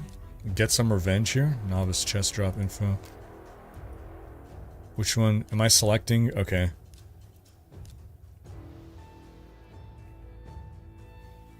Okay, well, let's help our clanmate. He's working on Nightmare. He's got a higher team power than me, though, probably. Ugh. Who should I try to fight?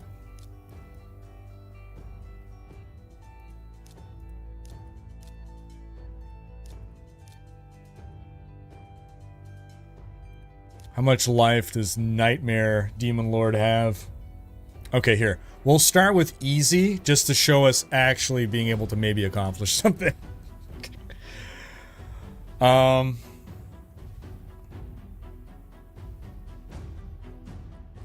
Okay, let's go.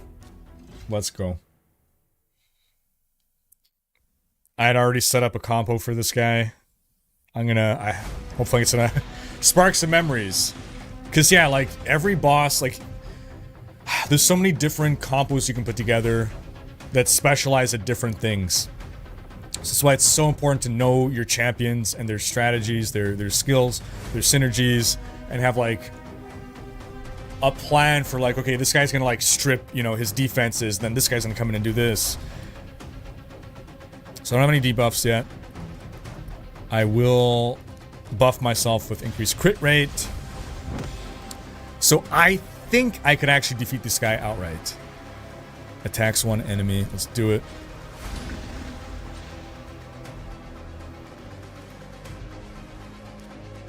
If the champion is under 1 or more debuffs, it's not yet. So let's do this one first. Oh wait, is this a debuff? No, that's his power. Oh, he is under a debuff, dang it.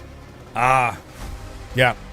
Right. So, like, there's some combos where it's like you have one guy who, like, could put a lot of debuffs onto an enemy. A lot of weak debuffs. But then you got another guy who's like, for every debuff on the enemy, do this much damage.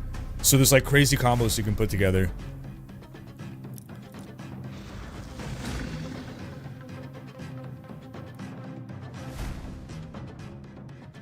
So I want to stack debuffs on him. There we go. Boom, more debuffs. Yeah, it's coming back to me. It's coming back to me. This was a debuff, enemy debuff breaking build.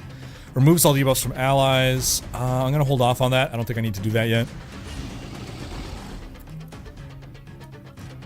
Another debuff. Okay, we're down to... Yeah, there we go. More debuffs. Here it is. So, if the enemy champion is under 1 or more debuffs, this attack will ignore 30% of enemy defense. If it's under 2 or more debuffs, enemies killed by this skill cannot be revived. That's fine. Under 3 or more debuffs, this attack is always a crit. If it's under 4 or more debuffs, which it is, I heal myself. If it's under 5 or more debuffs, extra turn. He is under 7 debuffs. Boom.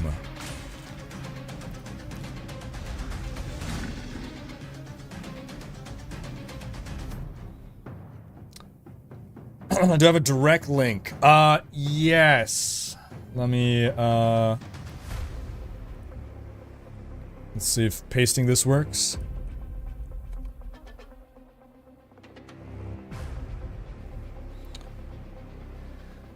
You needed certain gear to do certain bosses, true, but you had to get the free-to-play champs first to make those teams and gear, then you would replace the free-to-play champions with better champions as you got it, but first start learning free-to-play champions as core on boss fights. Makes sense, yeah. Alright, here we go. I'm gonna do more debuffs. So up to 200,000 damage. We're looking pretty good right now. Don't need the heal yet. Keep stacking them debuffs. For each fight, you have to figure out what cleanse champ can keep up and then work on speed of that champ. Boom. Got a raid pro in chat. Love it. Alright, let's go. Boom. I don't need to heal yet. Although, poison debuff on enemies, I'm doing it. Continuous heal plus poison. Yeah, let's do it. Look at all these debuffs.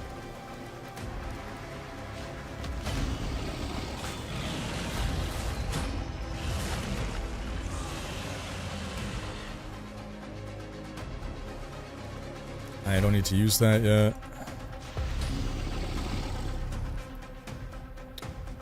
Increased defense buff. There we go.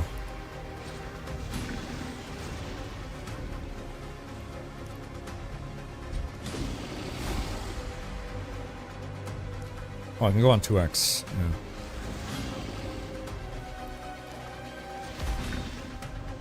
How much damage do you think we're gonna reach, gang? We're definitely blowing past 1 million.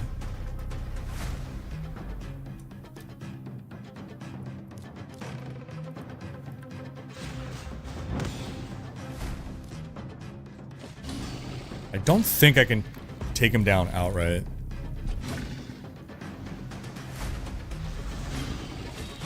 Might be able to, actually. I forget if his damage ramps up over time. Just gotta keep those debuff stacks on him and we're good. Don't need to heal yet.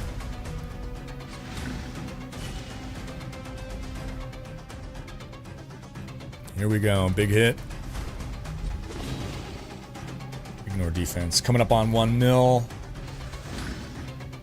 Is the clan level 9? Yes, correct, random. Welcome to the clan. Thanks for joining.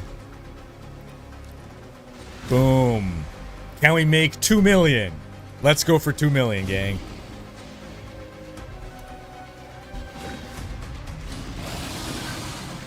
Resisted. There go all our buffs, though. Yeah. Oh, nope. Here we go. Yep, do it.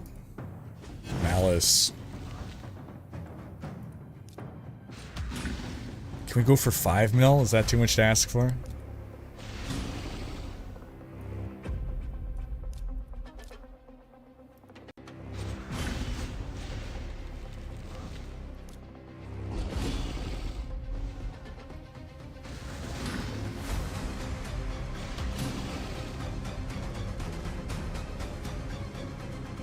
Still don't need that.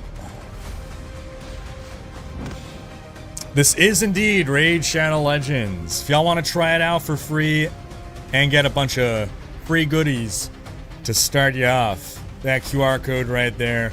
Boom.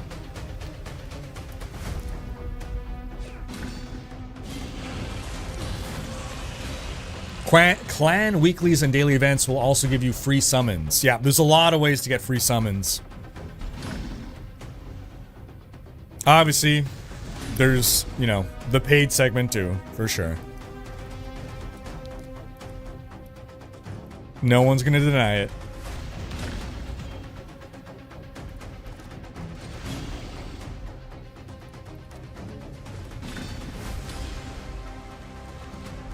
Once you collected all the free-to-play. Right, yeah. Okay, let's, come on. Alright, let's go. You know what, I might. I forget if his damage ramps up once we reach certain boss turn counts.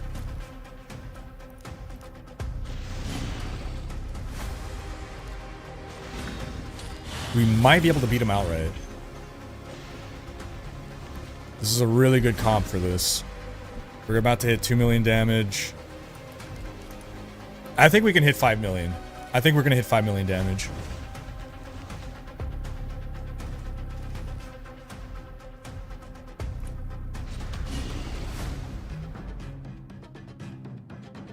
It was same for me, random. Yeah. We started playing around the same time, and we're also probably around the same level. You see me in the clan, right? I'm like, I'm actually not the clan leader. Because I stopped playing for a while, and so we passed off the clan. Ah, it's going great, Joaquin. Yeah. You're back at it? Great. Neverborn saying, I had the free-to-play down. Nice. You can do anything that paid players can do. That is awesome. That is good for you, man. That is awesome.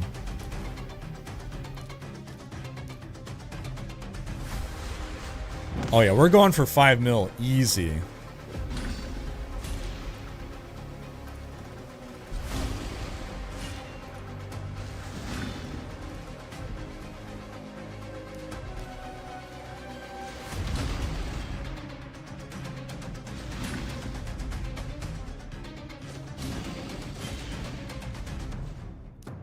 Although debuffs are starting to stack on us a bit.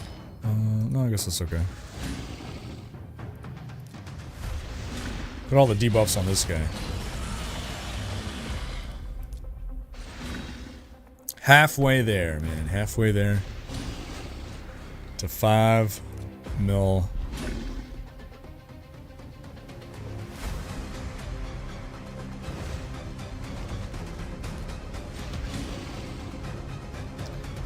So the name is like Eloise or Elior, or, forget what I named myself back in the day.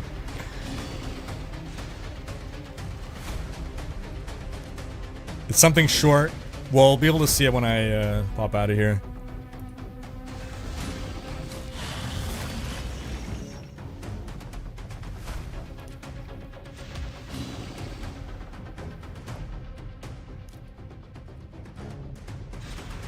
Boom, get the buffs up. We're coming on 3 mil.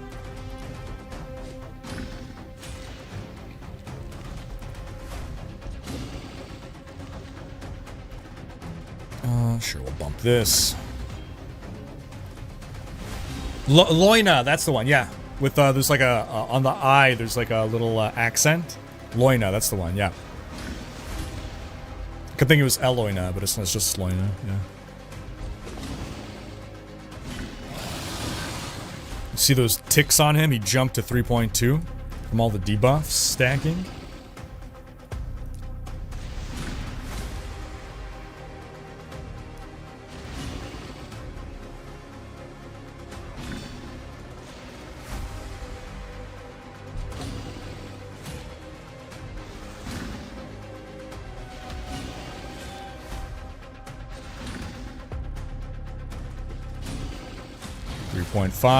He's starting to do a bit of damage to me. I think his damage ramped up at wave 10.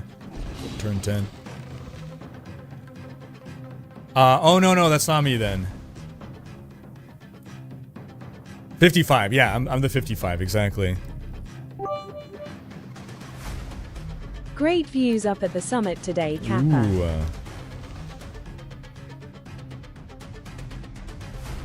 Let's have a look-see. Oh. Is that just white? Kappa. Rip. I don't think I need to do this. Oh, yeah.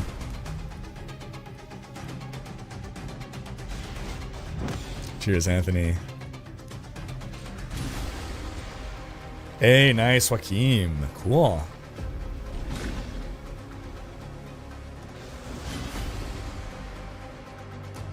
Oh.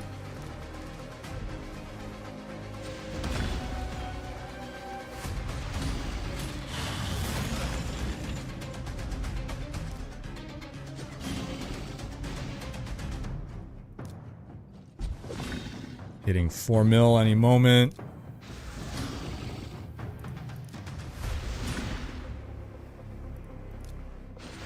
Boom, 4 million. I might be able to kill this guy entirely.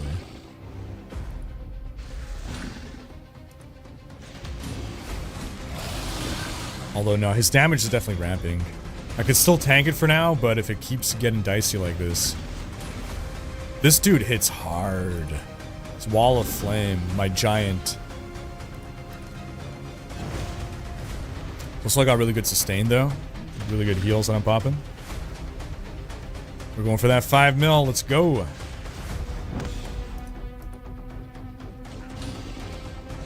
Look at all these debuffs stacked. It's gonna build up. My goal is to get the whole bar.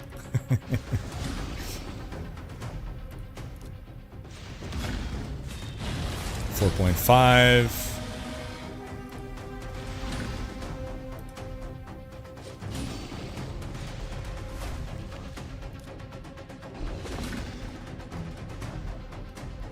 Six.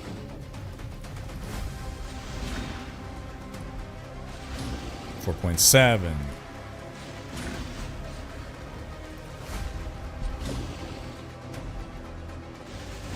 4.9. Ow, that's hurting. So close to 5. Should we do a little, I want that debuff off me. Boom.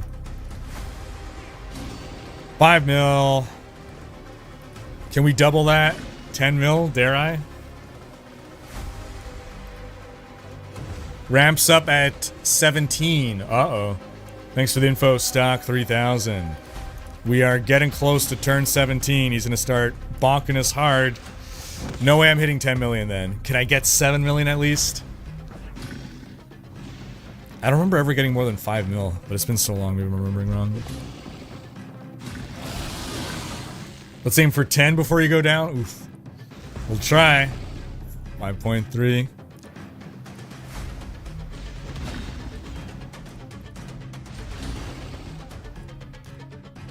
Wall of Flame. Oh, it didn't do big damage that time, Wall of Flame. Huh.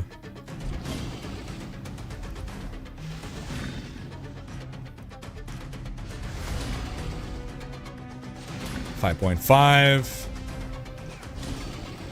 Here it comes. 17. Ooh.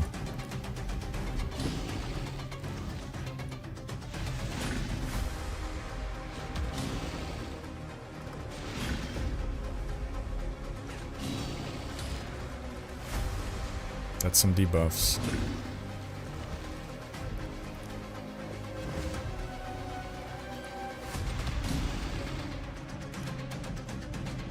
Still handle it though. 6 mil. Yikes, look at that damage. We insta-healed it, but that was still quite a bit of damage. Come on, I want to get... I think I can get 7 mil. I think 7 mil is attainable.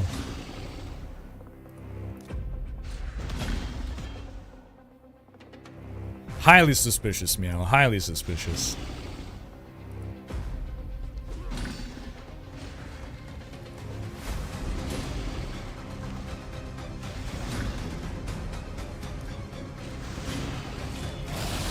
Ouch, look at that damage. Oof. It's starting. I'm gonna get those debuffs off me. I think we can get 7 at least. Can we go for 8? It's just that ramp is... The ramp is ramping, man. The ramp is ramping.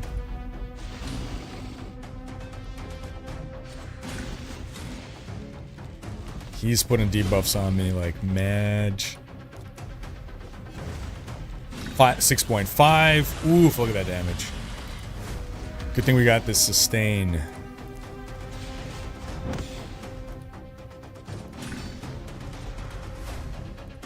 Can we take him out? I don't know, man. Probably not, but we'll have done a ton of damage to him.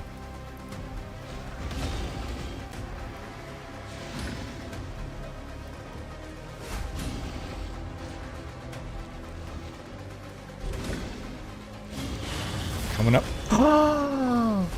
We're doomed! Yo, he just insta-gived my guy. Oh no. Dang. Okay, we hit 7 mil. I don't know that we're gonna hit 8 mil now. That was a key, that dude was a key part of our strategy. This is devastating. So to clarify, in the clan boss, it's okay if you lose. It's about seeing how much damage you can deal. So, everyone in the clan is fighting the boss, not at the same time, but like your total damage. So, there's a reset. I don't know if it's daily or weekly, I forget. It might be a daily reset on the clan boss to see how much damage you can do total. So let's say I were to wipe right now at 7.1, I can try again. I can either be okay with that number or I can try again. If I go under, I've just wasted a key. Actually, no, I wasted nothing.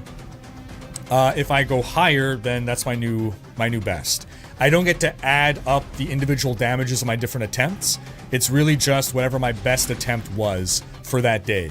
And then everyone in the clan, their best attempt gets added up and you see the total damage under the boss, and then we all get rewards.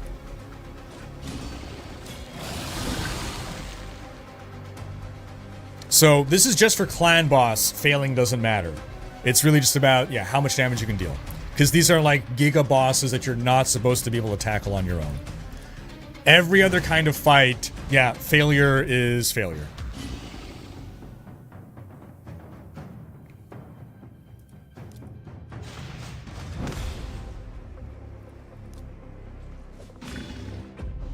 Yeah, exactly, Joaquin. Yeah. So, very similar. Okay, we got 7.5. Might we be able to get 8? Might we be able to get 8?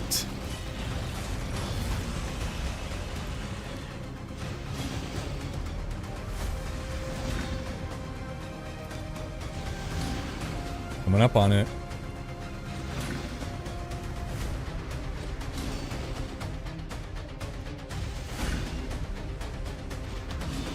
There's 8. Oh, no. I need heals. Can we get 8.5? I don't know, man. It's looking spoopy now. Can I get to 8.5? Apparently at 27, something terrible is about to happen to me. We're on 24 right now.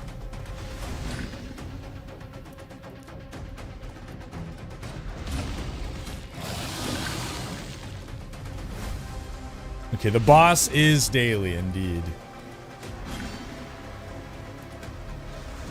Come on, 8.4. Can we get 8.5? 8.5. Can we get to 9? Imagine we actually get to 10. 10 seemed impossible. We might be able to get to 10. Depends on what happens on wave 27. Let's go for 9 at least. Come on, at least a 9. At least a 9. Ow. That's not even 27 yet. That hurt a lot. I don't like it. Oh no, I have no heals. Uh-oh, uh-oh, uh-oh, uh-oh, uh-oh.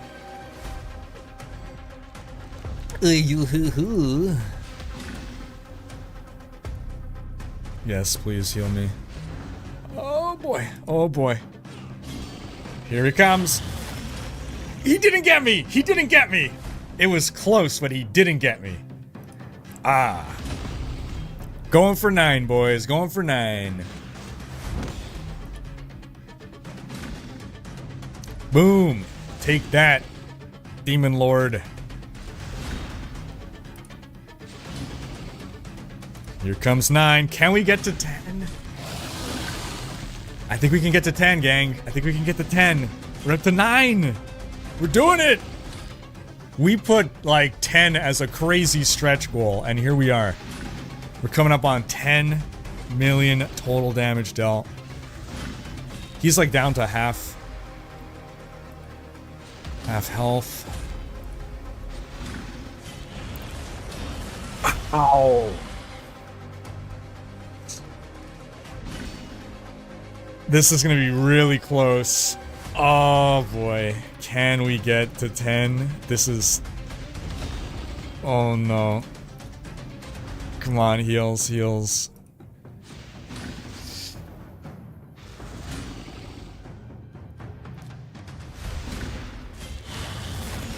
We survived it! Come on, we're definitely getting 9.5. We're definitely getting 9.5. Yes, we might be able to get to 10. We might be able to get to 10. 9.5! Come on, come on. Give me 10, give me 10. I'll be thrilled with 10. We can die the moment after. We can get full party wipe right after we get 10. But give me 10, give me 10. 9.6. Oh! It hurts! 9.7, come on!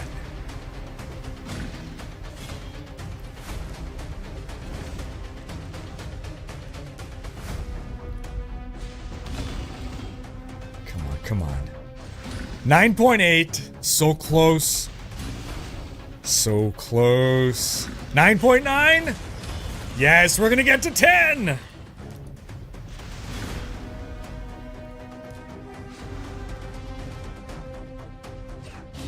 $10 million. Go for 11. No, no, no, no, no. No, no, no, no. Think we can? Can we go for 11? Maybe we can go for 11. Why not? Lucky number 11, right? We're down to 3. Can we get 10.5?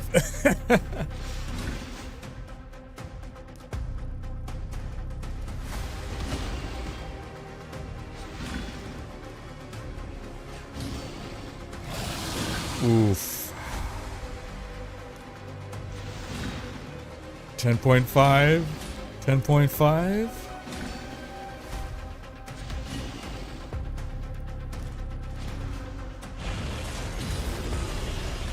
Come on, 10.5. Come on, you two. You can do it. 10.4. So close, so close. Get the 10.5. Oh. Come on, you one guy. You can do this. I believe in you. 10.5. You're like Sigurd Jormund. Oh, come on. You got this. One more hit. 10.5. 10.5. 10.5 to the champion right here.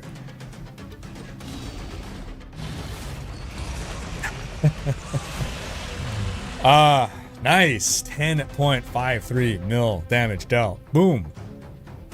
Boom. Losing bad El Khazar, though, man, he by himself did 3 million damage, 2.9. Losing him as well, he did 2.8. Bellower was just there to apply the debuffs. This guy, look at him, he's only level 50. He is made for this fight. 2.8 mil just by himself. Just by himself. It's all you, Hakeem. Appreciate you, man.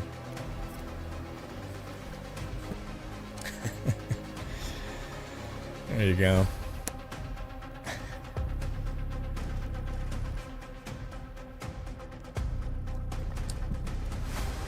Okay. This was good. This was good. We'll skip. Boom. Nice. Loina is me. That with a team power of 85k. Pretty good stuff. But yeah. You got your dungeons.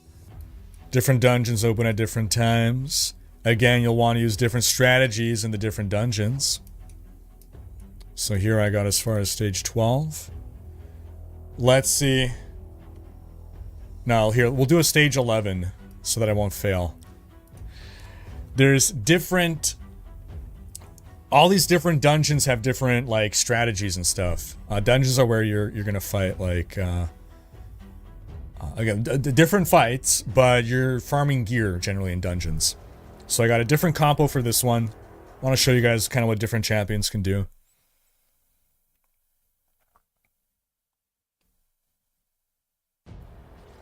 So, this is a really tricky fight, because she keeps spawning these stupid spiderlings. I remember when I started out, this was the hardest dungeon fight, because it's like, you need a strategy so different. You really need to think up a strategy. A lot of like the early game, you can kind of just power through by having strong champions, but like, at some point you reach a point where it's like, okay, you gotta actually think, and come up with a plan, and look at your abilities, and see how you can focus on dealing with the actual problem that the game is presenting you with. So here, attacks all enemies. There's a shit ton of enemies on the screen. I want to attack all of them. Here's the problem. Well, problem. So you wipe out a bunch of those, because if it comes to their turn, and they have 10 spiderlings, they're gonna nip, nip, nip, nip, nip, nip, nip, nip, nip away at you until you die. Here's another. Attack all enemies. Boom. Debuffs. She just keeps spawning more and more. Increase crit rate buff. Increase attack for 2 turns. Can also grant an extra attack. I'm going to start with this. See? She's already respawned all these freaking spiderlings. Decreases the cooldowns of all ally skills by 1 turn. I'm going to hold off on that. And do attack all enemies. Dang it. I didn't take them out. Okay, this is, Frankenstein. Ally protection buff on all allies for 3 turns. I think I gotta go with that. I could attack all enemies and stun, but I think... Shoot. Okay, when are they gonna go? She's about to pop. This is kind of scary. But they're not about to pop, so I think I'm okay. I'm gonna go with the buff first. Ah, it's so many! It's so many! Attacks all enemies. Go. Nice! There we go. Screen wipe. Boom. Yikes, that's some damage, though. She slapped me. I'm playing on PC, yes.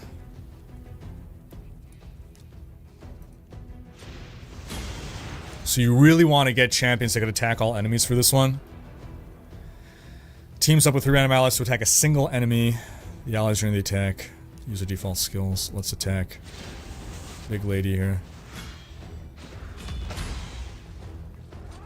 Because you wanna...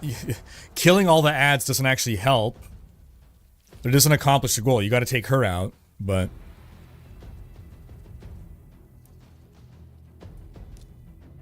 Attacks one enemy 2 times. Yeah.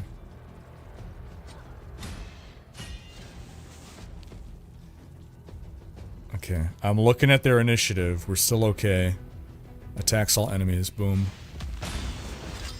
Took out some of them. Stunned one or blocked something there. Attacks all enemies. Boom. Yes. Because when they spawn in, their initiative is like 0. Attacks one enemy. Continuous heal. Go. So anytime I'm attacking one enemy, I attack the queen. Whenever it attacks all enemies, well, I mean, obviously it is what it is.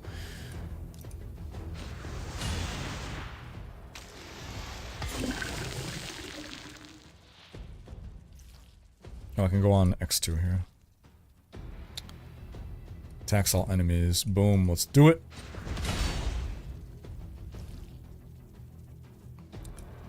Yeah, let's do a recharge here. All ally skills, yeah.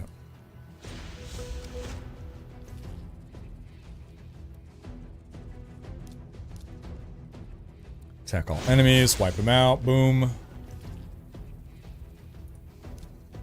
This is... attacks one enemy.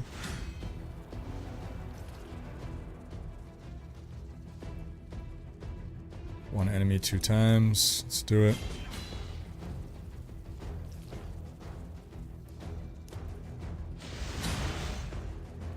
hurt them. It didn't take them out. All enemies. This will wipe. Yes, good. Yeah, they just keep coming, man. So the first time I did this fight, I was not prepared.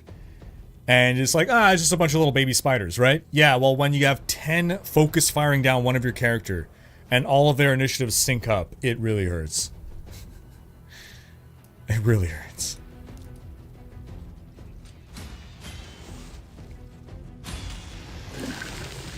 Oh, she just absorbed them all to do a big attack on me. Right.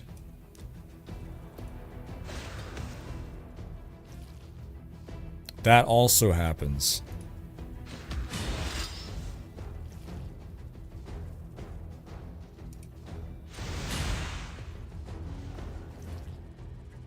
So there's a lot of reasons. Oh no, she healed. Right, she absorbed them to heal, if I'm not mistaken.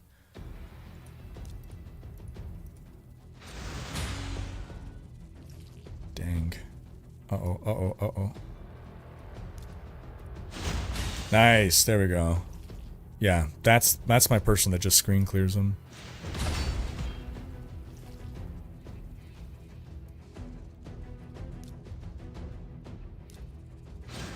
Come on, big damage, big damage. Pretty good, pretty good. Return's coming up, though.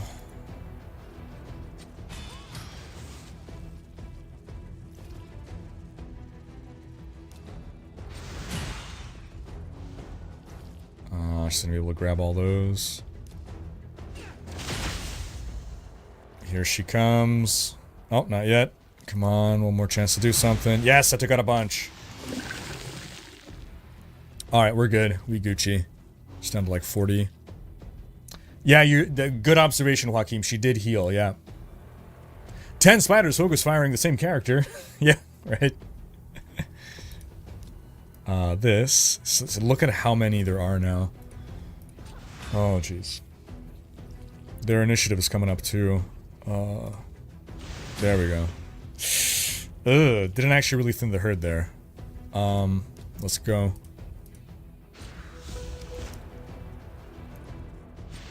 There we go. Just saved ourselves from a boatload of spiders.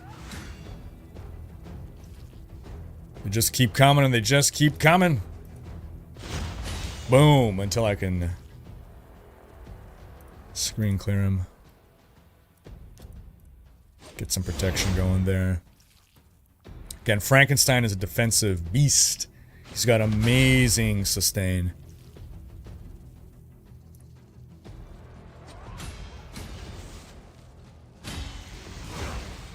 She healed right there, yep. Rip. It's okay. It's okay. It's a battle of attrition is what it is. It's a battle that we're winning.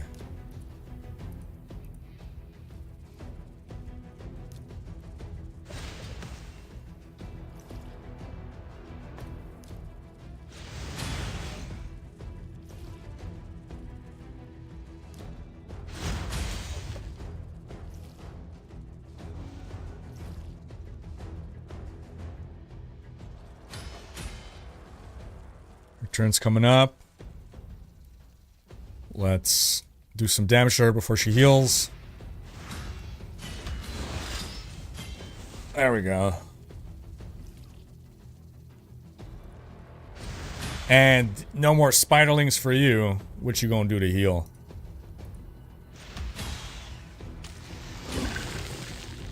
She hurt us. Oh, geez. She almost took out my Frankenstein. Uh-oh. Uh-oh. Come on. We got this. We got this. There we go. See, he just healed himself back up. Nice and easy. That's a lot of spiders, though. Uh-oh. Come on. Yes! Wiped out all of them. Boom. Otherwise, that would have been dicey. Okay, she's going to come up and heal, but it's going to be okay. She won't heal that much. Okay, she'll heal a good chunk, but we can outlast. Ah, no heal for you. So close now. Yeah, she'll probably get the heal a little bit. Maybe up to about 25. Yeah, there we go. Not so bad. Even less than 25. 20 maybe? Less? 15? Easy. Alright, we got her.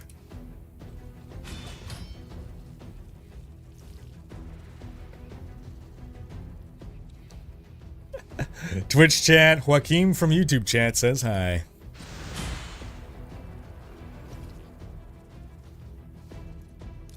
Let's turn back time on our cooldowns. Boom. Get some buffs here. Uh-oh. Here they come. That's the first time I let the spiders attack. Not anymore.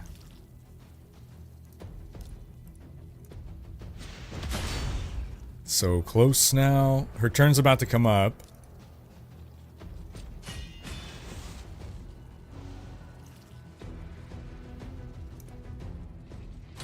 Come on, come on. No. She's gonna get the heal one more time. Dang it. And there's so much to heal. No, I'm gonna take her out with the team up.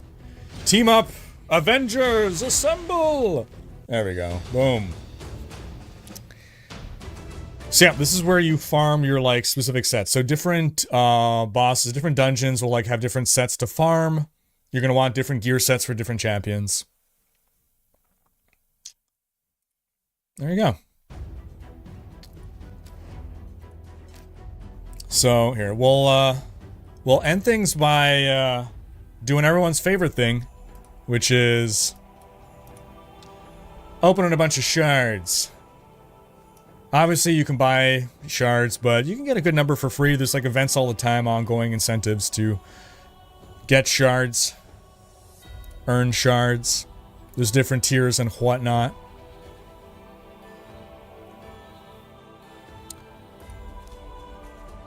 Yeah. Progressive chance.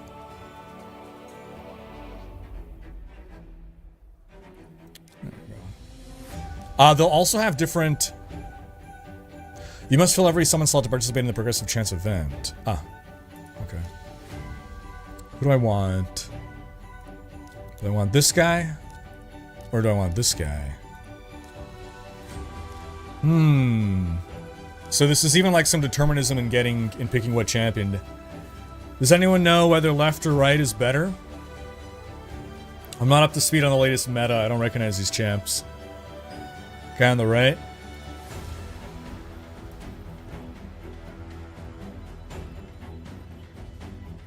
Alright, we'll confirm. Boom.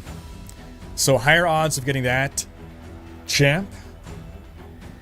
So same here with all the progressive champs, progressive chances. Okay, so it's very lizard themed lately. Who do we want? Some of these guys have auras, some don't. Let's look at the general leadership.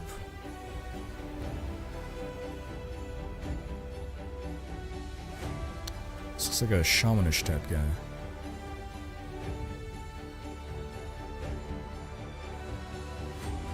Select one champion to boost.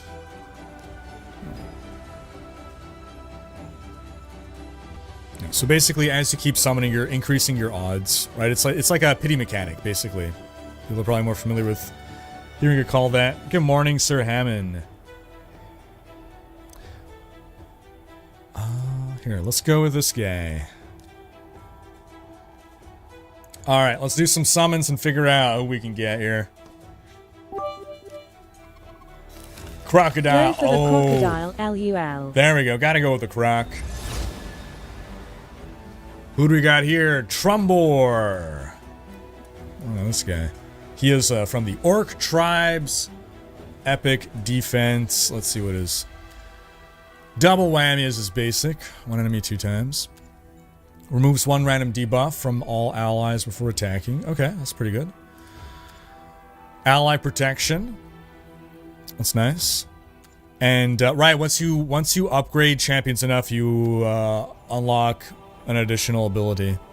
Whenever he's attacked, 20% chance to decrease the duration of all debuffs. That's pretty good. That's pretty good. They've added skins. That's a new thing. Wow, okay. Look at this guy. How do people rate him? Oh, he's rated pretty good. Not good for arena offense, at least. But, yeah, okay, pretty good. Let's summon another.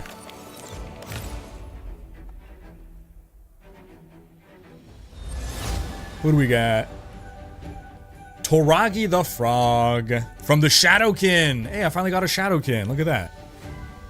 These are like yokai of Japanese lore. Decrease attack debuff. Provoke. Okay, he's a tank.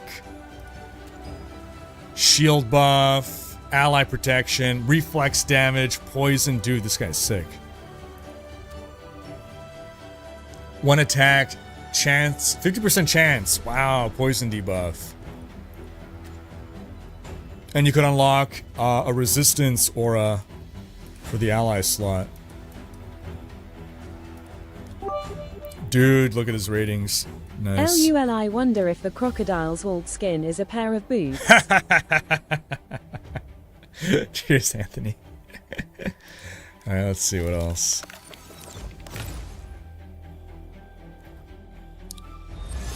Here we go. Ooh, that's another... Oh, it's a barbarian. I have Aina. I think Aina has a twin, if I'm not mistaken. Attacks one enemy twice. Weaken debuff for 3 turns. Ascended skill. Decrease defense. And faction crypt. Right, there's even faction crypts. Dragon's Lair. Not great in Spider's Den because she's very single target. Cool. This is Raid Shadow Legends. Remember, folks, if you want to try it out for free, scan that QR code over there. Oh, oh, oh, oh! Dude, we got...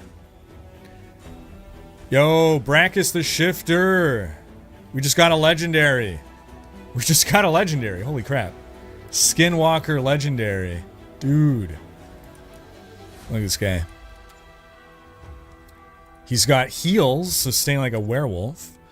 Places weaken for 3 turns. Could apply fear. Increase attack buff. What does he unlock? Passively. Damage increased by 40% with the champion's AP drop. So as he gets low on HP, he does more damage.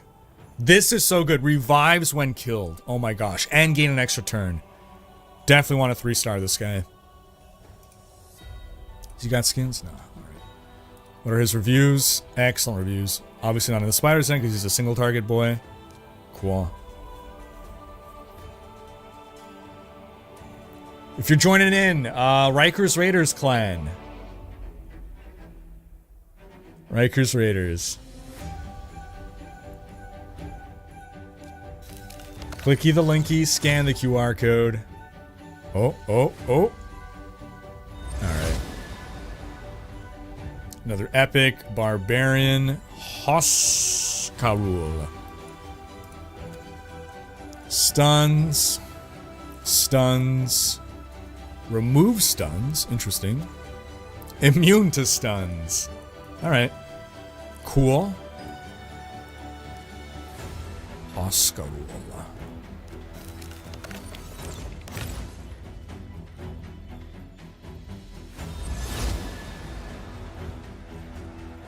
Whoa, cryo down the blue. Sylvan Watchers. I love the skins, man. Look at these graphics. This is what I always loved about Raid. That looks so cool. I love the design. Oh my gosh. Okay, what do you do? Freeze. Okay, he's about freezing. Increase speed. Nice. Turn meter for... Okay, he's all about freeze. That's a pretty cool kit. Dude, Faction War. What a boss. Rank 5 out of 5.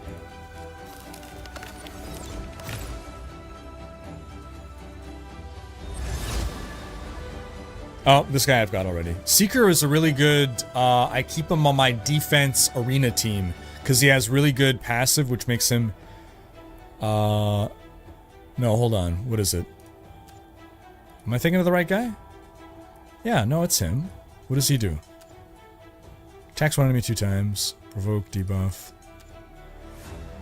I thought there was some guy that does like a retribution attack. Is that not him?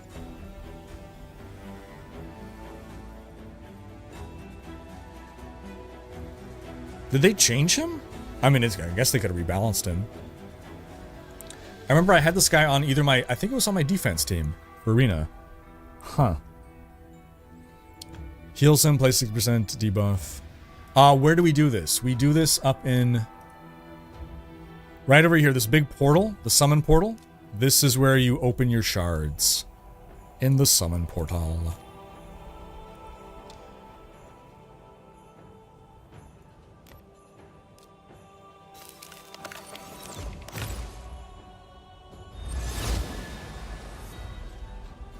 Oh, Maruka. Hello. I like the Spartan-style helmet. Orc warrior. Decrease speed. Removes all debuffs from a target ally and heals them. That's a nice support. Well, she's a defense. Revive on death buff on all allies for 2 turns. Oh my god, Revive on death is so strong. Wow. Increase your defense by 2.5. Each time this champ is hit, stacks up to 20%, resets each round. Wow. Cool.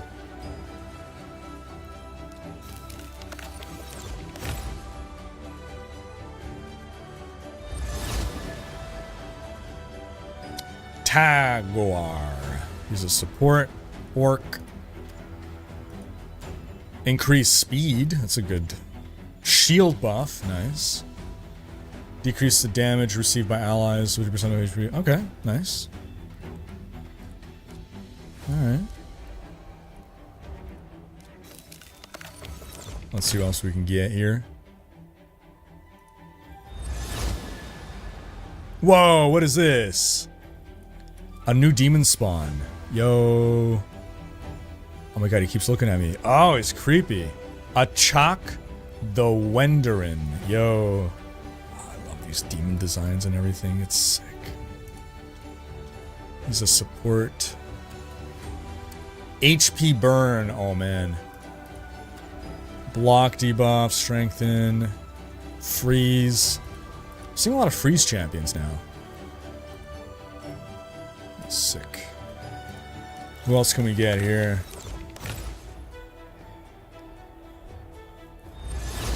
So as a reminder, folks, if you are checking out the game, oh, look at this. Knights Revenant, those guys are so cool. The Knights Revenant are like kind of undead knights, I guess. Yeah, some simple, basic early progression campaign, right? Focus on campaign, and then you're going to do dungeons for acquiring gear. It's like, because I know that it can be a little bit overwhelming at first, but just progress through the campaign. Eventually in the campaign, you're going to get the War Maiden. She's going to be a good hero to add to your roster. As your starter hero, you can't go wrong with any of them, but the absolute best is Kale. Really, really strong starter hero. And you get like daily free login rewards. On your 30th day, you get High Katoon, and she is really strong. So your initial comp that you're going to want to focus on empowering and leveling up: Kale, War Maiden, High Katoon, and then whoever else you want to add. Doesn't really matter. Look at this guy, Pestilus. Yo. Leech. Alright, HP burn. Accuracy. Yeah, Doom Tower.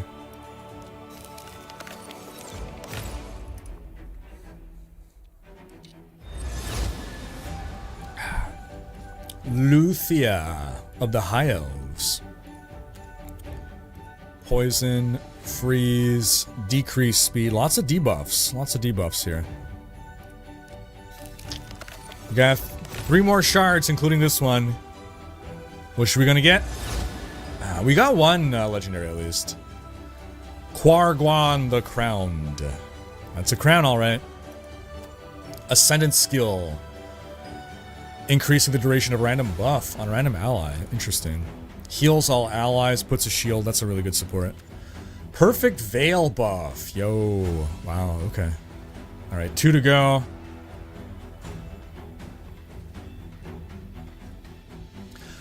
Yeah, so when you have one of these, right? So right here, it costs 100,000 of the silver. Like, you just get silver really easily by playing the game. You farm it up.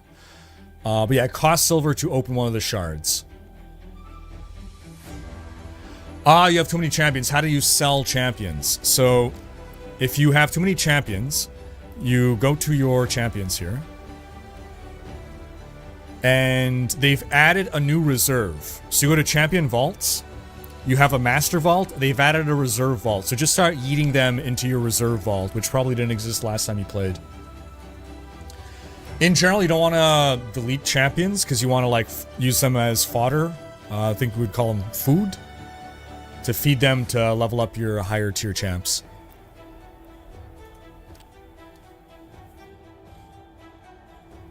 The designs are really cool, right?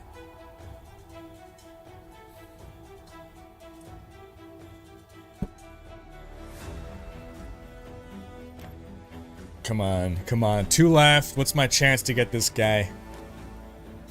Up to like 50% chance, I think. Is that right? Oh no, I have to do 20 summons. Look at who I got! I got Jason!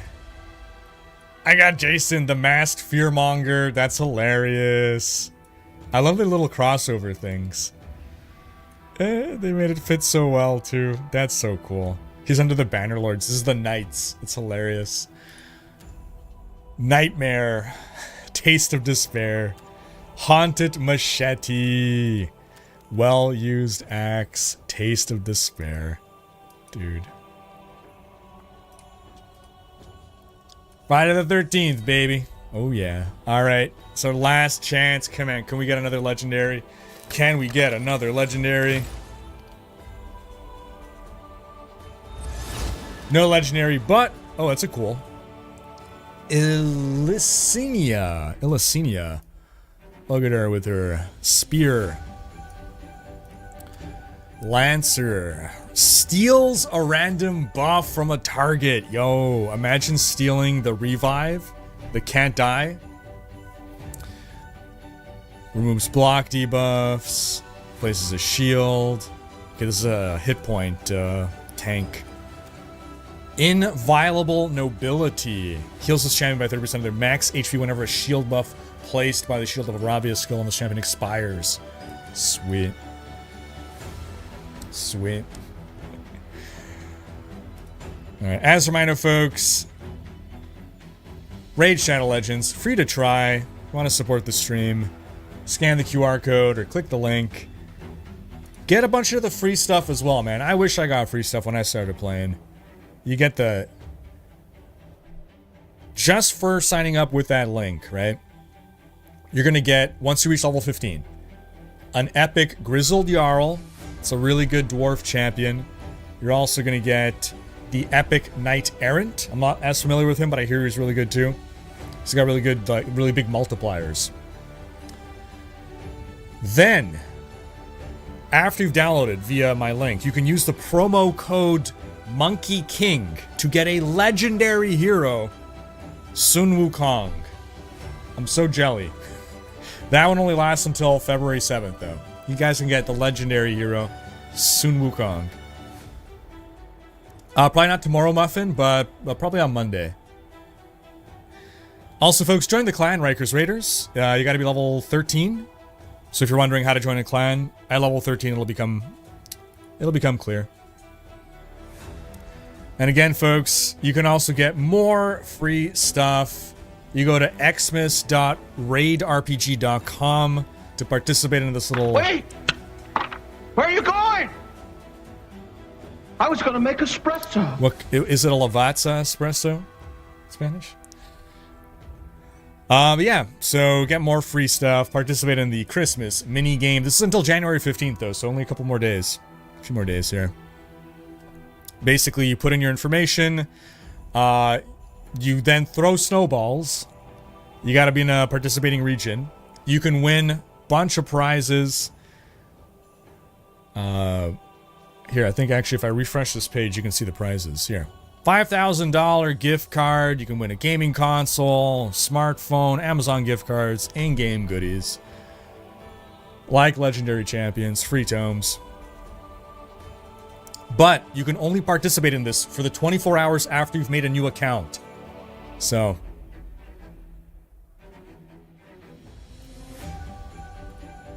be aware of that. And again, they've also got the Alice's Adventure event that started today. It's ongoing until March 5th or... Oh, there's different parts of the event that end at different times. January 23rd, March 5th, March 26th, but yeah. All based on Alice's Adventures. You got new champions, Alice the Wanderer, the Cheshire Cat, the Mad Hatter, the Knave of Hearts, Queen of Hearts. There's various activities to participate in to earn these champions, fight against them and whatnot. So they've always got events going on. There's always new stuff. There's always new champions to come back to in the game. Like I hadn't played in a couple years. They've even added an entire new tier of champion. So it's been a constantly evolving game that they've been like really sinking effort into for years at this point.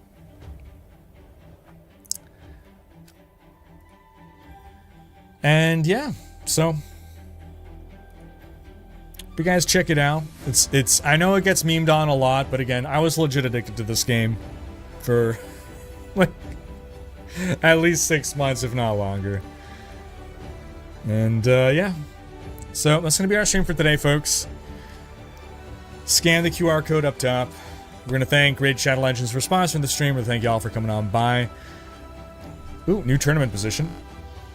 I'm going to thank our mods for overseeing things. I'm going to thank y'all for your support. I thank y'all for watching. Have yourselves a great one, folks. And until next time, bye-bye.